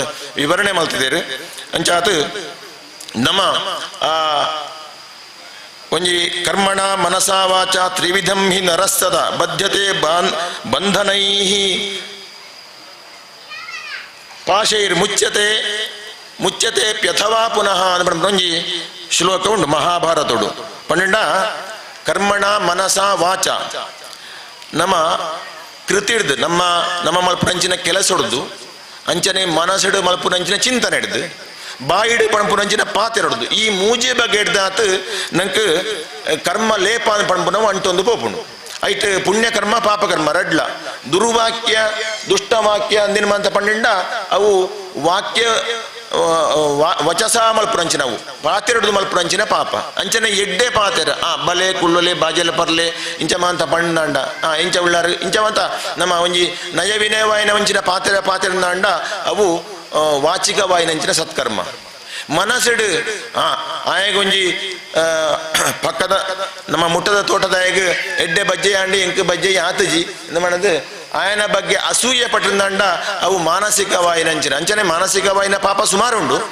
ಒಂಜಿ ಉದಾಹರಣೆ ಪಣ್ಯಾತಿ ಅಂಚನೆ ವಾಚಿಕವಾಯಿನ ಮಾನಸಿಕವಾಯಿನ ಅಂಚನೆ ಕೃತಿ ಕರ್ಮಣ ಅಂದ್ ಪಂಡ ಒರಿಯಾಗ ಹಾಕು ನಾವು ಅತ್ತಂಡ ಒರಿಯನ್ನ ಜಾಗೇನ ನಮ್ಮ ಸ್ವಾಧೀನ ಮಲ್ತೊಂಡು ಅತ್ತಂಡ ಐದು ಮಿಗಿಲಾದ ಮಲ್ಪುನಂಚಿನ ಪಾಪ ಉಂಡ ಇಟ್ಬಿಟ್ಟ ಕಲ್ಪನೆ ಮಲ್ತೊಂಡ್ಲೆ ನಂಗೆ ನಮ್ಮ ಜೀವನಕ್ಕೂ ಬಟ್ಟದ ಮಲ್ಪುನಂಚಿನ ಕರ್ಮಡು ಅಪುನಂಚ ಎಳ್ಳೆಳ್ಳೆ ಪಾಪತ್ತು ಮಹಾಪಾಪನ ಕಲ್ಪನೆ ಮಲ್ತೊಂಡ್ಲೆ ಅಂಚ ಕರ್ಮಣ ಮನಸ ವಾಚ ಈ ಮೂಜಿ ಬಗೆತ್ತ ಪಾಪ ಪುಣ್ಯ ಪಂಡ್ಬಿಟ್ಟ ರಡ್ಡೆ ಕರ್ಮಡು ನಮ್ಮ ಬಂಧನವಾದುಳ್ಳ ಐದಾದೇ ನಮ್ಮ ಈ ಇಂಚಿ ಜನ್ಮ ಬರ್ಪುಂಡು ಅಂಚನೆ ಬುಕ್ಕೊಂಜಿ ಜನ್ಮ ಬರ್ಪುಂಡು ಆ ಒಂಜಿ ಜನ್ಮಡು ಬುಕ್ಕೊಂಜಿ ಜನ್ಮ ಉತ್ತಮೋತ್ತಮೈನ ಜನ್ಮ ಆವಡು ದೇವರನ್ನು ತೂಪುನಂಚಿನ ಜನ್ಮ ಆವಡು ದೇವರನ್ನ ಸ್ಮರಣೆ ಬರ್ಪುನಂಚಿನ ಜನ್ಮ ಆವಡು ಆಶೆನ ಮಡೈಪೋಡು ಆ ಆಶೆಡು ಆ ಐಕ್ಯಬೋಡು ಆಯ್ನ ಪ್ರಯತ್ನ ನಮ್ಮ ಜೀವನ ಮಲ್ಪೋಡು ಐಕ್ಯ ಮಲ್ಪೋಡಂಡ ನಮ್ಮನ ಬಹು ಪುಣ್ಯ ಬಹು ನಮ್ಮನ್ನು ಪಾವನ ಮಲ್ಪೋಡು ಅಂತ ಕೇಳಂಡ ಯಜ್ಞೋದಾನಂ ತಪಶ್ಚೈವ ಯಜ್ಞ ದಾನ ತಪಸ್ಸು ಈ ಮೂಜಿ ಬಗೆತ್ತ ಕರ್ಮ ನಮ್ಮನ್ನು ಪಾವನ ಮಲ್ಪುಂಡು ಅಂಚಾದ ಇನಿ ಭಾಗವತ ಸಪ್ತಾಹ ಯಜ್ಞನು ಮಲ್ತದು ಪೆರಣ ಕುಟುಂಬಸ್ಥರು ಬೈಲದಾಕ್ಲು ಗ್ರಾಮದಾಕ್ಲು ಊರ ಪರಬೂರ್ದ ಮಹಾ ಭಕ್ತ ಜನಕ್ಲು ಮಾತಿರ್ಲ ಸೇರೊಂದು ಬತ್ತದು ಐಕ ತನು ಮನ ಧನವಾಯಿನ ಸೇವೆನ ಕುರಿತು ಮುಲ್ಪ ನೆಟ್ ಪರಿಪೂರ್ಣವಾದ ಭಾಗವಹಿಸಾತ್ ಅತ್ತಂಡ ಒಂಜೊಂಜಿ ದಿನ ಬತ್ತದ ಭಾಗವಹಿಸಾತ್ ಒಂಜಿ ನಾರಾಯಣ ಸ್ಮರಣೆ ನಾಳ್ಲ ಮಲ್ತೊಂದು ಬತ್ತದ ಪೋತು ಮಲ್ತನಂಚಿನ ಮಾತಾ ಭಕ್ತರಿಗೆ ಪ್ರತ್ಯಕ್ಷ ಭಾಗವತ ಸ್ವರೂಪಿಯಾಗಿ ನಂಚಿನ ಶ್ರೀಕೃಷ್ಣ ದೇವರು ಅಕ್ಲೇನ ಮಾತೆರ್ನ ಕರ್ಮ ಬಂಧನವನ್ನು ಬಿಡುಗಡೆ ಮಾಡ್ತದೆ. ಅಕ್ಲೆಗೆ ಉತ್ತರೋತ್ತರವಾಯಿ ನಂಚಿನ ಅಭಿವೃದ್ಧಿ ಅನುಗ್ರಹ ಐಶ್ವರ್ಯ ಅಂದಿನ ಕುರಿತು ಜೀವನುಡು ಆ ಭಗವಂತನ ಸ್ಮರಣೆ ಸರ್ವದಾ ಇಪ್ಪುಲೆಕ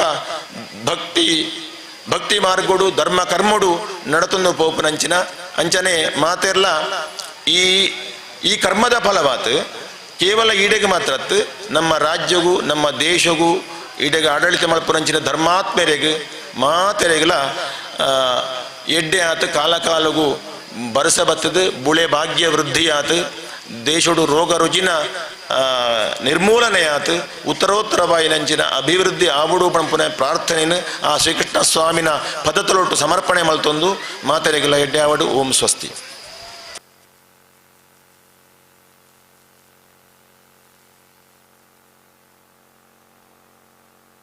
ಎಲ್ಲೇ ಬುಳ್ಪುಗು ಬೇಗ ಪ್ರವಚನ ಹಾಪುಂಡು 9 ಗಂಟೆಗೆ ಪ್ರವಚನ ಶುರು ಹಾಪುಂಡು ನಂಚ ಮಾತಿರ್ಲ ಐನಾತು ಬೇಗ ಬರೋಡು ಬತ್ತದ ಪ್ರವಚನ ಬುಕ್ಕ ಅವಭೃತ ಉತ್ಸವ ಮಾತ ಒಂಜಿ 11 ಗಂಟೆ 11:15 ಹಿಡಿದು ಉಳೈ ಹಾಪುಂಡು ಅಂಚ ಬತ್ತಿನ ಆಕಳಿಗೆ ಮಾತ ತೂಯರ ತಿಕ್ಕುಜಿ ಬುಕ್ಕ ಅಂಚ ಐನಾತು ಬೇಕ ಮಾತಿರ್ಲ ಬತ್ತದ 7 ಗಂಟೆಗೆ ಮಾತ ಬತ್ತದ ಒಂಜೊಂಜೆ ಕಾರ್ಯಕ್ರಮ ಬಾರಿ ಒಂಜಿ ವೈಭವಪೇತವಾದ ಆಪುಂಡು ಪೂಜೆ ಪಾರಾಯಣ ಪನೀತು ಎಲ್ಲದ ಪಾರಾಯಣಲ ಅಂಚನ 9 ಗಂಟೆ ಹಿಡಿದು ಒಂಜಿ ಪ್ರವಚನ ಒಂಜಿ 10 ಗಂಟೆಗೆ ಸಾಧಾರಣ ಅಂದಾಜಿ 10-12 ಉಳಾಯಿ ಮಂಗಳಾರತಿ ಆಪುಂಡು ದೇವರಿಗೆ. ಮಂಗಳಾರತಿ ಆದು ಮಹಾಮಂಗಳಾರತಿ ಆದು ಮುಲ್ಪಡದು ಆ ಕಲಶ ತೀರ್ಥ ಒಂಜಿ ಪಾತ್ರೆಗೆ ಮಾತ ಪಾಡ್ದು ಅಂಚನೆ ದೇವರನ ಮೂರ್ತಿ ಪೂಜೆ ಆಯನಂಚನ ಮಾತ ಮೂರ್ತಿಲ ಅಂಚನೆ ಆ ತೀರ್ಥಲ ದೆತ್ತೊಂದು ಬುಕ್ಕ ಅಂಚನೆ ಅಲ್ಪ ಏನಂಚಿನ ಆ ಬಿದಿರದ ಆ ಗಂಟು ಕೋಲು ಐನ ಮಾತ ದೆತ್ತೊಂದು ಮಾತ ಮಂಗಲ ಘೋಷಣ ವೇದ ಘೋಷಡು ಸೀದಾ ಮೆರವಣಿಗೆ ಆದ ನಮ್ಮ ಅವಭೃತ ಸ್ನಾನಕ್ಕೆ ಪಯರುಂಡು ಅಲ್ಪ ಪೋದು ದೇವರಿಗೆ ಅವಭೃತ ಸ್ನಾನ ಬುಕ್ಕ ಅಲ್ಪ ದೇವರಿಗೆ ಒಂಜಿ ಪೂಜೆ ಮಾತ ಆದ ಆ ದೇವರು ಮೀಟಿನಂಚಿನ ಒಂಜಿ ಆ ನೀರ್ಲ ಆ ತೀರ್ಥಲ ಐತೊಟ್ಟಿಗೂ ಕಲಶ ತೀರ್ಥ ಅಂಚನೆ ಸಪ್ತ ನದಿತ್ತ ತೀರ್ಥ ಇನ್ನು ಮಾತ ಒಂಜಿ ಪಾತ್ರೆಗೆ ಪಾಡ್ದು ಐಟ್ ಮಾತೆರೆಗಳ ಏರಿಗೆ ಬೋಡ ಹಾಕ್ಲಿಗೆ ಕೆಲವು ಜನಕ್ಕೆ ಬೋಡಂಡ ಪ್ರೋಕ್ಷಣೆ ಕೆಲವು ಜನಕ್ಕೆ ಮೀಯರ ಬೋಡಂಡ ಮೀಯರ ಒಂಜಿ ಚೆಂಬು ಪಾಡ್ನೆ ಆತೆ ಅಂಚ ಮಾತೆರೆಗಳ ಅವಕಾಶ ಕೊರಿಯರುಂಡು ಅಂಚ ಮಾತ ಮೀದು ಆ ದೇವರನ ಪ್ರಸಾದನ ಸ್ವೀಕಾರ ಮಾಡಪ್ಪಾರ ಅವಕಾಶ ಅವು ಬೇಕು ಒಪ್ಪನೆ 11 ತುಳ ಯಾಪುಂಡವು ಅಂಚ ಬುಕ್ಕ ಮೀಪನಾಕ್ಲಿಗೆ ಮಾತ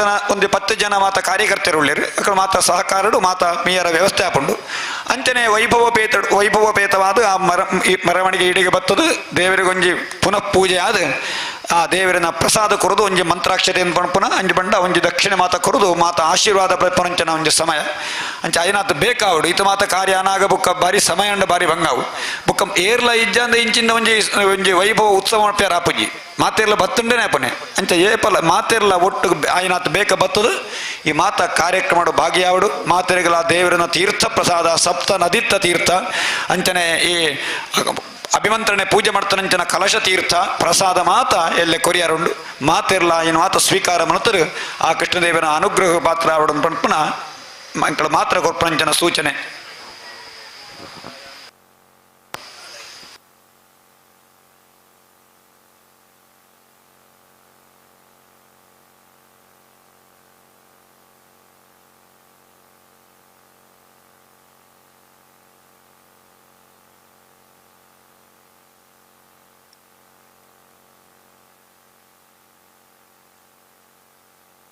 ಕಾರ್ಯಕರ್ತರು ಸುಮಾರು ಬೋರ್ಡ್ ಹಾಪುಂಡೆ ಎಲ್ಲೆ ಒಂಜೊಂಜಿ ಸಾಮಾನು ಮಾತ ಕೊಡ್ಯಾರ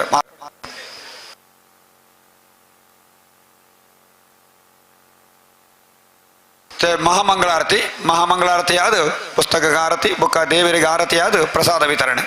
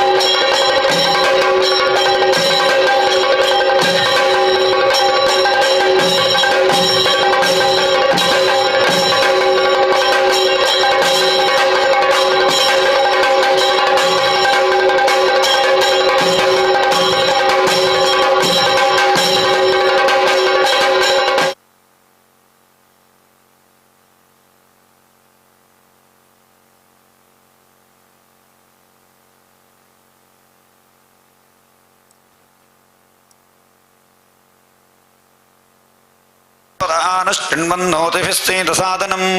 ಶ್ರೀ ವಿಘ್ನೇಶ್ವರಾಯ ನಮಃ.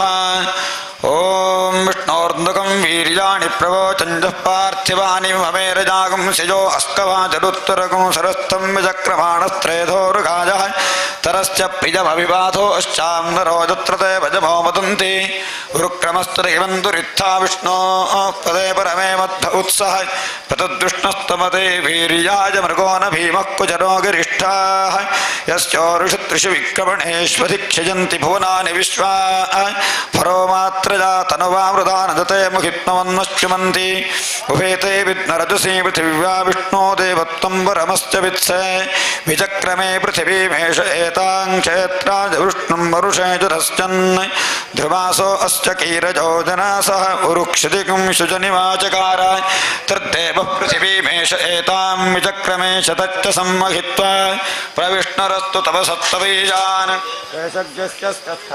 ನಾಮ ನಾರಾಯಣಾಯ ವಿದ್ಮಹೇ ವಾಸುದೇವಾಯ ಧೀಮಹಿ ತನ್ನೋ ವಿಷ್ಣುಃ ಪ್ರಚೋದಯಾತ್. ಯೋ ವೇದಾದೂಸ್ವರಃ ಪ್ರೋಕ್ತೋ ವೇದಾಂತೆ ಚ ಪ್ರತಿಷ್ಠಿತಃ ತಸ್ಯ ಪ್ರಕೃತಿಲೀನಸ್ಯ ಯ ಪರಃ ಸ ಮಹೇಶ್ವರಃ. ಮಾತಿರ್ಲ ಕೈ ಮುಗಿಯೊಂದು ದೇವರನ ಸನ್ನಿಧಾನಡು ಪ್ರಾರ್ಥನೆ ಮಾಡ್ಪುಗ. ನಾರಾಯಣ ನಮಸ್ತೇಸ್ತು ಶಂಖಚಕ್ರ ಗದಾಧರ ದಾಮೋದರಾರವಿಂದಾಕ್ಷ ಗೋವಿಂದ ಯದುನಂದನ. ನಮಸ್ತೆ ದೇವದೇವೇಶ ಶಂಖಚಕ್ರ ಗದಾಧರ ಭಕ್ತೇಚ್ಛೋಪಾತ್ತರೂಪಾಯ ಪರಮಾತ್ಮಂ ನಮೋಸ್ತುತೇ. ನಮಃ ಪಂಕಜನಾಭಾಯ ನಮಃ ಪಂಕಜಮಾಲಿನೇ ನಮಃ ಪಂಕಜನೇತ್ರಾಯ ನಮಸ್ತೆ ಪಂಕಜಾಂಘಜೇ. ದೇವದೇವ ಜಗನ್ನಾಥ ಗೋವಿಂದ ಪುರುಷೋತ್ತಮ ನಾರಾಯಣ ಹೃಷಿಕೇಶ ಪುಣ್ಯಶ್ಲೋಕಾಚ್ಯುತಾವ್ಯಯ.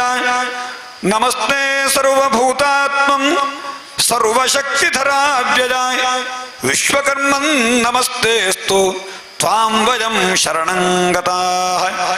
ನಮಸ್ತೆ ದೇವದೇವೇಶ ಪ್ರಪನ್ನಾರ್ತಿಹರಾವ್ಯಯ ಪ್ರಪನ್ನಾನ್ ಪಾಹಿನಃ ಕೃಷ್ಣ ನಿರ್ವಿಣ್ಣಾನ್ ಘೋರ ಸಂಸೃತೆ. ಕೃಷ್ಣಾಯ ವಾಸುದೇವಾಯ ಹರಯೇ ಪರಮಾತ್ಮನೆ ಪ್ರಣತ ಕ್ಲೇಶನಾಶಾಯ ಗೋವಿಂದಾಯ ನಮೋ ನಮಃ. ನಾರಾಯಣಾಯ ಋಷಜೇ ಪುರುಷಾಯ ಮಹಾತ್ಮನೆ ವಿಶ್ವೇಶ್ವರಾಯ ವಿಶ್ವಾಯ ಸರ್ವಭೂತಾತ್ಮನೇ ನಮಃ.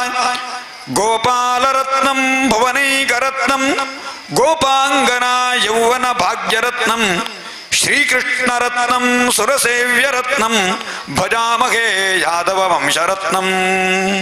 ನಾರಾಯಣಾಯ ನಲಿನಾಯ ತಲೋಚನಾಯ ನಾಮಾವಶೇಷದ ಮಹಾಬಲಿ ವೈಭವಾಯ ನಾನಾಚರಾಚರ ವಿಧಾಯಕ ಜನ್ಮದೇಶ ನಾಭೀಪುಟಾಯ ಪುರುಷಾಯ ನಮಃ ಪರಸ್ಮೈ. ಶ್ರೀಕೃಷ್ಣಾಯ ಪರಮಾತ್ಮನೇ ನಮಃ. ಸಕಲ ದೇವತಾ ಸ್ವರೂಪನಾದ ಶ್ರೀಕೃಷ್ಣನ ದಿವ್ಯ ಚರಣಾರವಿಂದಗಳಲ್ಲಿ ಎಲ್ಲ ಭಕ್ತಜನರು ಸೇರಿ ಮಾಡುವ ಪ್ರಾರ್ಥನೆ. ಶ್ರೀಮದ್ ಭಾಗವತ ಸಪ್ತಾಹ ಯಜ್ಞಾಚರಣೆಯ 6ನೇ ದಿವಸ ಸಾಯಂಕಾಲದ ಕಲ್ಪೋಕ್ತ ಪೂಜಾರಾಧನೆ ಹಾಗೂ ಭಗವಂತನ ಕಥಾ ಪ್ರವಚನ ಎಲ್ಲವೂ ಕೂಡ ಭಕ್ತಿಯಿಂದ ನಾವು ನಡೆಸಿಕೊಂಡಿದ್ದೇವೆ. ಹಲವಾರು ಭಕ್ತ ಜನತೆ ಯಜಮಾನರು ಸಕುಟುಂಬಿಗರಾಗಿ ಸೇವೆಯನ್ನ ಸಮರ್ಪಣೆ ಮಾಡಿಕೊಂಡಿದ್ದಾರೆ. ಮಾಡಿದಂತಹ ಸೇವೆಯಲ್ಲಿ ಯಾವುದೇ ರೂಪದಲ್ಲಿ ನ್ಯೂನಾತಿರಿಕ್ತ ದೋಷ ಇದ್ರೂ ಭಗವಂತ ಅದನ್ನ ಕ್ಷಮಿಸಿ ಮಾಡಿದಂತಹ ಸೇವೆಯನ್ನ ಪರಿಪೂರ್ಣವಾಗಿ ಸಂತೃಪ್ತಿಯಿಂದ ಸ್ವೀಕರಿಸಿ ಎಲ್ಲರಿಗೂ ಭಕ್ತ ಜನರಿಗೂ ಕುಟುಂಬಿಕರಿಗೂ ಕೂಡ ಆಯಸ್ಸು ಆರೋಗ್ಯ ಭಾಗ್ಯಾದಿಗಳನ್ನು ಅನುಗ್ರಹ ಮಾಡಿ ಸಮಸ್ತ ವಿಧವಾದಂತಹ ಬಾಧಾ ದೋಷಗಳನ್ನ ಕೋಪಶಾಪಾದಿಗಳನ್ನೆಲ್ಲವನ್ನೂ ಕೂಡ ಪರಿಹರಿಸಿಕೊಟ್ಟು ಯಜಮಾನರ ಕುಟುಂಬಕ್ಕಾಗಲಿ ಭೂಮಿಗಾಗಲಿ ಜನರಿಗಾಗಲಿ ಯಾವುದೇ ರೀತಿಯ ತೊಂದರೆಗಳು ಮುಂದೆ ಬಾರದಂತೆ ಸದಾಕಾಲವೂ ಕೂಡ ಅನುಗ್ರಹವನ್ನ ಮಾಡಿ ಸದಾಕಾಲ ಈ ಭೂಮಿಯಲ್ಲಿ ಆ ಭಗವಂತ ದಿವ್ಯ ಸಾನ್ನಿಧ್ಯವನ್ನು ವಹಿಸಿ ಸಕಲ ವಿಧವಾದಂತಹ ಸಂಪತ್ತನ್ನ ಅನುಗ್ರಹ ಮಾಡಿ ಎಲ್ಲ ಭಕ್ತ ಜನರೂ ಕೂಡ ಶ್ರೀಕೃಷ್ಣನನ್ನ ಸದಾಕಾಲ ನೆನೆಯುವಂತಹ ಭಕ್ತಿಯನ್ನು ಶ್ರದ್ಧೆಯನ್ನು ಅನುಗ್ರಹ ಮಾಡಿ ಎಲ್ಲರಲ್ಲಿಯೂ ಐಕಮತ್ಯ ಸೌಹಾರ್ದತೆಯನ್ನು ಅನುಗ್ರಹ ಮಾಡಿಕೊಟ್ಟು ಸರ್ವತೋಮುಖವಾದ ಶ್ರೇಯೋ ಶ್ರೇಯೋಭಿವೃದ್ಧಿಯನ್ನು ಒದಗಿಸಿ ನಾಳೆಯ ದಿನವೂ ನಡೆಯಬೇಕಾದ ಎಲ್ಲ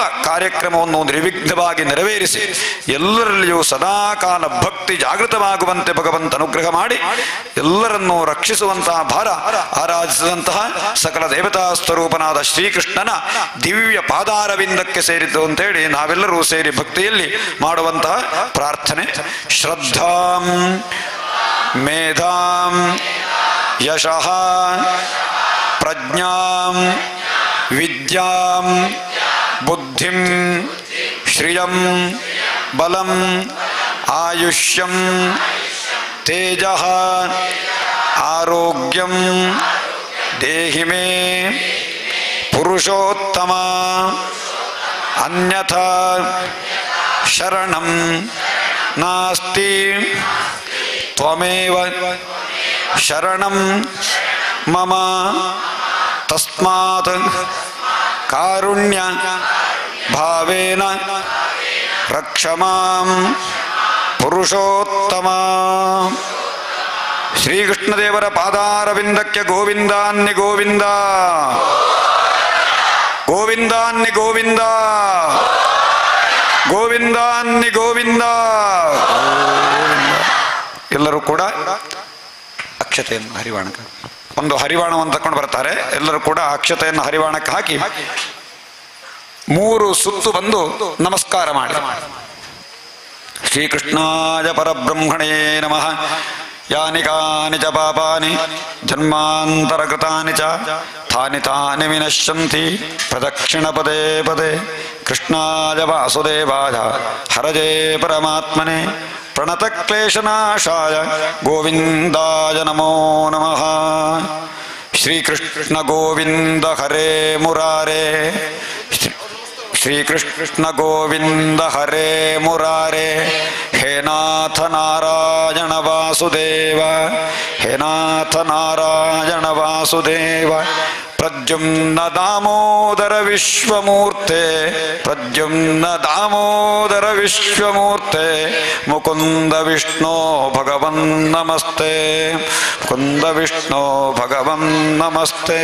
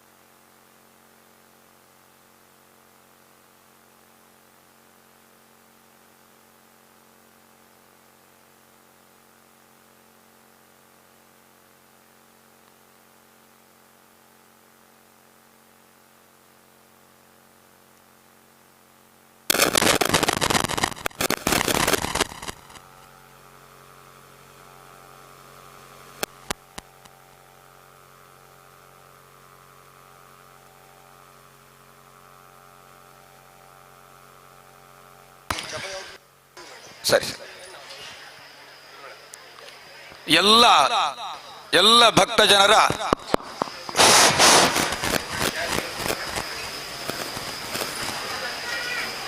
ಮಾತಿರಲ್ಲ ಮಾತ ಭಕ್ತ ಜನಕ್ಕಳನ್ನ ಒಂಜಿ ಗಮನಗೊಂಜಿ ಸೂಚನೆ ವಿಶೇಷವಾದ ಯಜಮಾನರ ಕುಟುಂಬದಾಕ್ಲೆಗೆಲ್ಲ ವಿಶೇಷವಾದ ಒಂಜಿ ಸೂಚನೆ.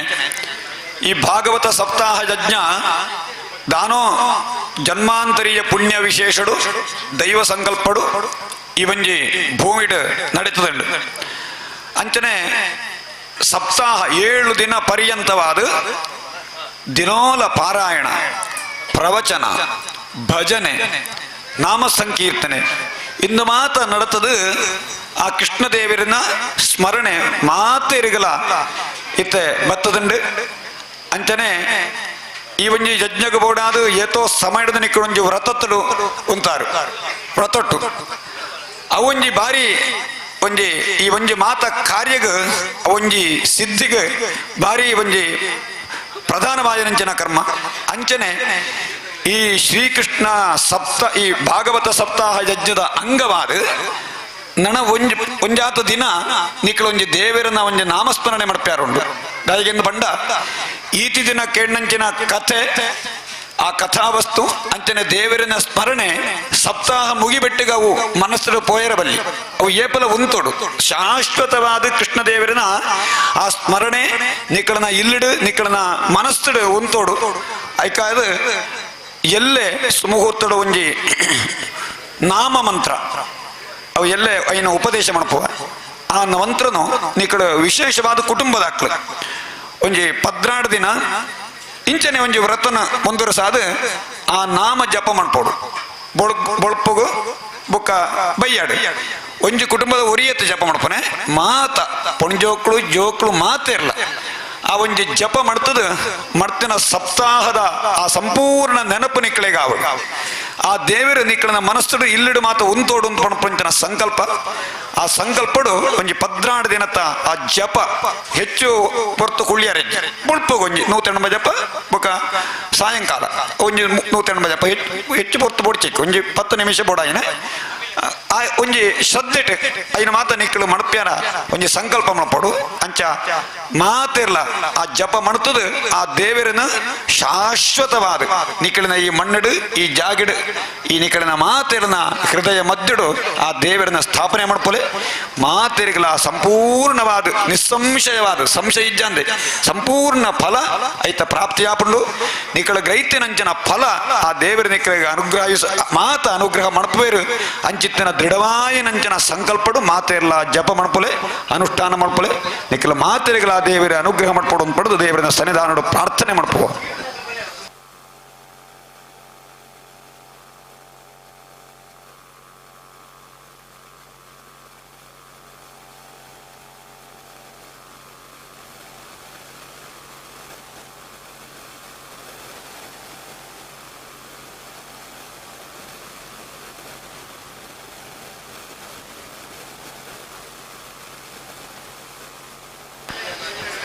ನಿನ್ನೆಯ ರುಕ್ಮಿಣಿ ಕಲ್ಯಾಣೋತ್ಸವದಲ್ಲಿ ಭಾಗವಹಿಸಿದಂತಹ ದಂಪತಿಗಳು ಬಂದು ದೇವರ ಎದುರಿಗೆ ಬಂದು ಪ್ರಸಾದ ಸ್ವೀಕಾರ ಮಾಡಬೇಕು.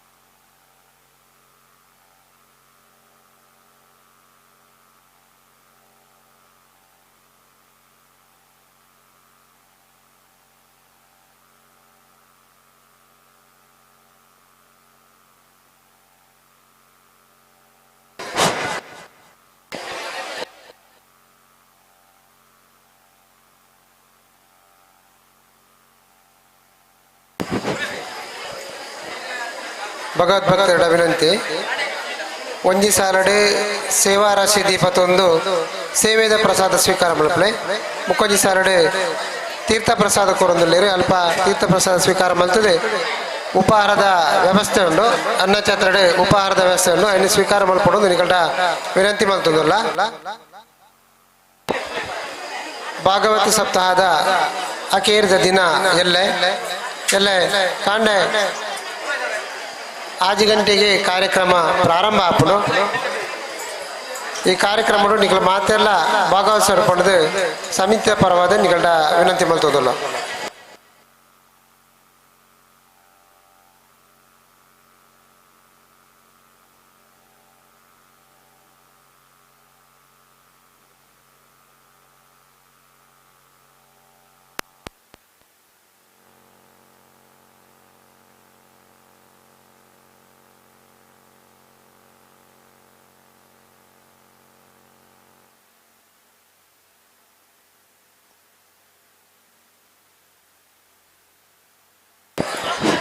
ಸ್ವಯಂ ಸೇವಕನ ಗಮನಗಳು ಅನ್ನಛತ್ರದ ಅಡೆಬೋದು ಉಪಹಾರದ ವ್ಯವಸ್ಥೆ ಒಂಚೂರು ಸಹಕಾರ ಕೊಡೋದು ಇಷ್ಟೆಲ್ಲ ವಿನಂತಿ ಗೊತ್ತದಲ್ಲ. ಸ್ವಯಂ ಸೇವಕನ ಅನ್ನಛತ್ರದ ಅಡೆಬೋದು ಅಲ್ಪ ಉಪಹಾರದ ವ್ಯವಸ್ಥೆ ಒಂಚೂರು ಸಹಕಾರ ಕೊಡೋದು ನಿಕಟ ವಿನಂತಿ ಗೊತ್ತದಲ್ಲ.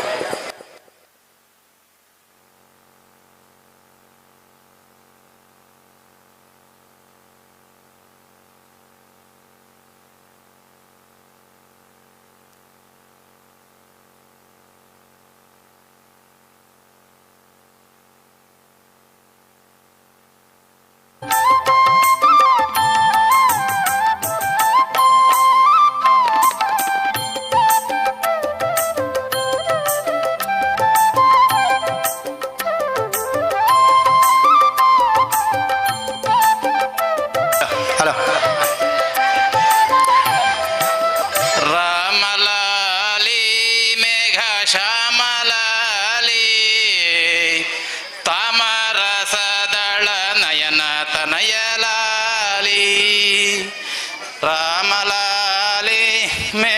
ಶ್ಯಾಮಲಾಲಿ ತಾಮರಸದಳ ನಯನ ತನಯಲಾಲಿ ನಂದಲಾಲಿ ಗೋಪಿ ಕಂದಲಾಲಿ ಮಂದರ ಗಿರಿಧರ ಮಧುಸೂದನ ಗೋವಿಂದಲಾಲಿ ರಾಮಲಾಲಿ ಮೇಘ ಶ್ಯಾಮಲಾಲಿ ತಾಮರಸದಳ ನಯನ ತನಯಲಾಲಿ ಕೃಷ್ಣಲಾಲಿ ಭಕ್ತ ಭೀಷ್ಮಲಾಲಿ ಶಿಷ್ಟರ ಪರಿವಾ ಸಂತುಷ್ಟ ಮಧುಸೂದನಲಾಲಿ ಧೀರಲಾಲಿ ಅತಿ ಶೂರಲಾಲಿ ಮಹಾರಾಜನಕ ಪುರಂದರ ವಿಠಲ ಶ್ರೀಹರಿಲಾಲಿ ರಾಮಲಾಲಿ ಮೇಘ ಶ್ಯಾಮಲಾಲಿ ತಾಮರಸದಳ ನಯನ ತನಯಲಾಲಿ ತಾಮರಸದಳ ನಯನ ತನಯಲಾಲಿ